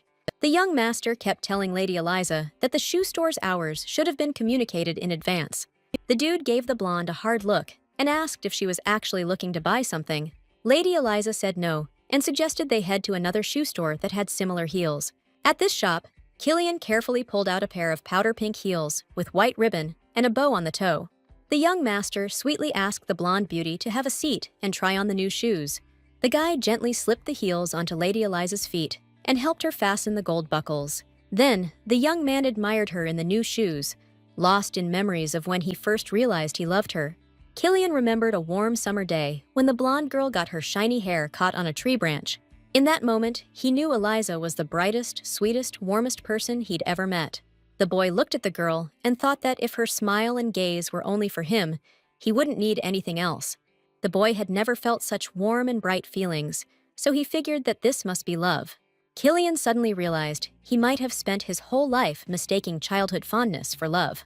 Once, the young master heard a valuable piece of advice from his wife. Time changes things, and wounds heal. The problem is, his wife had taken up residence in his head, completely filling his thoughts. Killian got up, a pleased smile on his face, and told the vendor the rumors were true. He really had talent. The guy asked how long it would take to make 4 pairs of winter boots, and the vendor said at least 2 months. The young master specified they needed to measure his and his wife's shoe sizes, and concluded 2 months was too long. Lady Eliza got anxious when she heard him, and asked if he and Lady Edith were in such a hurry that 2 months was too much. Killian replied that he'd soon be granted his title and would be leaving for his estate. The blonde beauty asked if Edith was going, but the young man didn't know what to say, because he didn't understand why she was asking. After a few seconds of silence, the blonde girl said it was just unexpected, since Edith was her friend. Killian was kicking himself for not realizing it sooner. Eliza barely had any friends her own age. Looking at the blonde beauty, he remembered she was practically isolated as a kid because of Count Sinclair. After she came to live in the duchy, she was always watched by the locals, so she never got a chance to meet people her age. Killian and Eliza left the shop, walking down the street, and he realized the feeling was different than when he walked with Edith. The young master was surprised he had warm memories of a street selling cheap candy and wildflowers. Killian remembered his wife's happy face. She didn't seem embarrassed to spend time with commoners. His thoughts about their walk were cut short when Lady Eliza squeezed his hand. Killian stopped and asked what was wrong. The blonde girl shared her anxiety and worry about what he'd said in the boutique about the trip. The young master looked at her, surprised that she was so worked up about him leaving. The awkward silence was broken when Lady Eliza suggested they keep walking down the street and check out the open shops. Killian didn't object, so the blonde bombshell headed into the store, stocked with brooches and fancy hair clips. She clipped a barrette decorated with ribbons and flowers into her shiny hair, then turned to the guy for his opinion. Killian gave a subtle smile, checked out the gorgeous Eliza, and said he liked the clip, 'cause it really suited her. The guy told the clerk to put all the accessories the blonde had tried on his tab, and have them shipped to the duchy. Lady Eliza gasped, startled, but the young master assured her it was cool, since they hardly ever went shopping anyway. The blonde beauty was a little shocked when the guy suggested hitting up another store on the street. When Lady Eliza walked into the boutique the guy wanted to visit, she commented that it had a totally different vibe. Killian agreed and said he wanted to pick out a gift for Lady Edith at this store. The blonde beauty got bummed out for some reason, hearing him mention his wife, but she decided to hide how she felt. Lady Eliza glanced over a few counters and guessed that Lady Edith liked stuff that was more high-end. The young master chuckled, saying he used to think the same thing, but his wife's taste had apparently changed lately. Killian examined the jewelry and mentioned he'd noticed his wife was into elegant and sensual designs these days. The young master concluded that his wife wasn't feeling the flashy jewelry with huge gemstones anymore. Killian pictured Edith and pointed out she always wore the small ruby pendant he gave her, which he found sweet. Lady Eliza watched the guy pace around the store, checking out every item, imagining how it would look on his wife. He rejected half the dresses and accessories because they seemed too extravagant and not right for his sweetheart. That evening, Cliff was walking down the hallway when he suddenly heard a squeal of delight coming from Lady Edith's chambers. The door to his sister-in-law's room was slightly open, so the young master was able to peek inside and eavesdrop. Edith was gushing over the beautiful things Killian had picked out and bought for her. He offered to exchange them if she didn't like them. The girl protested, saying she loved everything, so the young master asked his wife to turn around. Killian braided a ribbon with flowers and pearls into his wife's hair. But when Lady Edith asked how she looked, he froze up.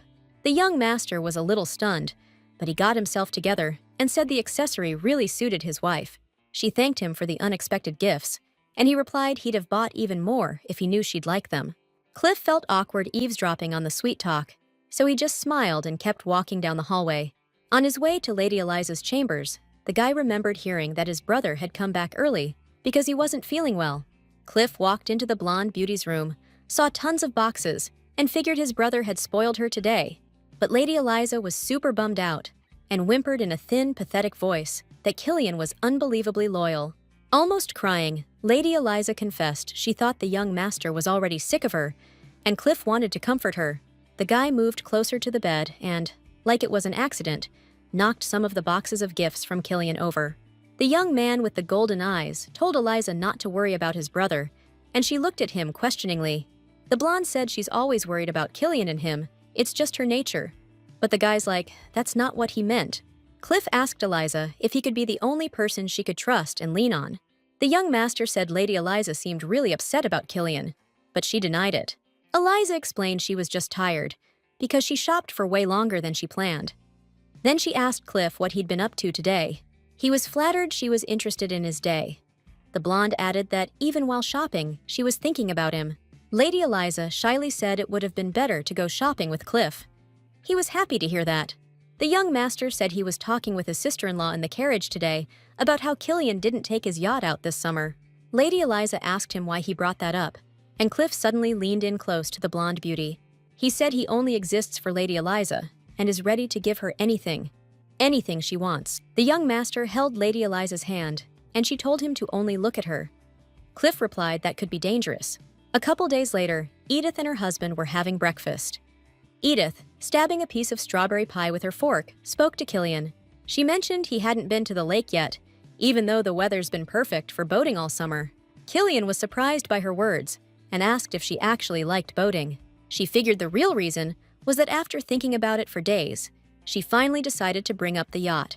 The ruby-haired girl remembered that in her past life, she'd never even been on a regular boat, let alone a yacht. In the carriage, Cliff had told Edith that since his wedding, his brother hadn't been on the yacht once, even though it was plenty warm. Those words made her think and start to worry, so she decided she needed to talk to her husband about it. Killian was glad she brought it up and started explaining that small boats are dangerous. They can flip over easily. The guy clarified that she didn't need to worry about that, because he had a yacht, and he'd be happy to take Lady Edith for a ride. The ruby-haired girl smiled happily, but suddenly wondered what would have happened if she hadn't started this conversation. Killian said he hoped the weather would be great tomorrow, then called Anna and told her to tell Samuel to get the yacht ready. The next day, Eliza and Edith met in the estate courtyard, and the blonde complimented her sister-in-law's appearance. Then she asked where she was headed, and the ruby-haired girl replied that Killian had invited her out on the yacht. Lady Eliza exclaimed excitedly and explained that the young master used to take her yachting every year. The blonde clarified that Killian always went fishing with her and asked if he would be fishing this time. Edith replied that she hadn't heard anything about it, and Eliza said that fishing was fun, and it was a shame if he wouldn't. Suddenly, Lady Edith realized that Lady Eliza was interested in the second male lead. The blonde beauty went on to admire the couple and how perfectly they suited each other. The young master interrupted the conversation, approaching his wife and announcing that everything was ready and they could go. The blonde girl said she was already leaving, as she had just come out for a walk, but happened to meet Edith and they got to talking. Eliza wished the couple a good vacation as she left, and Killian turned back to his wife, telling her it was time to head out. Lady Edith paused for a second, realizing how much the situation and the characters' relationships had changed. A little while later, the ruby-haired girl was marveling at how clear the lake water was and the boats drifting by. Killian explained that there were so many boats around because everyone comes earlier in the day to avoid the heat. Lady Edith, like an excited kid, ran around the deck, amazed by everything she saw. But Killian told her to chill out. When she felt the warmth of her husband's jacket, she realized that his attitude, his gaze, and the way he spoke had also changed. She was really feeling the vibe of the cruise and puckered up, waiting for a kiss, feeling like the wind itself was bringing them closer. But the young master totally missed the hint and asked his wife what was up. Lady Edith told him not to ruin the moment and just figure it out, especially when she was standing there in his arms with her eyes closed. Killian finally got the message and kissed his wife on the lips. It was one of those perfect days for a married couple. The girl with ruby hair was making out with her hubby, totally clueless about what was about to go down. Getting ready for their yacht trip, everything seemed fine.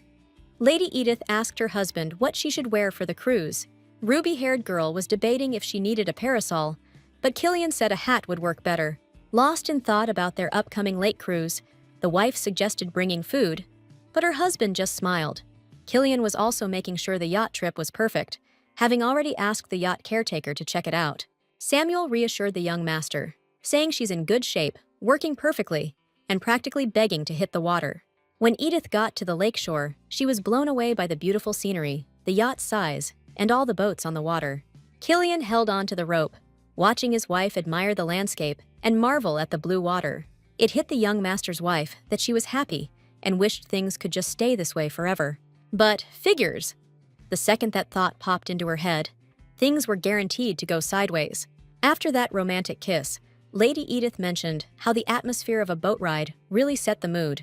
The guy remembered he'd been hesitant to suggest a yacht trip to his wife because he figured Edith had already done that with other guys. But during a recent conversation, his wife had declared she'd never been on a boat ride like this before. Killian was surprised by her answer, since these rides are popular with couples, offering a chance to be alone in a small space. The young lord broke off the kiss, touched his wife's lips with his thumb, and promised to continue this back at the house. The girl was thrilled by her husband's words and suggested they dig into the food that had been prepared for the trip. The guy agreed and said he needed to stop the yacht, but a sudden gust of wind made it impossible to drift.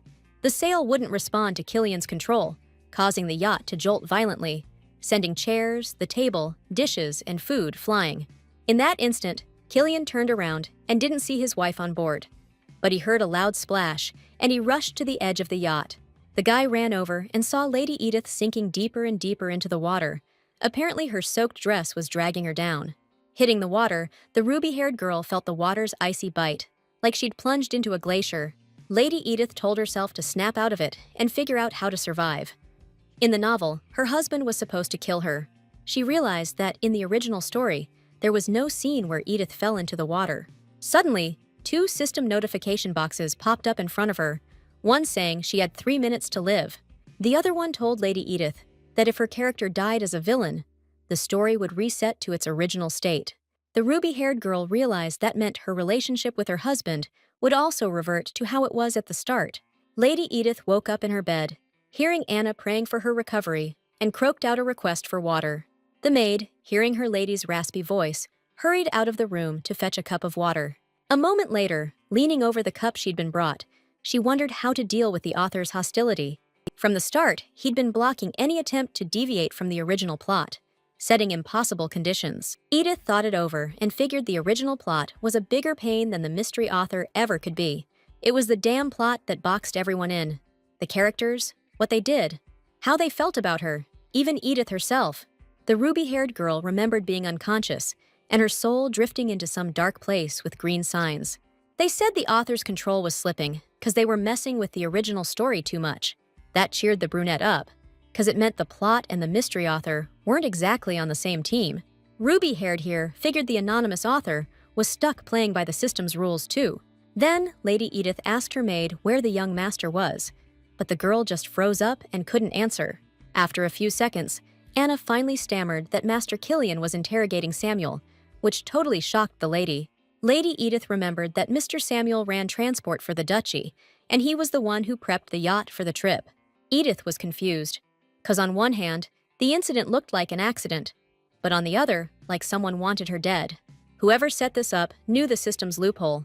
If Edith dies as the villain, the original plotline snaps back. Anna was sobbing, trying to tell the lady that Mr. Samuel wasn't a bad guy and couldn't have done something like this. But Edith knew for sure this wasn't the character's fault. It was the author pulling strings, and innocent people were getting screwed over. The lady broke the silence and suddenly told a servant to let Killian know his wife was awake and wanted to see him. Down in the cellar, where Lord Killian was interrogating Samuel, he flashed back to the moment his wife fell into the water. He remembered how his heart clenched when Edith grabbed the railing and fell. He watched his wife sink deeper and deeper. The guy couldn't even remember jumping into the watery abyss to save her.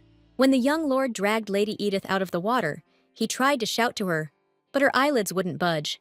Killian begged his wife to open her eyes, because he still had things to say. He remembered the day he bought her all those things. Lady Edith had said she was happy Killian picked out the clothes and accessories for her, that it meant he thought about her even outside the house. The young master blushed at her words and suggested they go shopping together next time.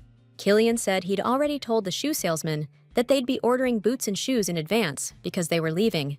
Killian stayed silent, but he wanted to say he'd been thinking about his wife the whole time, seeing things and wondering if Edith would like them. But before this, he'd treated his wife badly. He remembered one time they were walking down the hallway, arguing. Back then, the young master yelled that he couldn't trust her, and she replied that it wasn't surprising, since it was always like that.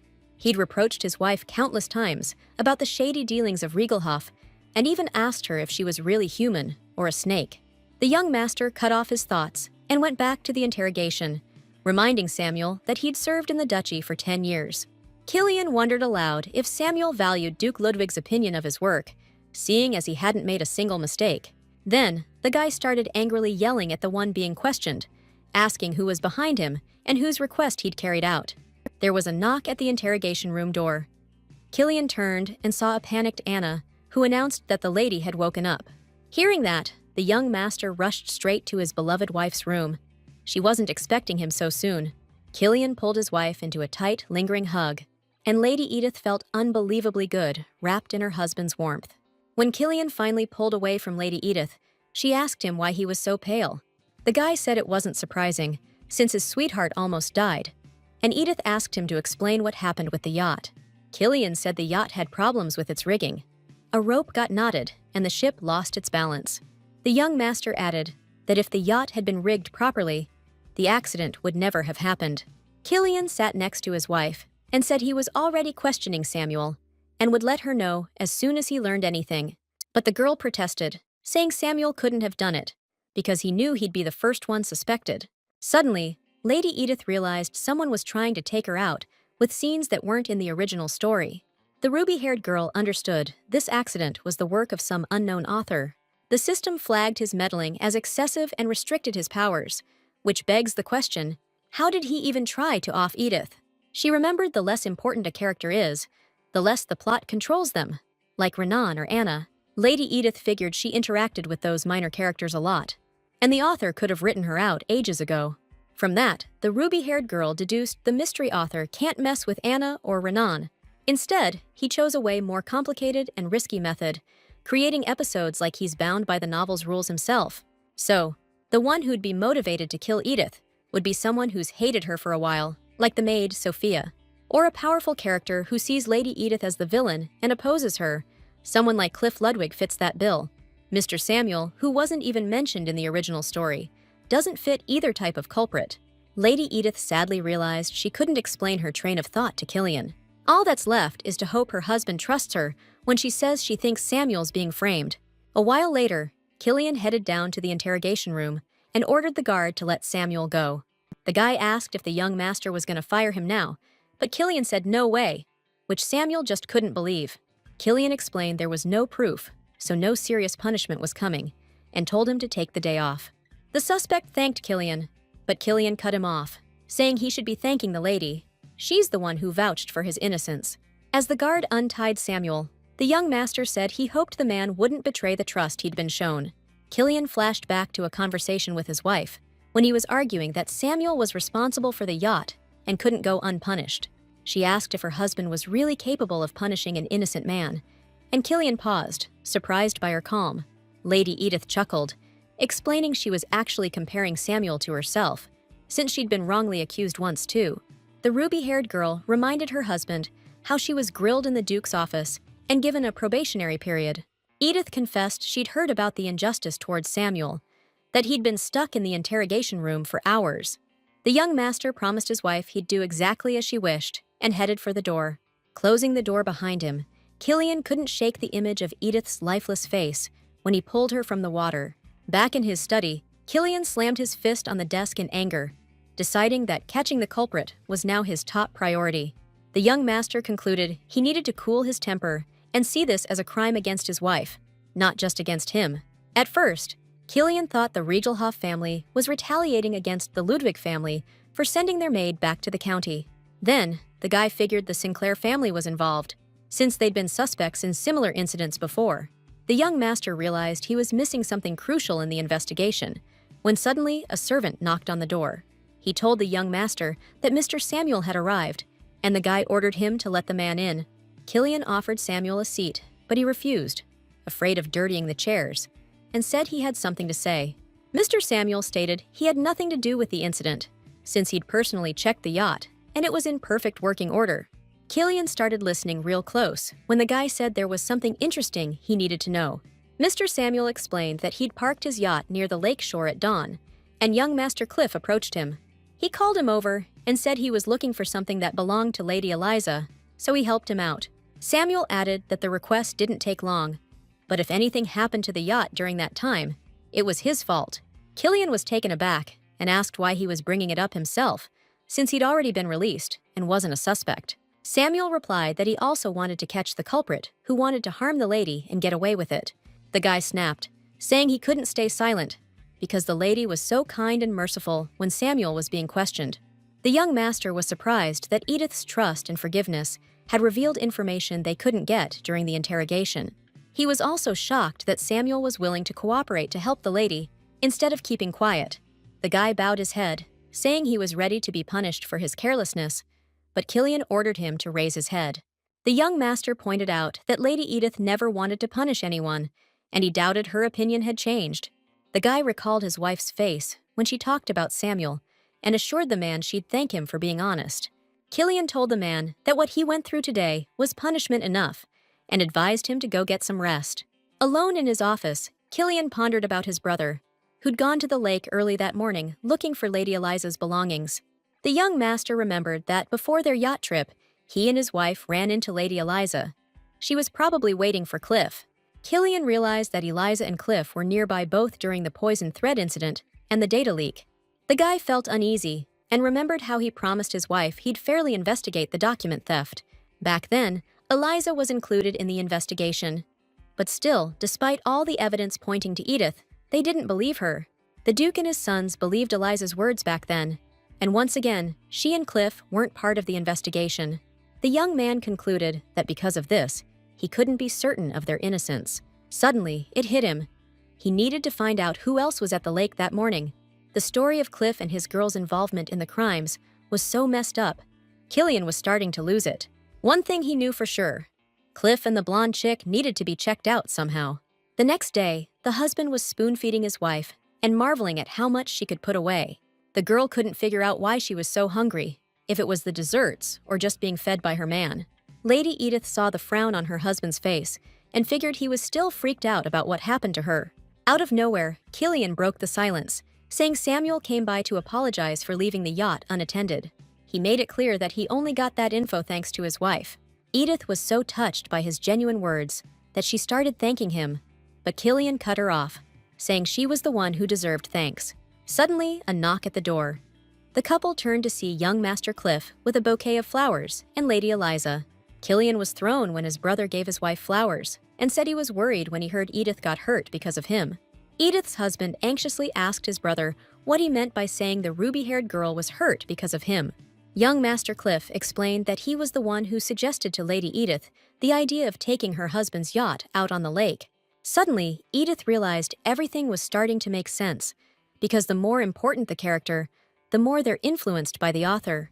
To make an episode that wasn't in the original believable, the author decided to start with the main characters. Killian said he'd heard his brother went to the lake early in the morning, and Cliff confirmed the rumor, explaining he'd left something on the yacht. Lady Eliza grew wary because of the brothers' conversation and changed the subject, pointing out her sister-in-law's pale complexion. The fair-haired girl said she was very upset yesterday because she wasn't allowed to visit Lady Edith. The ruby-haired girl asked, confused, what they were talking about, but Lady Eliza was interrupted by Killian. He suggested the doctor must have told Edith to rest, so he decided not to bother his wife and refused the visit himself. The girl thought it was weird hearing that from someone who'd been sitting by her bed since the crack of dawn. Then, Lady Eliza and Cliff wished Lady Edith a good rest and a speedy recovery before leaving her room. Killian watched them go, looking wary, while Lady Edith just smiled sweetly and said she was totally fine. After that, the young master just blew up, yelling about how his wife could be calm when they hadn't even caught the guy who did it. She touched her husband's cheek and asked him if he'd slept, because he looked completely exhausted. Lady Edith said that she'd been thinking about what he did last night, jumping into the freezing water to save her. She said it was super dangerous and asked him to never do that again, even if something like that happened again. Killian pushed her hand away and snapped, asking if he was just supposed to stand there and watch the woman he loved drown. Lady Edith was taken aback at first, but then agreed, adding that things wouldn't get better if Killian died with her. The next morning, Edith came out of her room, and all the castle staff greeted her, asking how she was feeling. Even the gardeners stopped what they were doing to say hello to Madame and wish her a good day. The girl with ruby red hair was surprised by the servants' behavior and asked Anna what was up with them. The governess explained that the whole staff was probably grateful to Madame for treating Mr. Samuel so well. Anna said the guy's been working on the estate for a long time and helps out his colleagues, then added that Sabina recently went missing. Lady Edith was floored when she heard the maid's name, the same one Cliff had mentioned before. The governess explained to the surprised madam that a few days before she vanished, she'd been talking trash about Lady Edith.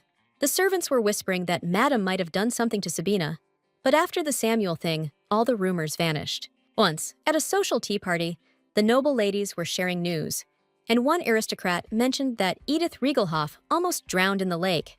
The woman said the yacht tipped over, and Lady Edith fell in, and the sympathetic aristocrats gasped, including Layla Sinclair. The noble lady suggested it was no accident, since someone had damaged the rope Edith got tangled in. Layla was grinning ear to ear, listening to those society women blather on about how the Ludwigs wanted to dump Lady Edith. One of those high society dames even dared to suggest that Master Killian himself was trying to off his own wife. But Layla's face instantly went dark when she heard Killian jumped into the water to save her. All the ladies at the tea party were swooning over the young master and his brave act to save his wife's life. Boiling with rage at the praise for Killian and Edith's marriage, Layla asked if they knew who was behind the whole thing. The noblewomen looked confused and said the investigation was still underway, so there wasn't much to know yet. One aristocrat said she'd heard the yacht's caretaker was getting off scot-free, leaving Layla Sinclair completely baffled. She asked, not understanding, how the guy responsible for keeping the yacht in shape could walk away when there was an accident. Right then, the girl burst out laughing, guessing that Edith's position in the Ludwig family must still be pretty pathetic. The Earl of Sinclair's daughter scoffed, saying the Duke Ludwig's one and only bride almost died, and nobody's getting punished. The high society ladies at the table exchanged glances and agreed that Layla's theory actually made sense. The girl's smile widened, because she knew who had been trying to off Edith Riegelhoff. Layla was thrilled that the Ludwig Duchy didn't value their daughter-in-law, which meant she could win Killian's heart. When Lady Edith got back from her riding lesson, she found a ton of servants looking busy and rushing around. The governess explained that young Master Cliff had called in tailors to make clothes for Lady Eliza for the national celebration. The ruby-haired girl remembered that Duke Ludwig had talked about this event a week ago. During another family dinner, the Duke announced that there was only a month left until the national celebration. The man explained that at this celebration, Archduke Lanston and his supporters could flex their power, and Cliff protested. He said that the dissidents and Lanston supporters were too dumb and greedy for that. Then his father asked for Killian's opinion. The young master said that they needed to play it safe and make sure the imperial faction didn't lose its influence. His sister-in-law overheard the whole thing and figured this wasn't some party, it was a political play. At dinner that night, Edith remembered the Archduke showing up at the Emperor's Jubilee was near the end of Volume 4. In the original story, Edith was on probation, so she couldn't go. Sophia probably pulled something then. A maid interrupted Lady Edith's thoughts, asking what she planned to wear to the event. Edith sighed, figuring since the novel focused on Eliza, she barely remembered anything about her own character. The ruby-haired girl apologized for spacing out and told the maid she'd just wear a dress she already had. Edith mentioned Killian got her tons of new clothes, but the maid just looked worried. Lady Edith stormed into Killian's study, demanding to know what this tailor appointment was that the servants were talking about. Her husband replied he was looking forward to going to the tailor with his beloved, but Edith said she wasn't planning on buying anything new. The young master put the book back on the shelf, saying this event was their first public appearance together since they got married. He figured it'd be a solid move to dress the part. You know, squash those rumors about marriage troubles. Killian asked his wife if she was cool with it. Edith waved her hands like, "Totally, I'm all for it." Lady Edith wondered if they could just waltz in, skip the line at the tailor's. He said he booked it days ago. As they left his office, Killian admitted he hadn't mentioned it earlier, because he knew she'd call it a waste of cash. Lady Edith was blown away by her husband's actions and how he thinks. Renan Filch just watched them go, speechless. A second later, the Duke's secretary's eyes landed on a book about manipulation and control using witchcraft. When Edith and her husband got to the tailor, she was totally shocked by how over-the-top and bizarre he was. The fashion designer greeted them, introduced himself as Georgian Mafetta, and said he was thrilled to have them in his posh studio. Georgian remarked that it was a great honor for the couple to visit, and Edith thought to herself, did he just get his pronouns mixed up? While they were chilling on the couch flipping through the catalog, Edith was floored by the outfits he was pitching. The girl with the ruby hair asked her husband if he actually liked dresses that loud and trashy. The young master admitted he'd brought her to this studio because he thought she'd dig this kind of style. Realizing he messed up, Killian facepalmed and mumbled that someone recommended this place to him. Then the young master said it was a popular place, so Edith could probably find something suitable for the celebration. Killian pointed out a page in the catalog to his wife, and she locked eyes with the dress pictured there. Right then, the designer suddenly darted over to the couch, startling the couple, and offered Lady Edith a fitting. When the girl with the ruby hair put on the chosen outfit, the tailor clapped his hands in amazement. He said the dress had finally found its owner and added that tons of clients had been after that particular number. Georgian confessed that he'd offered everyone else other dresses, but he'd been saving this one specifically for a special customer. Lady Edith glanced at herself in the mirror and thought that young Master Killian had amazing taste. She remembered thinking the same thing the day he bought all those new clothes, then nervously called out to him, asking what he thought of the dress. The ruby-haired girl explained to her husband that she was super nervous because she thought the dress was way too flashy. As Lady Edith stood in her fancy new dress in front of her husband, she wondered why Killian had suddenly brought her to a tailor. She figured it probably wasn't about the rumors of marital problems. More likely it had to do with his brother, who Lady Eliza was in love with. The guy with the amber eyes is the Duke's heir, so he could summon the Imperial family's designers anytime he wanted. Looks like Killian just decided to step aside and not interfere with whatever was going on between the blonde bombshell and his brother. Lady Edith's thoughts were cut short by her husband's voice, complimenting her on how she looked in the new dress. Then the young lord gave a sweet smile and said the outfit looked way better on her than he expected. Lady Edith's cheeks flushed red at the sight. That gorgeous smile should be illegal. Besides, her husband hardly ever smiles on a normal day, and now he's looking at her with a searching gaze, like he's making up his mind about something. Next thing you know, Master Killian asks his wife to turn her head and reaches out towards her face. She knew he was going in for a kiss, but she got super shy and decided to change the subject. Lady Edith asked if he'd picked out what he was wearing to the event, since he wanted their outfits to match. The ruby-haired girl had the designer pick out a suit for him that matched her dress, and Georgine gushed about how romantic it was. As the tailor led them toward a suitable outfit, Killian stared at Lady Edith with a silent question in his eyes. Once the married couple left the clothing store, Killian commented that they made a decision pretty fast. He insisted they should have tried on a few more options, but Lady Edith argued that they bought an amazing dress. She asked if anyone ever told him he had a sharp eye. Killian said they had, tons of times, but he still got flustered. Then he asked his wife if she was tired, and suggested popping into another store to pick out some shoes and boots. She agreed, so he steered her into a shoe boutique and announced to the salesperson right away that they needed 2 pairs of boots. Lady Edith was totally shocked and asked her husband, all worked up, why so many boots when she already had a pair. The young master explained that Ryzen was colder and had way more snow than here, so she'd need winter boots and waterproof ones. Suddenly, the guy remembered she needed riding boots too, and Lady Edith just let out a big sigh.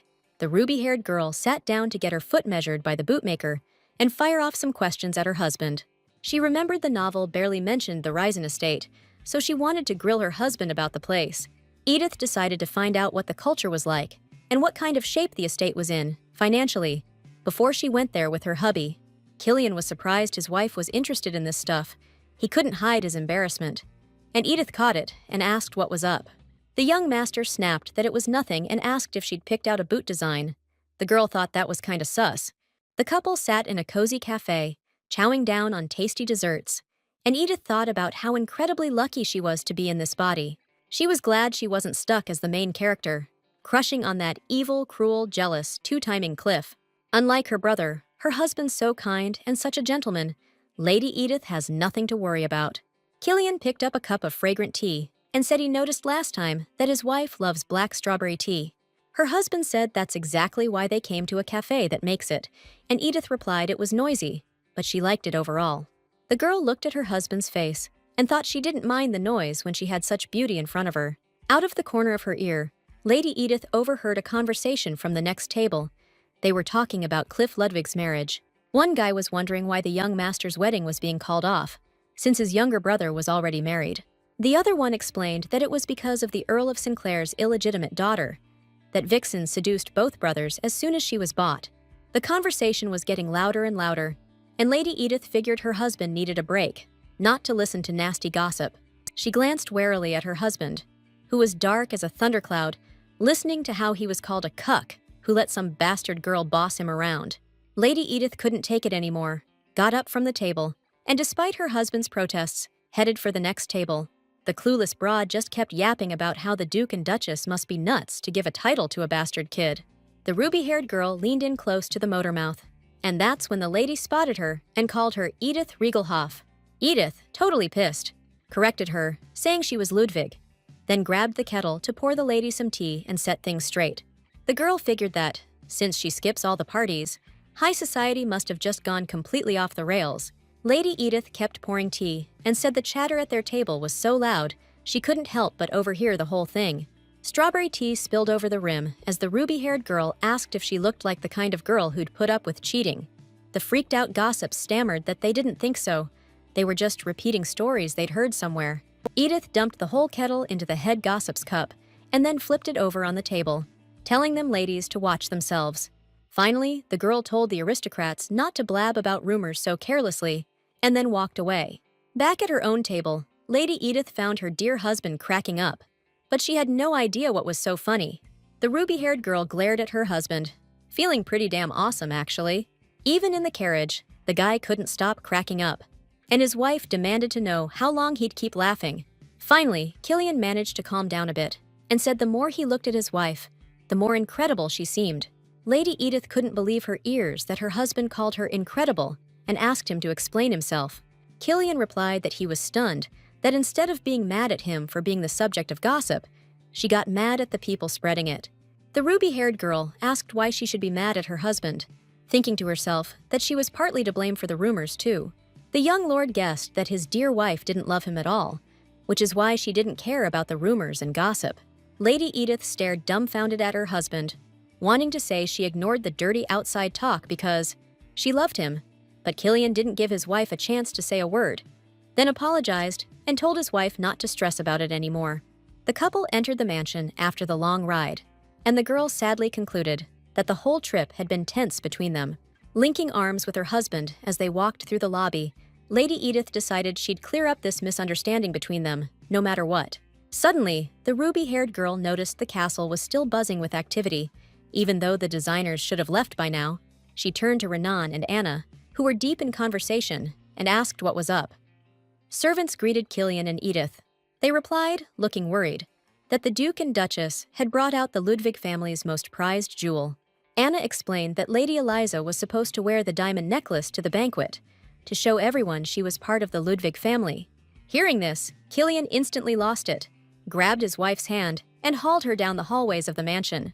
Lady Edith tried to stop her husband, but he wouldn't listen and angrily threw open the doors to the main living room. The young master loudly and formally addressed the Duke, furiously demanding to know why things had turned out this way. Duke Ludwig, annoyed, asked his son why he was behaving so rudely in front of his mother. Killian retorted that he'd overheard a conversation between the servants in the lobby, during which some interesting things came to light. Turns out, while Lady Edith and Lord Killian were picking out a dress for the celebration, the Duke and Duchess dug out the family heirloom. The guy smirked and said they probably brought out the precious necklace specifically to give it to Lady Edith. Killian reminded the family that his wife has the right to wear the family heirloom to the first celebration with her husband after the wedding. The ruby-haired girl noticed her husband's intense look and was surprised he was dragging her into this whole thing. Lady Edith protested. Realizing they'd brought out the necklace specifically for Lady Eliza to wear, the young lord urged his wife to wear the jewel to the celebration, claiming there were earrings that matched the necklace perfectly. She begged him to stop pressuring her, but he didn't listen. And finally, Lady Edith yelled that she didn't want to wear the necklace at all. The whole Ludwig family heard that, and their eyes went wide with shock. At that moment, the ruby-haired girl felt super awkward. Lady Edith made excuses, saying the jewel wouldn't go well with her ruby hair and the dress with the gold sequins. Finally, she asked her husband to apologize to the family and pushed him toward the door, announcing that they were leaving because they were tired. After Edith and Killian left the living room, Eliza started beating herself up for causing that awkward family situation. But Jessica Ludwig calmed her down, saying it was a decision she and the Duke made, and Lady Eliza wasn't responsible. Mom figured the blonde was wiped out after trying on all those dresses and suggested she go get some rest. Cliff volunteered to escort Lady Eliza to her chambers, assuring her as they left the living room that she had nothing to worry about. Left alone in the living room, the Duke and Duchess pondered things. Jessica wondered if Killian had always had that side to him. Jessica Ludwig realized she must be getting old, because she hadn't immediately thought about Edith, even with the old family custom. Down the hallway, Lady Edith dragged her husband by the arm, sternly asking how he could act like that in front of the family. She explained that Killian's behavior put Eliza in an uncomfortable spot. The guy stayed silent, not answering a single question. He suddenly asked if his wife was pissed that the family jewel went to someone who doesn't even carry the Ludwig name. Killian explained that the Duke and Duchess had to understand the significance this would have for their daughter-in-law. A beat later, the young master asks his wife if she knows what people have been saying about her lately. Lady Edith says she caught bits of gossip at the cafe, and Killian replies it'll be way worse at the national celebration. The girl casually says she won't hear anything new there, since she knows they think she's a snake. But her husband objects. He says hesitantly that the rumors have shifted recently. The girl asks what he means, but the young master can't bring himself to say it. Finally pulling himself together, Killian says people are predicting they'll get divorced soon because their relationship is so bad. The guy adds that they're also saying Lady Edith is disliked by the servants because she's rude and disrespectful to Lady Eliza. Surprisingly, the ruby-haired girl reacts pretty calmly to what the young man is saying. Killian gently touches Edith's cheek, and she says that everyone has the right to say what they want. The ruby-haired girl concludes that she'd gladly shut down any gossiper, just like she did at the cafe today.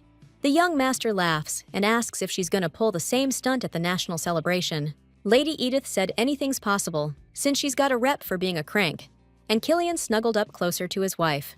The young master explained that he'd heard Edith Reigelhoff was a terrible woman, but life got amazing when she showed up. Killian said now was the perfect time to close their eyes and kiss. Then he touched his lips to his wife's. While Edith was kissing Killian, she thought it'd be a lie to say she wasn't bothered about the whole family heirloom necklace thing. Even more, Lady Edith was bummed out thinking about all the gossip and rumors about her at the national holiday. The ruby-haired girl knew it hurt and stung when stuff like that happened, but it got better when her husband stood up for her. Lady Edith loved seeing young Master Killian worry about her. It was like all the troubles in her life just vanished. They got so into it, they didn't notice they'd sunk to the floor. Then the guy broke the kiss and reminded her about the yacht accident. Edith replied that Killian didn't need to worry, since she felt great.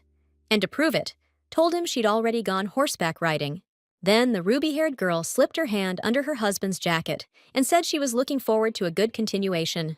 Lady Eliza was strolling through the imperial garden, soaking in the beauty of the blooming trees, when she bumped into Princess Catherine.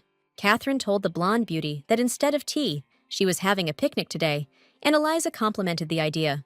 The girl's face instantly darkened when the emperor's sister mentioned she was working up an appetite after riding with Edith.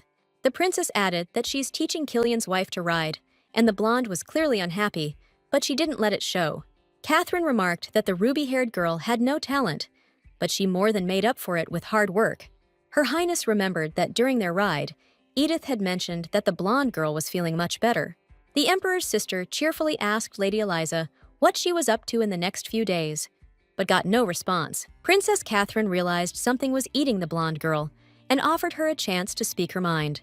Lady Eliza said she was worried about the incident with the threads Lady Edith gifted, since the poisoner was still at large. The princess clarified if she meant the time someone poisoned the threads, and reminded her that she'd shut down the investigation. Eliza, tears streaming down her face, said she didn't want to know who hated her enough to kill her back then, but now she knew a few things. The blonde chick spilled the tea about a servant who went around saying Lady Edith was to blame for the poisoned threads. Lady Eliza added that the maid disappeared not long ago, and they found her dead, with her throat slashed. Sobbing, the blonde guessed that she was responsible for the death because she didn't want to look for the truth. Her Highness told Lady Eliza to chill out, saying it wasn't her fault, and invited her to sit next to her on the blanket. It was the national holiday, and Killian was helping his wife get ready for the banquet in Lady Edith's room. The young lord asked his wife if she was sure a simple ruby necklace was going to cut it. Edith remembered Killian saying on their wedding night that the duchy had plenty of jewels besides the family necklace. His wife replied that she'd wear the ruby necklace to the banquet and tell everyone she was wearing a reminder of her loving husband. The girl pushed aside the warm memories and concluded that the preparations for the event were almost complete. Edith called for her husband to help her put on the ruby necklace, just like the day he first gave it to her. The young lord noted that the necklace really suited his wife, then asked if it wasn't too simple for the celebration. Hearing her denial, Killian said there wasn't a greedy bone in Lady Edith's body, but she protested that. The ruby-haired girl said she snagged the most gorgeous guy, Killian Ludwig, so she's definitely greedy. Those words flustered the guy, and he said his wife had a way with words, and added that they should head out to be on time. When the Ludwig family showed up at the celebration, they instantly became the subject of gossip and chatter among all the invited guests. With the arrival of the Duke's heir accompanied by Sinclair's illegitimate child, high society got a serious jolt. The crowd was buzzing about the precious necklace worn by the illegitimate child because it meant she'd become a Ludwig daughter-in-law. Lady Edith watched it all unfold with a smirk, thinking that high society would definitely have something to talk about today. The daughter-in-law looked at the Duchess with admiration and concluded that she had the best dress on today, and it looked incredible on her. After all the dresses ordered from the royal atelier came in, Mom only wore the ones Lady Eliza picked out. Lady Edith had been watching Jessica Ludwig for a while and noticed she never wore a dress that her daughter-in-law didn't choose. Edith always figured Mom just didn't like the outfit. That's why she didn't wear it. But turns out she was saving it for a special occasion. All the fancy ladies crowded around Jessica Ludwig, showering her with compliments about the new dress. The Duchess replied she never would have dared such a style change, wouldn't have bought the outfit herself, but her daughter-in-law picked it out for her. Jessica Ludwig introduced her daughter-in-law, young Master Killian's wife, to high society. At that moment, Edith thought, this scene wasn't in the novel. Her husband snapped her out of it and nudged her toward Mom. The girl approached the circle of noble ladies, greeted everyone, and introduced herself, while Killian watched with a satisfied grin. The orchestra played, and Killian decided to ask his beloved for a dance and see if she was enjoying her debut into high society. Edith laughed and begged him not to ask about the party, because she wouldn't even remember the names of the people she'd met. She thought to herself that Western novels have complicated names, but Killian told her not to focus on remembering, just on the steps. Grinning, she asked if he was worried she'd step on his feet, then told him to relax, since he's dancing with Edith Ludwig. Spinning in the dance, she concluded she couldn't remember the names of new acquaintances, but Edith's body remembers the dance moves perfectly. Lady Edith decided to just surrender to the music, then asked her husband if he was still worried about his feet.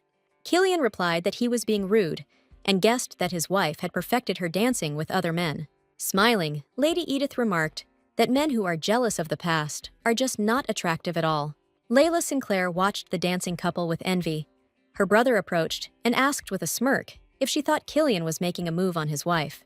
Layla was also angry at Eliza, who showed up at the celebration with the family heirloom around her neck and stayed close to Cliff Ludwig the whole time. Layla protested that she didn't understand what was going on around here and concluded that something strange was happening.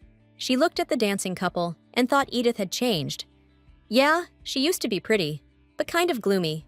Ruby-haired girl doesn't seem miserable, even though she's in a political marriage with her family's enemy. Actually, she's vibrant and full of life. That jealous, spiteful chick thought to herself, telling Edith to back off of young Master Killian, 'cause he wasn't her man. After the dance, the couple bowed to each other, and Lady Edith noticed her husband's ears were bright red. The ruby-haired girl asked if she'd been moving too fast, and it was hard on him, but he was speechless. Happy and cheerful, Lady Edith suggested to her hubby that they go somewhere and chill out, her eyes scanning for a quiet spot. Suddenly, her face went white, like a wall that's just been painted. Killian kept asking what was wrong, but got zero response. The sharp click of men's heels echoed through the hall. The young master turned and saw Count Riegelhoff. The guy greeted the couple, mentioned it had been a while since the wedding, and asked Killian to step away for a second. Count Riegelhoff said he wanted some alone time with his daughter and to hang out with her, and Lady Edith didn't know what to do. She thought she couldn't look the Count in the eye, because she knew the memories of her character. Edith sighed, realizing she couldn't refuse Count Riegelhoff, who played the perfect father in public. Suddenly, Killian grabbed his wife's hand and asked the man what he wanted to discuss with Edith that her husband couldn't hear. That pissed off Count Riegelhoff, who yelled about how the guy could be so rude and disrespectful to his own father-in-law. Count Riegelhoff claimed he just wanted to chat with his darling daughter and sort out some important stuff with her. Killian wondered how the maid was doing, the one the man seemed more worried about than his own precious daughter. Count Riegelhoff was stunned and embarrassed, but still replied that everyone knew Lady Edith had all sorts of nasty rumors swirling around her. The man explained that Sophia was trying to fix it and acted as a strict teacher. Edith looked at her husband impressed. She couldn't believe her husband was on her side. But then it hit her. Maybe he just wanted to stop her from talking to her dad. The ruby-haired girl thought long and hard, deciding she needed to break the tension and say something. Edith flashed a fake toothy smile and assured her father there was nothing to worry about, since she was feeling great and living well. Count Riegelhoff plastered on a fake smile, said he was happy about it, and promised Lady Edith he'd see her later. As he walked away, the guy thought he'd raised that brat at the cost of his own life, and got zero thanks in return. Once the Count left the couple alone, Lady Edith figured Killian would ask why she got so gloomy seeing her father. The ruby-haired girl sadly concluded she couldn't answer her husband's questions after that shady conversation. Edith realized she was totally powerless. She couldn't do anything. Then her husband cut off her thoughts, saying the Emperor was arriving soon. Killian said they had to greet His Majesty as a family and suggested they head to the Duke's place right now. The ruby-haired girl was happy her husband wasn't asking questions. Then she agreed and offered him her hand. In the main banquet hall, the Emperor and Princess were accepting congratulations from high society for the Empire's founding celebration. Lady Edith thought that when it was the Ludwig family's turn to greet the Emperor, that's when that scene would start. In the novel, that scene revealed the friendship between Lady Eliza and Her Highness, and an incident happened right in front of everyone. The whole Ludwig family approached His Majesty and Her Highness, and suddenly, Lady Edith noticed Princess Catherine staring right at her. There's a scene in the original story about the Empire's founding day, where Lady Eliza gets recognized by the nobility. During the celebration, the blonde shows off her family heirloom and talks about her friendship with the princess. Lady Edith didn't get why the princess was still looking down on her. She thought they'd actually clicked a little. The princess greeted the Ludwig family, pointed out how beautiful Eliza looked today, and then turned her attention to Edith. Catherine mentioned that her sister-in-law's dress matched Killian's suit perfectly and said you could tell the Ludwig family was in sync. Catherine figured that, seeing Edith and Killian like this today, high society would finally stop gossiping and spreading rumors about them. The princess told the Duke and Duchess that she'd always invited Edith and Eliza separately, but realized it was better to get everyone together. Edith's eyes widened when she heard that, because it made her realize Her Highness had been doing that a lot. Just then, Eliza sighed sadly, and Cliff asked her what was wrong. She replied that she was worried about the Emperor's greeting. After the official ceremony wrapped up, Killian offered his wife some champagne and asked if she was all right. Edith said she was tired and her feet hurt, but secretly, she was thinking about that greeting earlier, how it wasn't what she expected. In the novel, all the attention was supposed to be on Lady Eliza during that scene, but in reality, she had to share the spotlight with Lady Edith. Lady Edith thought she hadn't even fully figured out the rules of Stage 3, and already things were changing this much. Suddenly, she heard a familiar voice, looked up, and saw her father chatting with Archduke Lanston. Count Riegelhoff was saying that lineage is super important, and Archduke Lanston is a member of the imperial family. The old man reminded the Archduke that he was loyal to the late emperor and claimed they had a close relationship. From what Edith overheard, she realized that the Count was openly declaring his support for Archduke Lanston at the party. Count Riegelhoff said he fondly remembers the days when the late emperor ruled and things were peaceful. Archduke Lanston responded to that by saying not to talk about that stuff on such a good day. The guy with the eye patch admitted the monarch was young, but doing his best to keep the empire in line. The Archduke smiled, sharing a memory with the Count about watching His Majesty and Her Highness grow up. Just as he was saying he'd seen a lot while those imperial kids were growing, the emperor and princess walked through the hall. Catherine caught those words, and she bolted out of the hall right then. Killian, being a gentleman, reacted fast. He told his wife he'd be right back, and to make a scene if Count Riegelhoff came around again, looking for trouble. Before leaving, the guy said he'd take all the blame, no matter what happened. That instantly melted her heart. Lady Edith waited for Killian to return, when she suddenly overheard snippets from a group of gossiping girls. The aristocrats were talking about Edith, how she faked being weak, like some kindergartner complaining about sore feet. The girl overheard one of the gossips, suggesting that Lady Edith was trying to survive in the Ludwig family by sucking up. Layla Sinclair was among the noble ladies, and she said she'd heard Edith and Killian's marriage was arranged, making her a hostage. Edith figured the gossips finally knew about her situation, so she was curious where this was going. One aristocrat said she'd overheard Count Riegelhoff publicly announce his stance at the party today. Some girl in the crowd replied she couldn't handle that kind of betrayal from her parents, especially since arranged marriages can fall apart. Edith stood up, drawing their attention, and said she was still better than them all because she married Killian Ludwig. The girl pretended to think for a second, then said if she got divorced, she'd get alimony and part of the mansion and wouldn't need anything. Lady Edith said it wouldn't be bad to have a few lovers, and remarrying wouldn't be a problem since she's young and beautiful. Layla Sinclair got mad at the ruby-haired girl and called her a leech, sucking the Ludwig family dry. Lady Edith burst out laughing and said she was just trying on the lifestyle of basically every aristocrat in this society. She explained to the angry gossips that girls from high society live off their fathers until they live off their husbands. Layla Sinclair furiously asked if Edith thought they were like her, and the girl replied that, of course, they weren't. The ruby-haired chick was all like, "They're just jealous because I snagged Killian." Just then, the young master shows up, and Edith spins around and asks if he thinks she's sucking up to him. The dude's like, "That's total BS. She'd do it for other people, not me." Edith then puts on a show, hugging her husband and loudly gushing about how lucky she is to have him, just for the gossips to hear. She goes on about how Killian Ludwig is the best guy ever, and the other ladies just seethe seeing them all lovey-dovey.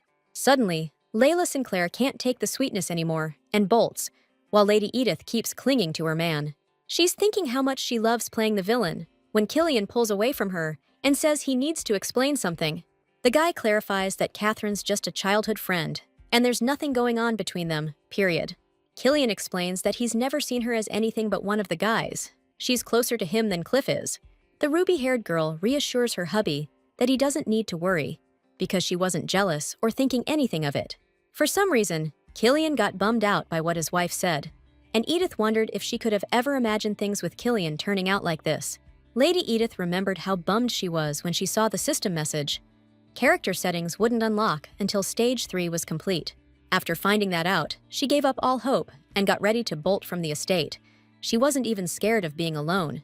Edith realized she had people now, people offering a helping hand and wishing her well. They believed in her, and she found comfort in that. She had a friend who opened his heart and genuinely wanted her happiness. Edith asked herself, "Isn't that enough to stay?" Edith's thoughts scattered when Killian asked what she was thinking about. It flashed through her mind that she was finally happy. She grinned and asked her husband to dance. Little did they know what was going down in the other room.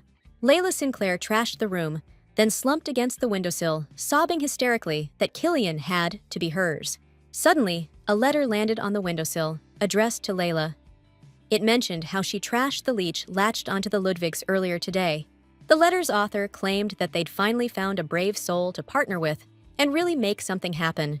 The letter said the guy had a plan to take down Edith Rigelho, but he needed Lady Layla's help to pull it off. The letter ended with an address where this mystery writer was waiting for the golden-haired girl, so she went. The weather sucked. The place was shady, and her servant begged her to come back to the carriage, but she told him to wait.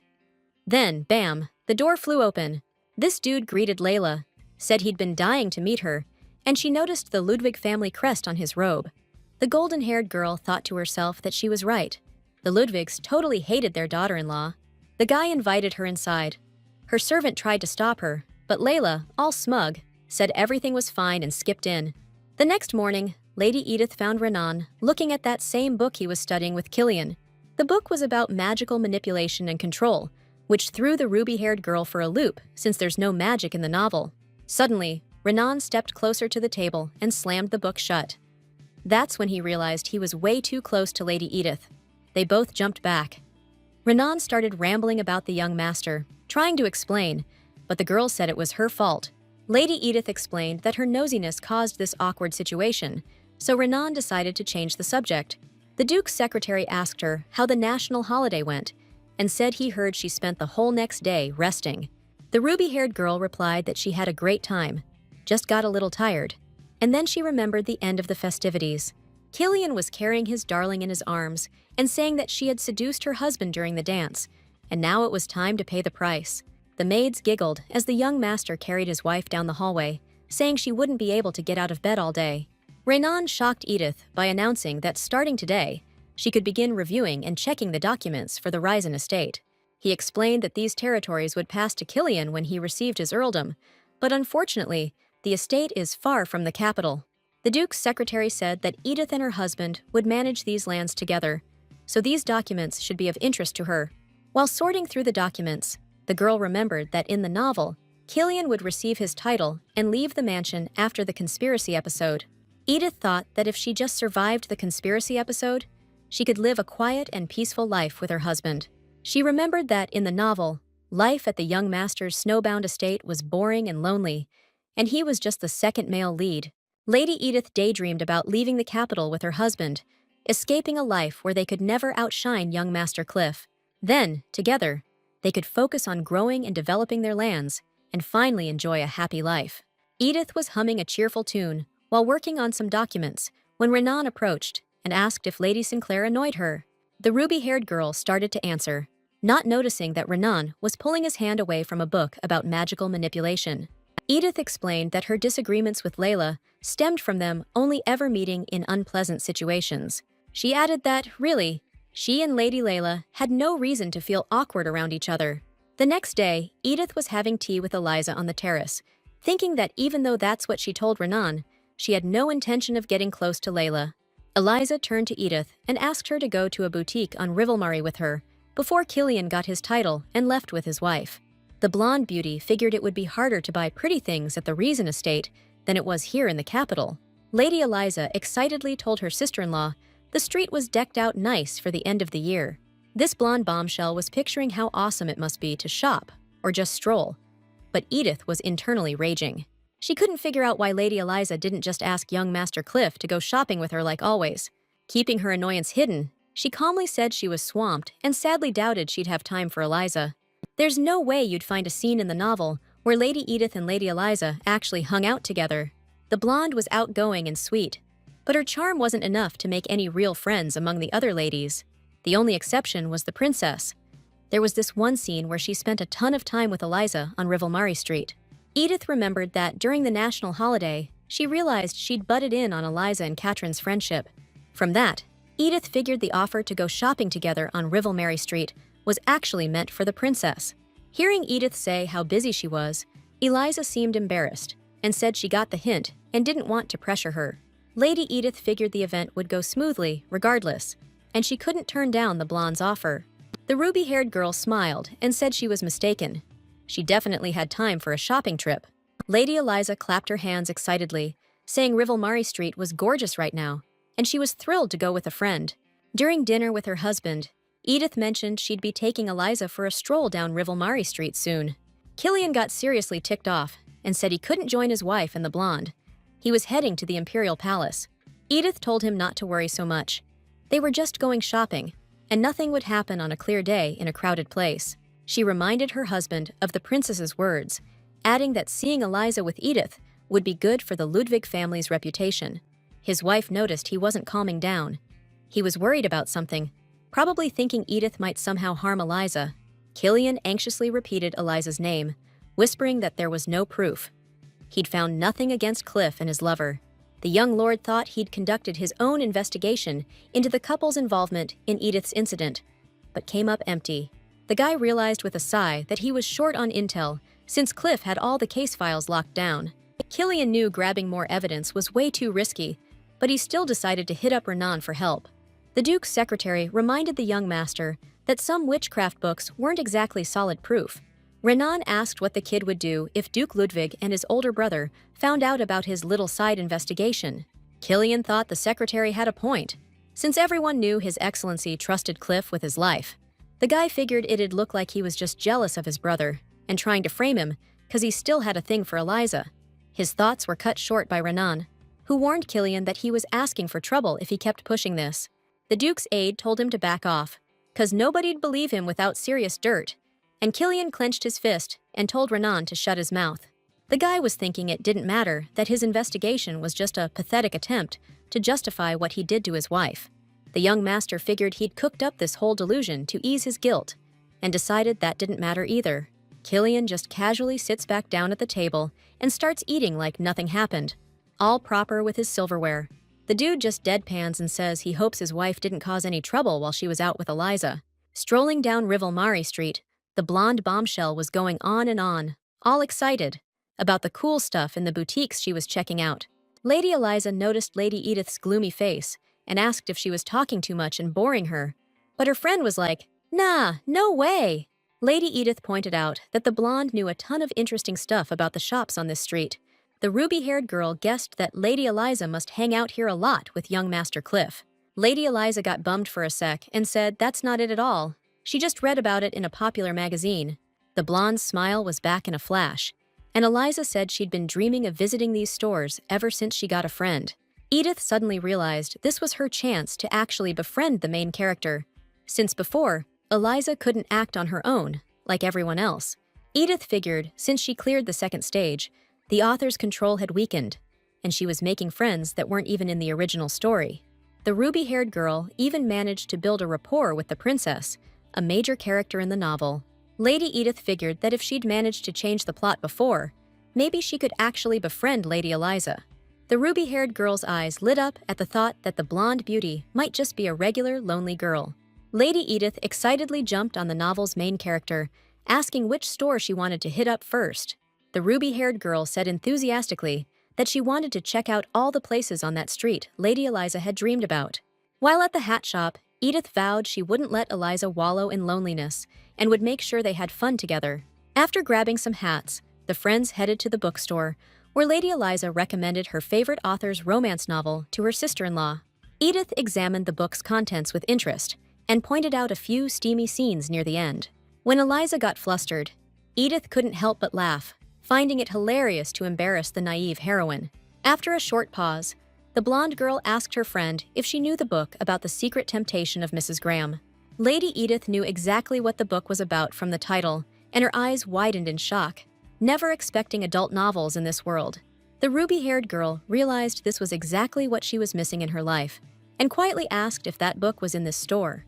Lady Eliza whispered back that this store didn't have it, but another bookstore did, the one Cliff sneaks off to.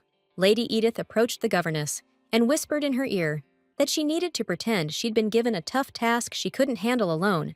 The ruby-haired girl asked Anna to distract Lady Eliza's maid for a little longer and told her she'd be back soon.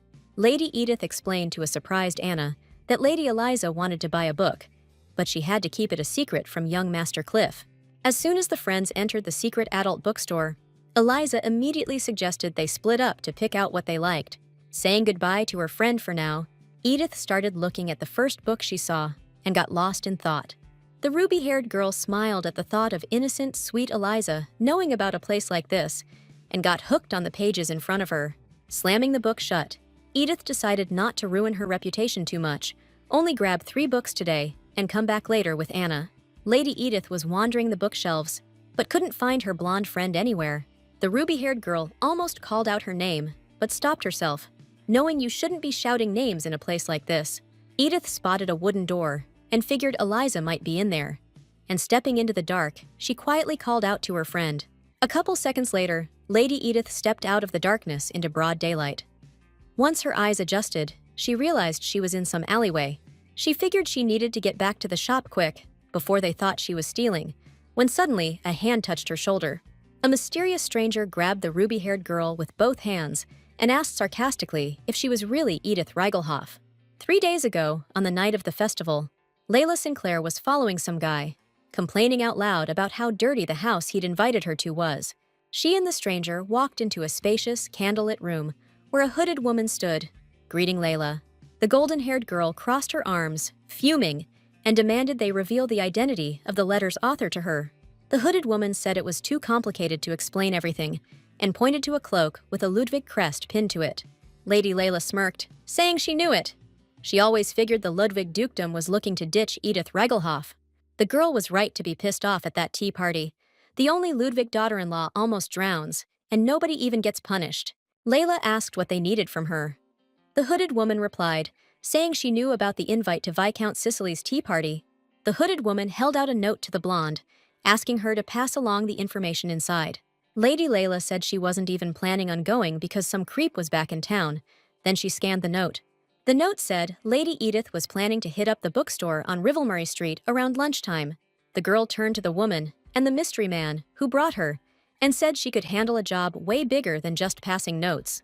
While Lady Edith was off at the bookstore, Anna decided to check out the most popular cafe on the street and order a strawberry tart.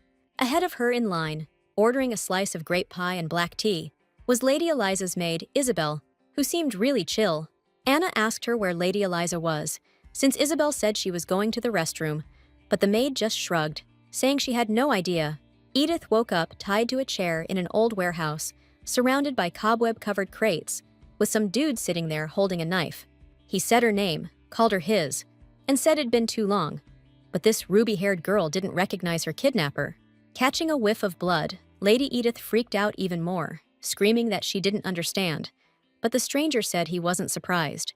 This guy said he used to be one of many men groveling at Lady Edith's feet, then added that her love cost him dearly. The kidnapper said a lot of people paid the price for passing secret intel to the beautiful ruby-haired lady.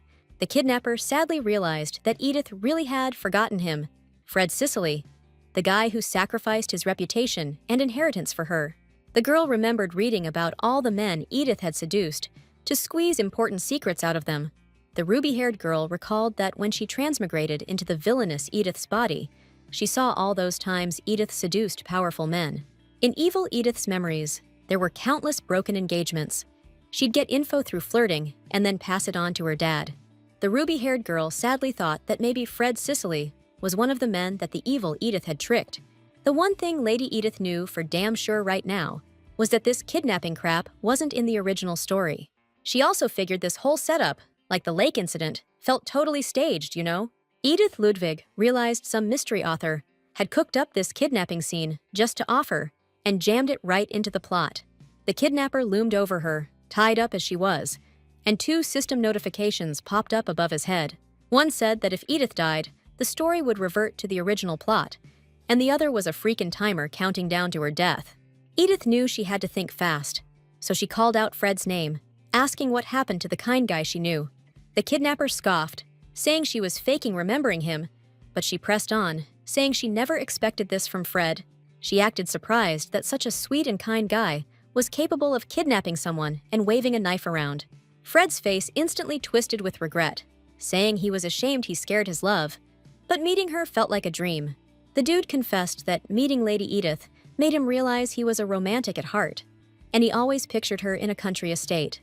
Fred, eyes wild, said finding out about her marriage crushed him, but he realized he could beat Duke Ludwig, even if it cost him his life. The crazed dude asked the ruby-haired girl to die with him so they could start over. Fred explained a fortune teller gave him a book saying they had to die at the same time and place. The kidnapper figured that way they could be reborn together in the next life. But he admitted he wasn't totally sure it would work. Fred said, either way, they should try, because falling into eternal sleep together is totally romantic. Suddenly, Edith had an idea to apologize, because when her sweetheart betrayed her, all she wanted was an apology. In her past life, a guy dumped her after treating her like a toy. Now, in this new body, she understood the pain of playing with someone's feelings. The guy's eyes went wide in shock, because he couldn't believe Edith Reigelhoff was actually apologizing. Fred said he knows Edith Reigelhoff as this arrogant woman, a bossy she-devil who always looks down on everyone. The dude pointed out he never expected Edith to apologize to him personally, and she replied that Fred didn't have to accept her apology. She stumbled, then perked up when she saw the timer jump up, realizing she'd found a loophole to get free. Edith told her kidnapper that there were a lot of nasty rumors and gossip about her, but she didn't even like going to balls and banquets. Fred kept repeating hysterically that it couldn't be true. His Edith loved going to social events. The girl replied that she preferred quiet places where she could be alone, and she always turned down invitations to parties and tea parties. Edith struggled to untie the rope binding her hands, all while begging the guy to remember he kidnapped her from the library. The timer jumped up again, and Fred furiously ordered the ruby-haired girl to shut up and not ruin the image of his Edith. The timer hit 6 hours, and the girl said she wasn't who Fred thought she was, asking if it wouldn't be pointless to die with a fake Edith. In a split second, the timer dropped to 40 seconds. Lady Edith looked at him, terrified, and Fred grinned. He said he'd noticed her glancing over his shoulder and asked what was so interesting back there, adding that her lies were exposed. The girl asked, confused, what lies he was talking about, and Fred laughed, saying she really played the part well. Fred said he might believe the prisoner, except for one thing, and he grabbed the book about the Countess and her little dog. Fred said the girl had this book when she was snatched, and he figured Edith thought he was untrustworthy. Fred held the knife closer to the tied-up girl's face, promising he'd be her personal little dog if she came with him. Finally, the knots loosened, and Lady Edith freed her hands, shouting that she didn't want to die, and jumped up. A dagger slammed into the spot where Edith had been sitting. The kidnapper growled that it was a shame she flinched. It wouldn't have hurt. Lady Edith scrambled to her feet. Fred smugly said the door was locked, there was nowhere to run, and suggested a stroll before dying. Lady Edith caught a glimpse of a window. Fred offered to make it quick and painless if she just gave him a moment. The ruby-haired girl realized the kidnapper was dead set on killing her and wouldn't back down, so she subtly slipped off her shoe. The kidnapper kept trying to sweet-talk Lady Edith into a knife death, and she threw the shoe she'd taken off right into his crazed, ugly face. In a flash, the ruby-haired girl dashed to the window, grabbed a nearby chair, and swung it to smash the glass. The fresh air hit her like a punch, and her eyes lit up with hope of freedom. But just then, a sharp pain shot through her. The kidnapper yanked her by the hair, screaming he'd had enough, and raised the dagger right above Edith's face. A few drops of blood appeared on her cheeks. Crazy Fred was so wrong when he said he'd make it painless. Suddenly, the ruby-haired girl saw her husband's face in front of her, and he was begging for forgiveness for being late. Lady Edith thought she was hallucinating her husband, because she couldn't figure out how he'd found her and gotten here in time. Just then, the author, hiding his identity, slammed his fist on the table and yelled that it was impossible. He was furious and couldn't understand how Edith survived that. The script was so carefully planned, it couldn't fail. The author muttered about how much time and effort he put into creating Edith's kidnapping scene, which wasn't even in the original story. The unknown author thought to himself that he'd planned everything perfectly, even taking care to temporarily remove Edith's governess. But Anna was too loyal to her lady. Worried about her long absence, she ignored the order and contacted Killian. The maid told the young master there were only a few places she could have gone, but nobody saw her anywhere. In the end, it was the villainess's quick thinking, the governess's resourcefulness in getting intel, and the young master's desperation that really spiced up this chapter. The author sadly decided there was nothing he could do, and resolved to stop interfering with the story and just stay out of it. The hooded figure figured that with the lack of intel, all that was left was to hold out for as long as possible. The brunette glared at the green system notifications, which reported a serious weakening in the original author's dominance. The girl angrily exclaimed that these were stupid rules and thought that if this kept up, her life would be in danger again. The brunette sadly sighed and thought she'd be trembling in fear, waiting for danger because of something that wasn't even in the original story. A moment later, the girl was in a bright room with a ton of doors, and she wondered if there was a way out of this world. The brunette opened a door and found Count Reigelhoff furiously yelling that he just asked her to be nice, and he raised his hand to strike. The girl looked closer and saw young Edith next to the Count, barely recognizable because of all the bruises, scrapes, and scratches.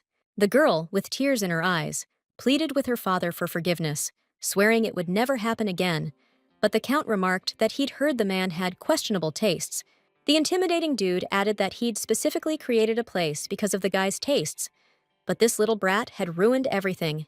The Count promised a week-long starvation if she messed up again, and the brunette, panicking, decided to bail out of the room.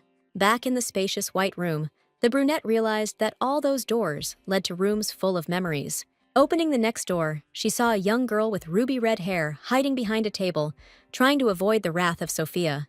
The maid informed her that the master was furious about what happened, and snidely suggested that Edith learn to refuse politely and correctly. When Sophia grabbed the poor girl and raised a whip above her, the brunette couldn't stand the screams and left, deciding to check out another room. Opening the door, she found Lady Edith sitting with some guy who was constantly gushing about how beautiful she was. When he suggested that the ruby-haired girl get to know him better, she barely managed to hide her shock and plastered on a fake smile. Lady Edith said that if he kept it up, Count Reigelhoff, her father, might get angry and forbid them from seeing each other. The brunette walked through another door and saw a miserable Lady Edith, just sitting on a chair in her robe and nightgown. The girl noticed Lady Edith clutching a letter addressed to her, saying that the Ludwig family was being declared war on. The Riegelhoff family is planning to win over the Duke and his sons, then attack the Ludwig residence. The letter said that on a certain day, they'd give a signal for Lady Edith to plant a device at the back door of the mansion. Shane Riegelhoff dragged Lady Eliza down the hallway, her hands tied, saying they had to retreat, but she begged for Lady Edith's help. The ruby-haired girl walked down the mansion's empty hallway and approached a painting of the Ludwig family. Lady Edith touched the baby in the painting, who was Duke Ludwig's youngest son, Kilian. The brunette left the room, wondering what they were trying to tell her and what all this was being shown for. The girl squatted down, exhausted, hugged her knees, and thought about how she'd been pushing this away because surviving right now was so tough. But there's a question that can't be put off any longer. The fact that all the characters in the novel are being influenced by the plot. The question is Lady Edith as bound by the plot as the other characters? And what about the original Edith character? Where is she? The brunette figured those rooms weren't just shown randomly. They had to be clues to get through the third stage. Once she hits level 3, she can get back to the room with all the doors and find out what happened to the original Edith. After she got snatched, the ruby-haired girl was out cold for a whole day. Kilian didn't leave her side the entire time. Suddenly, someone touched the young master's head. He looked up and couldn't believe his eyes. His wife was finally awake. The dude was so stoked his wife was awake, he grabbed her in a hug. After a long squeeze, he filled her in on what went down. While visiting the Imperial Palace, Kilian felt like crap and decided to wrap up his work and head over to Rivalmari Street ASAP. Hopping out of the carriage, he ran into a knight looking for him. Thanks to Anna's info, he and the knights started combing the area. Hearing glass shatter and a woman screaming in the distance, the guy bolted to save his wife. The young man said there were a ton of red flags, and it's tough to figure out the crime's motive. Looking at Fred Cecilia's actions, he could have known Edith would be on Rivalmari Street and prepped one of those abandoned houses to stash her in. If Fred Cicely hadn't offed himself on the way to Duke Ludwig's mansion, we could have learned a hell of a lot more. He sighed, covering his eyes, and said any family that couldn't prevent one suicide was totally incompetent. Lady Edith thought it was depressing watching her husband beat himself up, trying to figure out the kidnapping. But it wasn't Kilian's fault. She figured it was because the author had gone way off script from the original story. Edith figured explaining that to him was impossible, so she decided to distract him by asking about Lady Eliza. He said the knight escorting Lady Eliza secretly followed her to the bookstore, but she quickly left. Spotting the knight in the bookstore, the blonde was surprised he'd come all that way just to give her a message.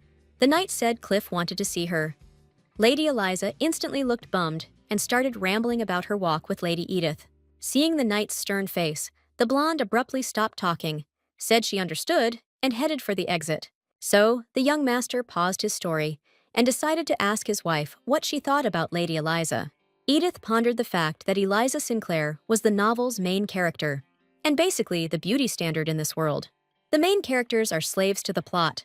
Lady Eliza is the heroine, so she's even more tied to it than Cliff or Killian. In a world where everyone's acting out a role from the novel, Lady Eliza's destined to become the villainous Lady Edith's enemy. Nobody's to blame, but as long as the original story holds power, a real friendship between Eliza and Edith is impossible. The guy repeated his question. Edith figured the blonde was Killian's top priority, but decided to hold off on the blame game.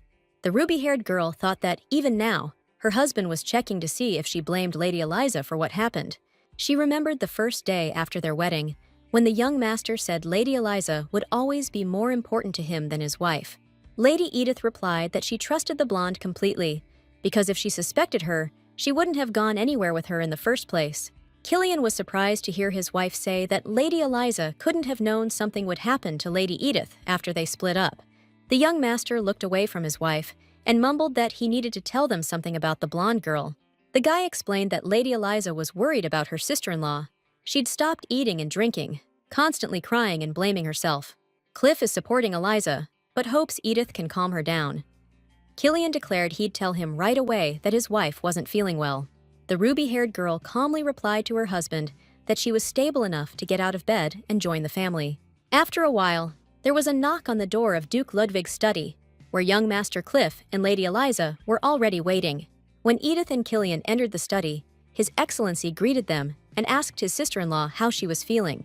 The girl replied that she was fine and thanked him for his concern, mentally noting that this was her first time in this office since the interrogation. For a second, it seemed like the roles had reversed with Eliza. Now the blonde girl was sitting in front of the Duke, explaining herself. As soon as Edith entered the study, Eliza jumped up from her chair and ran to her, saying she had been so worried.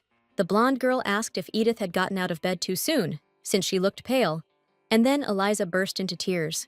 She apologized to Edith for everything that happened, saying she never expected it and blamed herself for it all.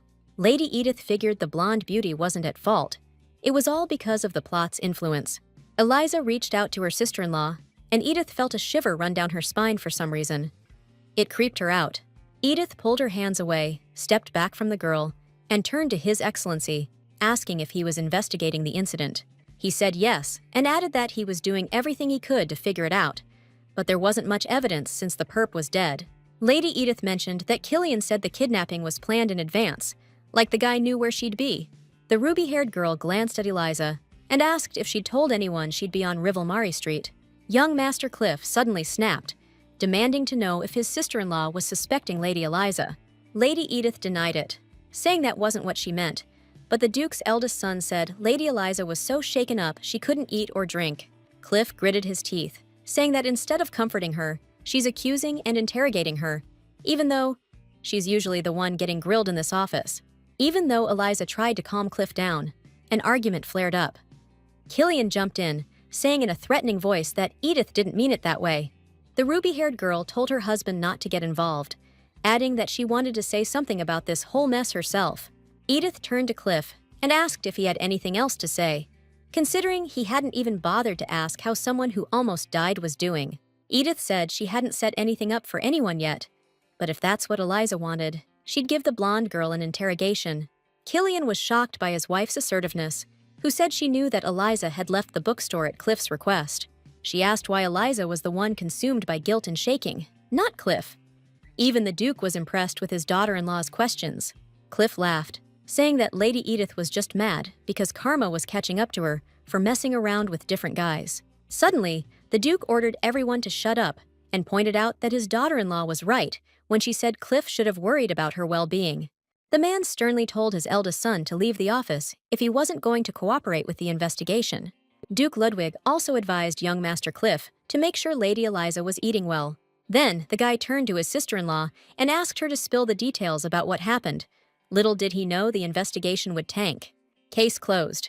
Because Lord Sicily kicked the bucket, and his source of intel bit the dust too. But hey, Edith scored a massive payout. Edith figured she didn't want a repeat of that yacht mess, so she decided to just chill and keep playing the high society game. A week later, during lunch, Killian suggested to his wife that they hit up the Imperial Palace sometime soon. The ruby-haired girl replied that the doc told her to lay off the physical stuff for about 2 weeks. Lady Edith thought, "So, that's why he's been keeping his distance." And Killian said, "Yeah, no doubt horseback riding is off the table." Then he clarified that riding ain't the only reason to hang out, and asked his wife to picture her and the princess chilling at a picnic. Lady Edith smiled at the mental image, but she saw her husband's thoughtful face and asked him with concern what was up. Killian said the Sinclair family was heading their way, and Edith's eyes went wide with surprise. She asked why they'd be visiting the Ludwigs, and her hubby said he had no clue, then rubbed his forehead, looking puzzled. Killian mentioned the last time the Sinclairs visited the Ludwigs was to hash out some kind of deal. Edith remembered the Sinclairs talking with Duke Ludwig about the iron ore distribution rights. She didn't want the Sinclairs' plan to succeed, because those rights were key to her contract marriage with Killian. The guy figured that last time, the business talk didn't lead anywhere. He guessed the Sinclairs were heading to his family's palace to finally strike a deal. He also added that Lady Eliza might have attracted a lot of attention at the national festival. Basically, Eliza's relatives pawned her off to settle a debt, then regretted missing the chance to marry into the Duke's family. So now they're jumping at any chance to get back on the Duke and Duchess Ludwig's good side. When the Sinclair family head got out of the carriage, he started sucking up and groveling to the Duke. He explained that he couldn't make it to the national celebration because he was feeling sick, so he sent Damien and Layla instead. That two-faced bastard went on about how his kids were in awe of the Duke, and his wife showing up to the event looking all fancy. He said Lady Eliza made quite the impression too, and that her own family hasn't seen her in ages. Duke Ludwig said Lady Eliza wasn't at the castle, and quickly ushered the guests inside. Layla figured the Duke was acting uptight and pissed off today, and Damien smirked, already knowing why his sister was so worried. The guy knew someone from the Ludwig family had contacted his sister directly recently. They'd talked about it last night. Damien asked if his sister actually believed some letter from a nobody, went to the address listed, and then followed their orders. Layla replied that even though she didn't hear the names of these mystery people, she was sure they were from the Ludwig Duchy, 'cause she saw the crest. The guy lost it and yelled that she was out of her mind, but the blonde girl just said she was fine, no harm done. Damien fumed, saying it could have been a trap to test Layla, and that the Ludwig family crest could have been a fake. Her brother called her stupid, saying she could have put their whole family at risk, and his words really stung. The blonde noticed the guy was always putting her down, calling her stupid, and just straight up ignoring her. Layla got instantly pissed and announced loud and clear that the intel they asked her to pass along was spot on. These guys nailed it when they figured out where Edith Riegelhoff would be, and the exact location. Layla said nobody knows for sure what went down there, but the word is Killian, and his knights were running down the street yelling Edith's name. The blonde girl said that the next day, Viscount Sicily announced his son had suddenly kicked the bucket because of some crazy accident. Lady Edith almost died because of what those people cooked up, and the Ludwig Duchy covered the whole thing up. The people who contacted Layla somehow knew Edith almost died, which proves they're from the Ludwig Duchy. His brother's face twisted in shock. He couldn't figure out who'd pull something like that, since Cliff isn't that obsessed with taking Edith out. As for Killian, you could tell at the party he was totally head over heels for his wife. Damien guessed it was the Duke, who realized his son's marriage to Edith Riegelhoff wasn't worth squat anymore. The dude kept racking his brain, finally figuring the marriage was never meant to last anyway. He smirked, telling his sister to start packing for a trip to see the Ludwigs. Inside the Duke's study, Damien started by mentioning his sister was single. The Duke caught his drift and asked if he was offering her up as Cliff's companion. Damien said that wasn't his intention, especially since he saw the Ludwig family heirloom on Lady Eliza's neck. Duke Ludwig asked what was up then, and the guy replied that Count Riegelhoff could no longer be called an imperial supporter. Damien said the Count openly voiced his opinion at the party, betraying the Duke, even after making an alliance. He mentioned his sister says Edith sees the Ludwig family as a cash cow, since she blabbed she'd walk away with a fortune after the divorce. Damien grinned and asked the Duke if he'd just ignore his daughter-in-law acting as brazenly as her father. Edith was sipping tea with Layla and the Duchess when a shiver ran down her spine. She knew someone was talking about her. Ruby-haired girl knew it always happened when people around were talking about her. Mom noticed and told her to go to her room if she was cold, but the daughter-in-law refused. Then the Duchess decided to step away for a moment to bring a blanket. And at that moment, Layla asked for an escort to the restroom. Out in the hall, Layla called out to Edith, saying she was right to assume the daughter-in-law was living with the Ludwigs, suppressing her true self. The golden-haired girl wondered if the Duchess knew about the daughter-in-law's conversations outside the castle walls. Lady Edith said that she thought Lady Layla should take a good look at herself before saying things like that. The golden-haired girl didn't get what she meant, and instead of answering, Edith mocked Layla and repeated her request to show her where to wash her hands. Lady Edith turned around and was about to walk off proudly, tossing over her shoulder that Layla was acting like she was something special. But the ruby-haired girl stayed rooted to the spot when Lady Layla yelled out that Edith might soon be kicked out of the castle. The golden-haired girl smirked and asked if Edith knew what happened to her family's right to the iron ore from their mines. Smirking, Layla didn't wait for a response and just blurted out that the reason Edith landed such a great marriage was now hers. She explained that her brother and father were currently negotiating with Duke Ludwig, and eventually, Edith's spot would be hers. Edith said Killian was at the Imperial Palace, and no big decisions would be made without him. Layla shot back that he'd be happy to ditch his wife. The ruby-haired girl figured Killian had to obey his father's wishes, which is why he was such a jerk at the beginning of their marriage. Then, with a totally blank expression, Edith pointed down the hall and said the restrooms were that way. Finally, the ruby-haired girl said she hoped her guest wouldn't get lost, and that she couldn't care less about anything Layla said. The blonde wouldn't let it go, yelling that Killian would jump at the chance to divorce his wife. Edith just agreed with everything, totally unfazed, then concluded that a girl like Layla would never win Killian's heart. It was already evening when Lady Edith tried to work through the paperwork, but she couldn't focus. The letters were blurring together. Edith rubbed her eyes and thought she should visit Catherine, since her marriage was ending soon, and she probably wouldn't be able to visit the Imperial Palace after the divorce. Ruby-haired girl remembered that, in the novel, the Sinclair family tormented Lady Eliza, trying to get their grubby hands on her inheritance. The book never mentioned the Sinclairs giving a damn about Edith Ludwig, but their visit just proved Eliza's no longer their target. They made it crystal clear they're gunning for the ruby-haired girl's spot now. It's a logical play, really. They figured screw with Lady Eliza, surrounded by all that love and protection in the duchy? Nah. Instead, they're preying on someone who's worthless to both her own family and her husband's. Edith realized then, the original plot's got no absolute hold anymore.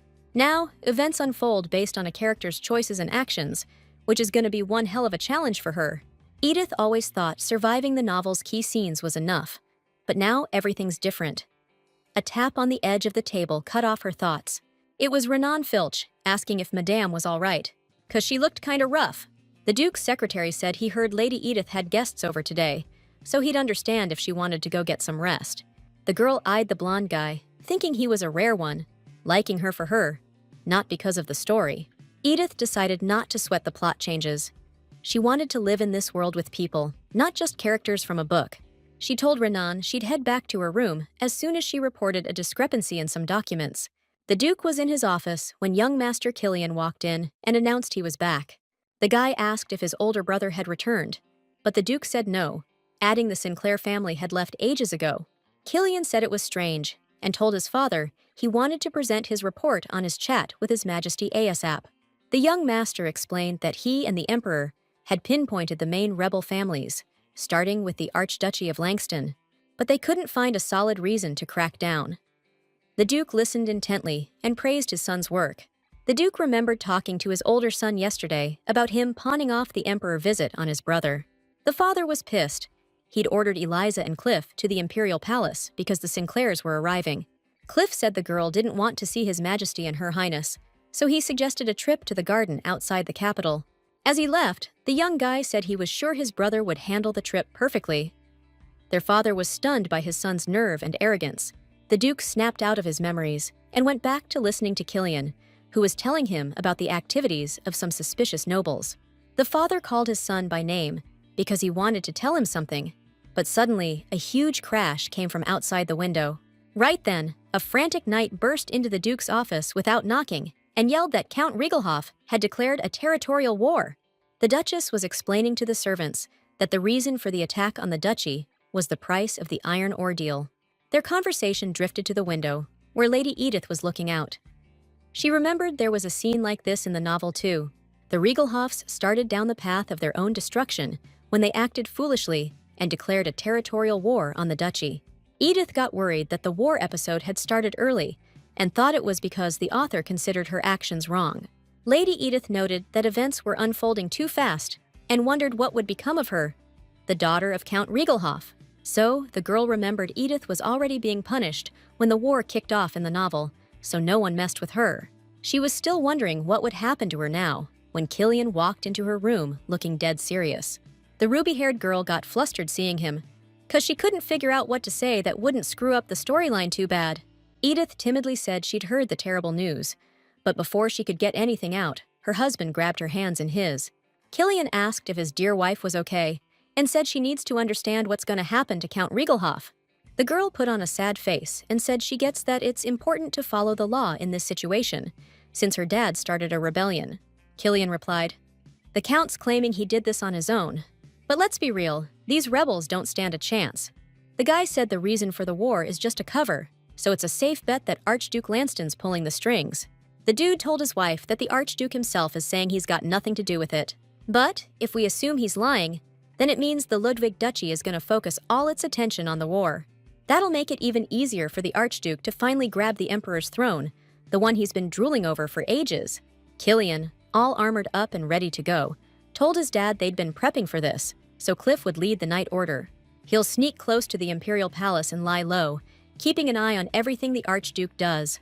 Killian said he thought about suggesting they switch roles, but realized his brother was way better at leading troops. Edith gently touched her husband's cheek and told him to stop comparing himself to others. She said she had the most amazing husband ever, one nobody else could even touch. Killian was definitely flattered. Lady Edith, in a sweet voice, asked her husband to come back safe and sound. Killian, just as gently, asked if he was hearing her right. His wife was worried about him? Edith laughed and said he guessed right, explaining she didn't want to be a widow so young. Then she added she'd heard young widows attract men like flies. Killian said he wouldn't let that happen and would be careful. The guy gently stroked his wife's face, telling her he wanted to show her just how awesome her husband really was. The young master gave the ruby-haired girl a long and beautiful kiss.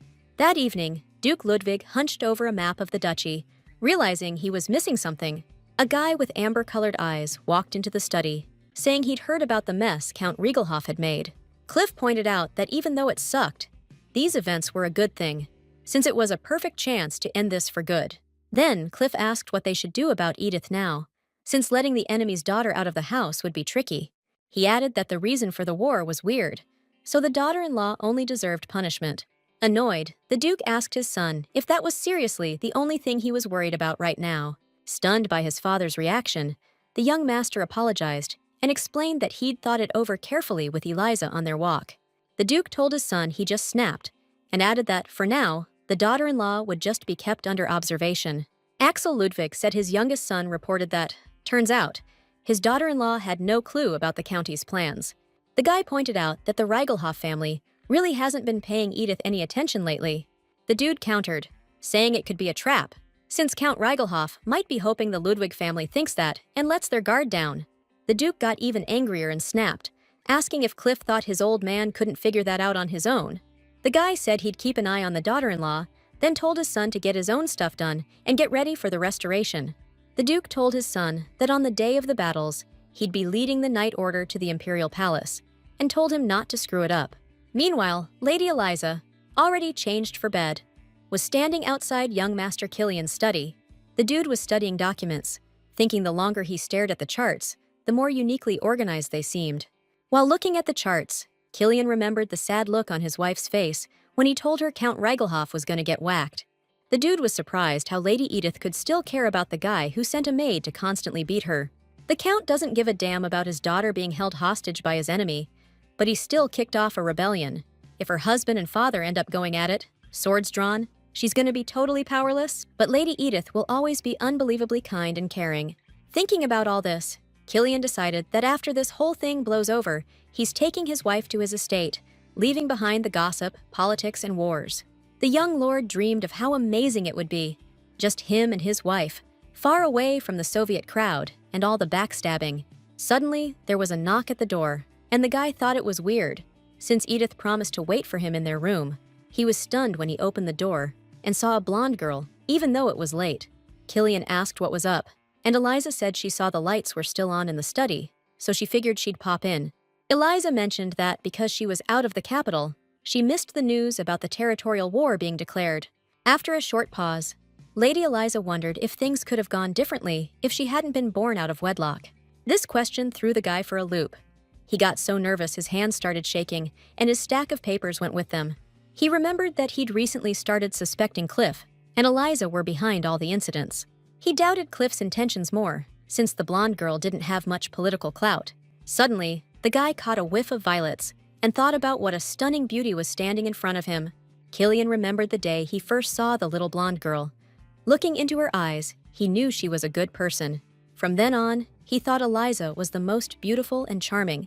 He heard her voice everywhere, constantly smelled her perfume. Now, Killian realized his feelings were just childish infatuation. Lady Eliza said timidly that she was afraid she'd lose him in this war. She added that she should have said it sooner, but she didn't dare. Killian smiled, reassured her there was nothing to worry about, since the Ludwig family had a serious edge in equipment and power. After Killian wished Lady Eliza good night, he headed to his wife's room, but found her asleep at her desk. When the guy put his jacket over his wife, she woke up. Then he asked why she hadn't gone to bed. She rested her head on his arm and said she wanted to catch him and wish him good night, but she fell asleep. Lady Edith realized she should ask what time it was, and figured her husband must be tired. Killian just smiled, blew out the last candle, and told Edith she needed to get in bed and get some sleep.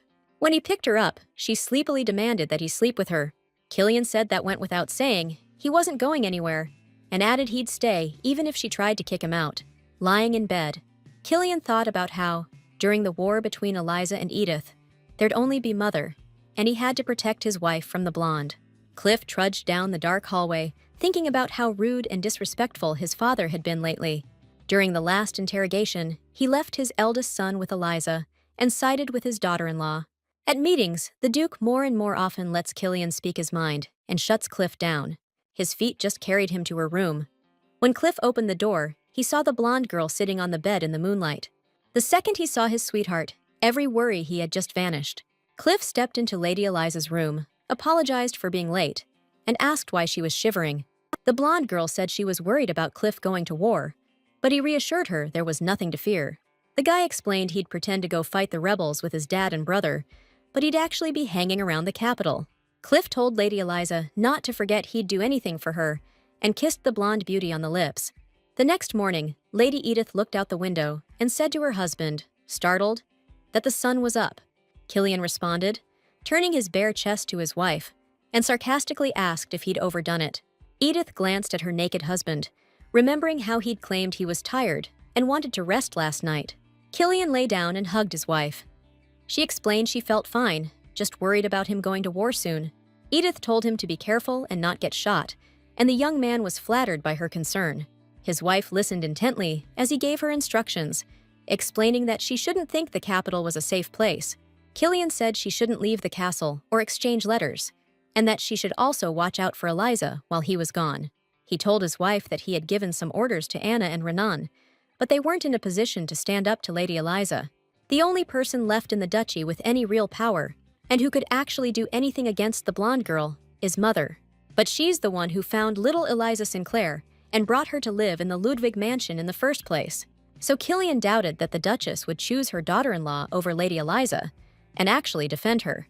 In her husband's tender embrace, Edith remembered what came after the territorial war arc, and her heart started pounding. Her husband asked if that was her way of hinting that she wanted a repeat of what happened last night. Edith got out of bed, put on a robe, apologized, and said shyly that that wasn't what she meant. Dude said she didn't need to apologize. There was still time. Edith couldn't help but smile, but said her husband would be late. The ruby-haired girl surprised Killian when she told him to stay put, saying she had something for him. When Edith held out the knitted thing to her husband, he jumped out of bed, threw on a robe, and asked, puzzled, what it was. His wife explained, flustered, that she heard it was cold outside the capital, where the fighting would be, so she got him an arm warmer. Killian was super touched by his wife's attention and gift. He asked if she'd actually made it herself. She confirmed it, then added that even if it didn't look that great, at least it was made from good yarn. The guy grinned and said he knew his wife had magic hands ever since that embroidered bird kerchief at the charity bazaar. The girl looked at her husband questioningly and said that she was really scared back then that nobody would buy her embroidery. The young man laughed and said that's exactly why he bought the kerchief. After a beat, the guy said he'd be happy to use the knitted gift and think of his dear wife. Edith looked at her smiling husband, knowing this little scene wouldn't last, so she needed to get ready for what was coming next. She remembered from the novel that the war wouldn't last long. Duke Ludwig's army would crush the enemy with its superior firepower. The Riegelhoff family would be destroyed, and with the conspiracy evidence discovered during the war, all the rebels would be punished. When Edith said goodbye to Killian as he left for war, she hugged him tight. He squeezed her in a bear hug, covering her face and neck in kisses. But she protested, saying he'd be late for sure. The young lord said, "I can't help it. My legs just won't listen and refuse to take a single step away from you." Edith hugged him even tighter, as if trying to push away the thought that he'd kill her upon his return from the war. During the farewell ceremony, the Duke informed his wife that, in his absence, she would have absolute power over the estate and family. He also gave instructions to his secretary, the butler, and the head maid. Then, he turned to Lady Eliza and asked her to look after Duchess Jessica. Everyone in the room exchanged glances, realizing the Duke had snubbed his daughter-in-law and hadn't said a word to her. Even the Duchess felt the tension and wanted to call out to her husband, but Edith reassured her that she understood. Watching the Duke walk away, Edith said he must be having a hard time leaving the Riegelhoff family's daughter at the mansion. Killian heard her, grabbed her hand, and asked her name. The ruby-haired girl was surprised, but answered, "Edith Ludwig." The young master said that was the right answer and demanded his wife never forget it, and from now on, only use that name. Lady Edith stepped closer to her husband, looked him in the eyes, and begged him not to be reckless or risk his life. She said she'd clearly remember his promise to show her what an extraordinary man he was. Killian kissed his wife's hand and replied that he would gladly fulfill that request. After finally saying goodbye to her husband, the thought occurred to her that the novel had already changed drastically. Now, neither she nor the author could turn back. The story was moving forward in a completely new direction. So, an event that happens in the novel might never actually go down, unless things take a seriously different turn. A week later, Lady Edith was skimming the newspaper and caught sight of some seriously inflammatory headlines. Even the news is showing the tension between the Emperor's people and those backing the Archduke. Edith read an article saying the royal family's keeping quiet, so they don't accidentally look like they're siding with the duchy. Archduke Lanston's also staying silent, just like the Emperor. But everyone knows what this territorial war is really about.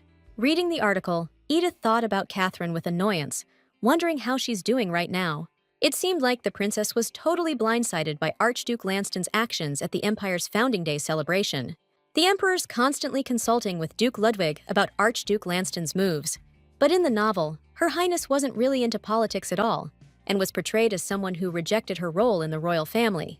Catherine trusted everything to her brother, even after being betrayed by her uncle, and the reason for that isn't even in the book. Edith figured that even though Catherine plays the whole princess rebel thing, there was no way she could sit this situation out. The girl was reading the article when she choked on her tea in surprise, because it said it'd be tough to side with the imperial family now. Anna rushed over to the coughing lady and asked what was wrong. Lady Edith replied that she just choked and asked for some water. After talking with her governess, Edith realized the Samuel incident actually helped her improve her reputation with the servants. But when her father gambled away the mine, the condition for his daughter's marriage, and declared a territorial war, things got unbearable. After that, the staff panicked and started watching their step around the lady, trying to figure out how to act. Edith was happy that there were people in the duchy who believed in her unconditionally, like Anna, Renan, and the Duchess. Those three had taken on a mountain of work, and Lady Edith didn't want to bother them more than she had to. When Lady Edith came to work, Renan told her she could continue working on the Razian estate's documentation. Renan pointed out that Lady Edith had been working hard, so there wasn't much left to do. Duke's secretary said he'd be helping the Duchess with paperwork again today, and he'd be in her office if needed. The guy mentioned the lady looked pale, but she said it was nothing to worry about. Then Renan pointed to the pen in her left hand. He reminded her the work wasn't urgent, so Lady Edith could take a day off to relax. The ruby-haired girl replied she just didn't sleep well, but that wouldn't affect her work. Then Renan pushed a chair back and sat at Lady Edith's desk, asking how she wanted to improve the Ryzen lands. Edith asked if the guy shouldn't be going to the Duchess, but he replied that could wait a little. Renan said he really wanted to chat with Lady Edith, which inspired her to respond. noting she'd only voice her opinion. The girl revealed her dreams of turning the estate into a city of trade and leisure, and pointed out that the idea needed her husband's approval. The light-haired guy objected that Ryson was an isolated area, but Lady Edith replied that everyone thought so because of the mountain range. The girl revealed that after reviewing the documents with details about the Ryson lands, she realized there were places with gentle terrain. If we cut a road through the mountain range for carriages, Ryson will be the closest habitable area.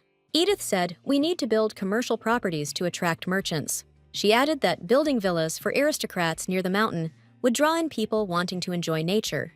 Renan listened with admiration as Lady Edith laid out her plans, concluding that Ryson would be a different city in 10 years. She added that she wanted to discuss this with Killian, but missed her chance because of the declaration of territorial war. Edith said she'd like to go to the territory, see it all for herself, and added that she hoped the war would end soon. Count Riegelhoff entered the war tent with his son and shouted indignantly that he had no idea how many armed forces the enemy had. Nervously, the Count said that Axel Ludwig never ages, and added that his younger son is just as skilled and fast on the battlefield.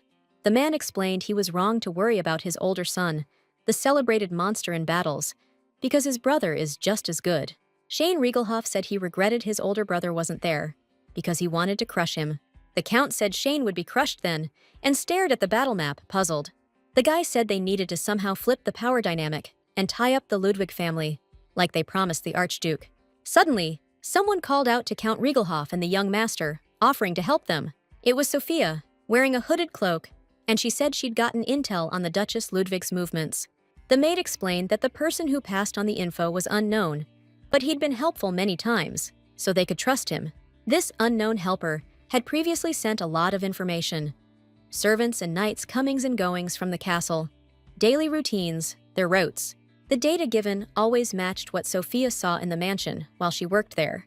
Count Riegelhoff asked if Edith had been in contact, and the maid said no, even though her ingratitude should have limits.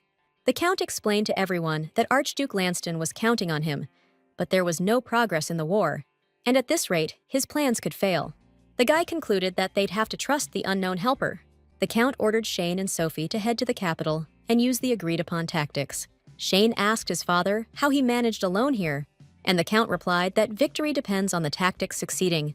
The man, grinning wickedly, stated that if he had all the Ludwig family members in his grasp, Axel himself would come crawling to him. Descending the stairs, the Duchess said she never imagined her long-awaited outing would be for such a reason. Lady Edith and Lady Eliza waited for Mother near the stairs. The Duchess announced that the Sinclair family would be there. Because of that, she suggested that the fair-haired beauty stay close to her during the event. Then, Mother turned to her daughter-in-law and asked if she was sure she would be all right today. The newspapers were full of news about the Ludwig Duchy having a serious advantage in the territorial war.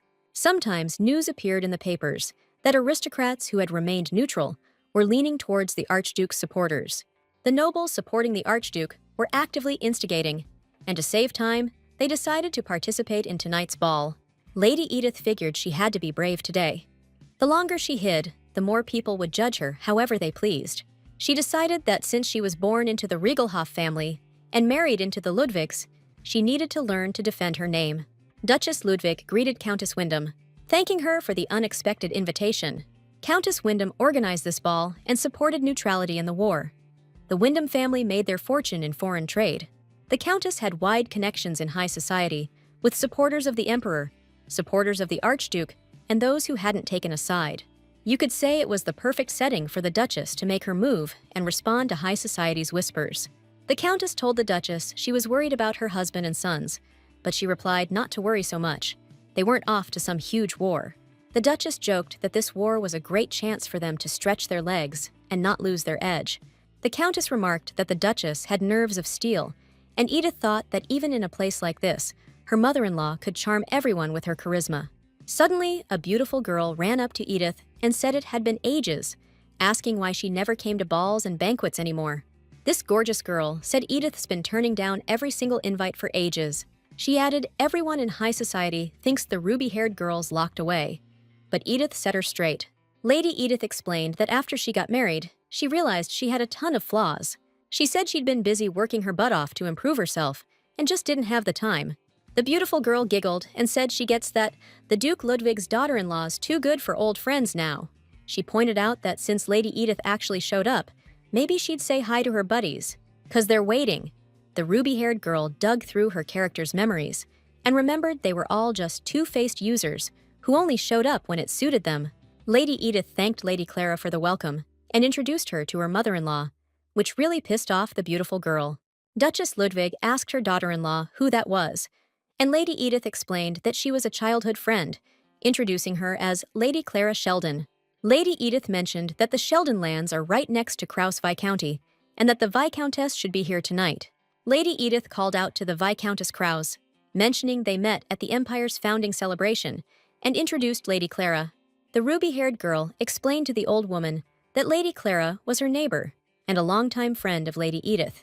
With fake sadness in her voice, she said that she was the only one of them who made a good marriage, so she wanted to look after her friend. Lady Edith asked the Viscountess to introduce her friend to other ladies. Lady Clara protested, but the old woman assured her it was fine. The Viscountess said that since it was Lady Edith's request, she herself would introduce Lady Clara to worthy aristocrats. The ruby-haired girl waved goodbye and thought that Viscountess Kraus only knew supporters of the Emperor. Suddenly, some guy walked up to the girl and took her hand, saying he hadn't seen her in a while. Lady Edith was super surprised by the stranger's familiarity, since he kissed her hand, and she didn't even recognize him. The guy guessed that Edith must have gone through a lot, because she'd lost a ton of weight this year. Lady Edith recognized the guy as Viscount Batlet, the man who often came to haggle with her father. The ruby-haired girl yanked her hand away from the Viscount's grasp, saying touching a married woman like that wasn't cool. The dude said he'd known Edith for years, and figured she was pushing him away because the Duchess Ludwig was nearby. Buttface said the Duchess knew he thought of Lady Edith as a younger sister, then reached for her waist. Edith yelped, slapped the Viscount's hand, and recoiled from him, and the guy got all indignant about her being rude. She shot back that Buttface was the only one being rude, and he should have bailed the second he realized her vibe. The dude tried saying it was just a friendly, family-like touch, but she snapped that even her own brother wouldn't touch her like that. Truth was, Edith was freaking out that the Duchess would see this and get the wrong idea, when she heard heels clicking nearby. Turning around, the sister-in-law saw her mother-in-law's stern face, with Lady Eliza next to her, and the Viscount blurted out, it was a misunderstanding. The Viscount tried to cover, saying Lady Edith had been mentally unstable since childhood, so she sometimes overreacts. The Duchess asked if she looked like someone who'd fall for such a lame excuse.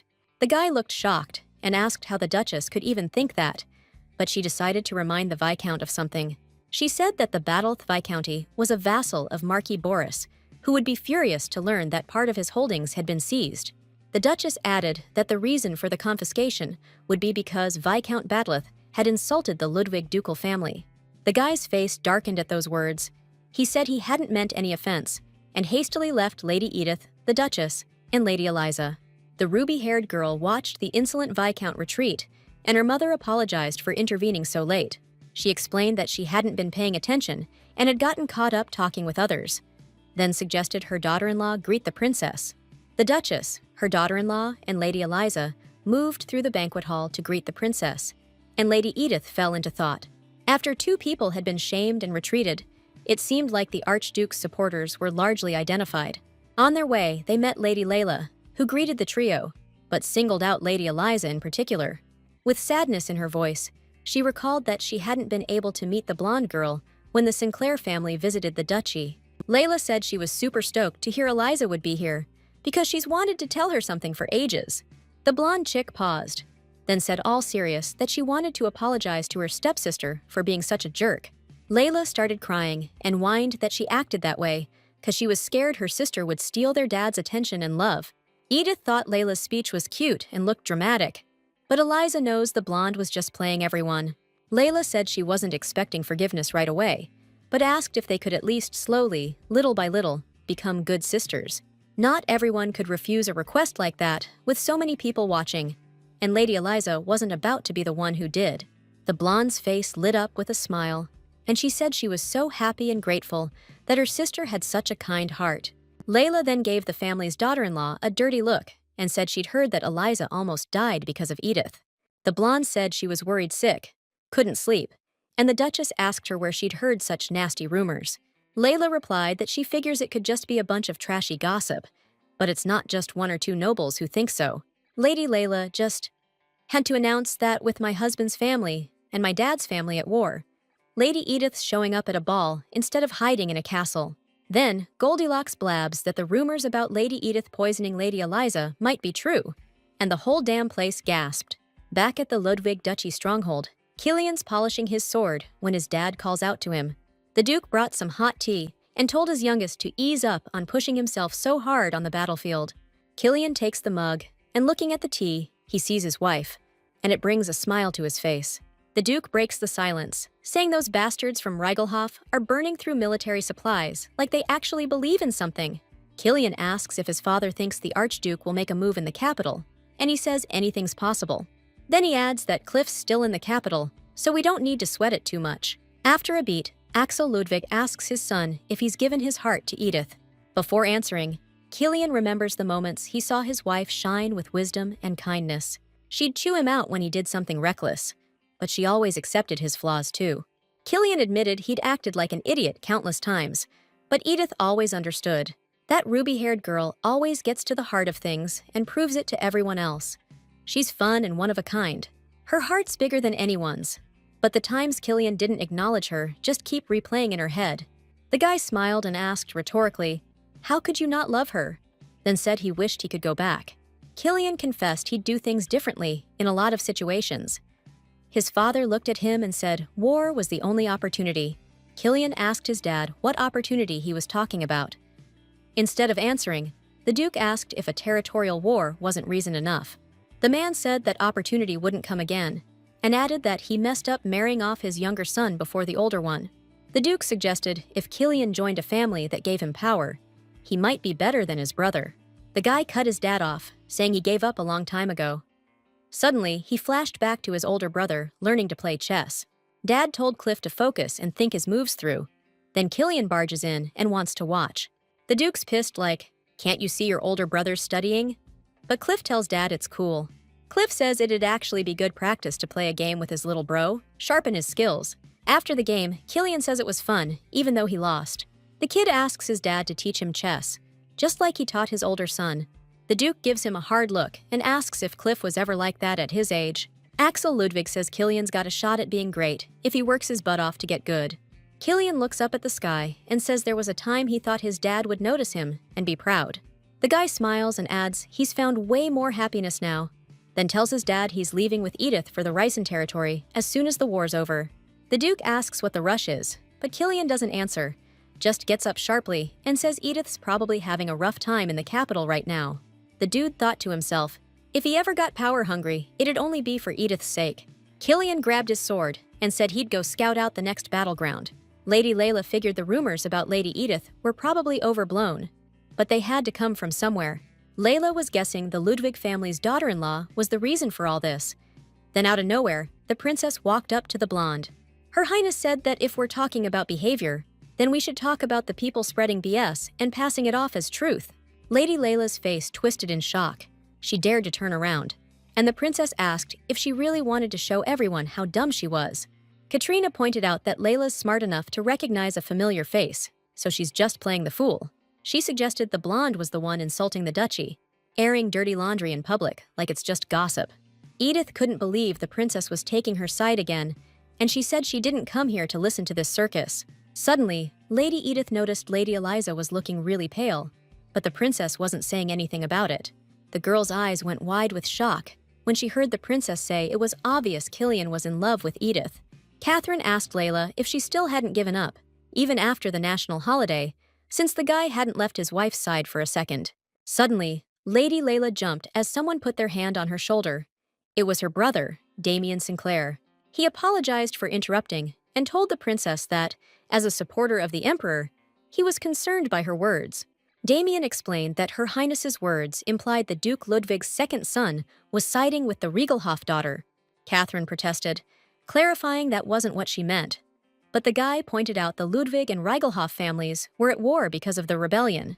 He asked if it wouldn't be logical for the duchy, as a supporter of the emperor, to draw a clear line with the daughter of Count Riegelhof. The ruby-haired girl took a deep breath and gathered her courage to call out to Damien Sinclair. She said that before pointing out his rudeness, she wanted to know what her name was.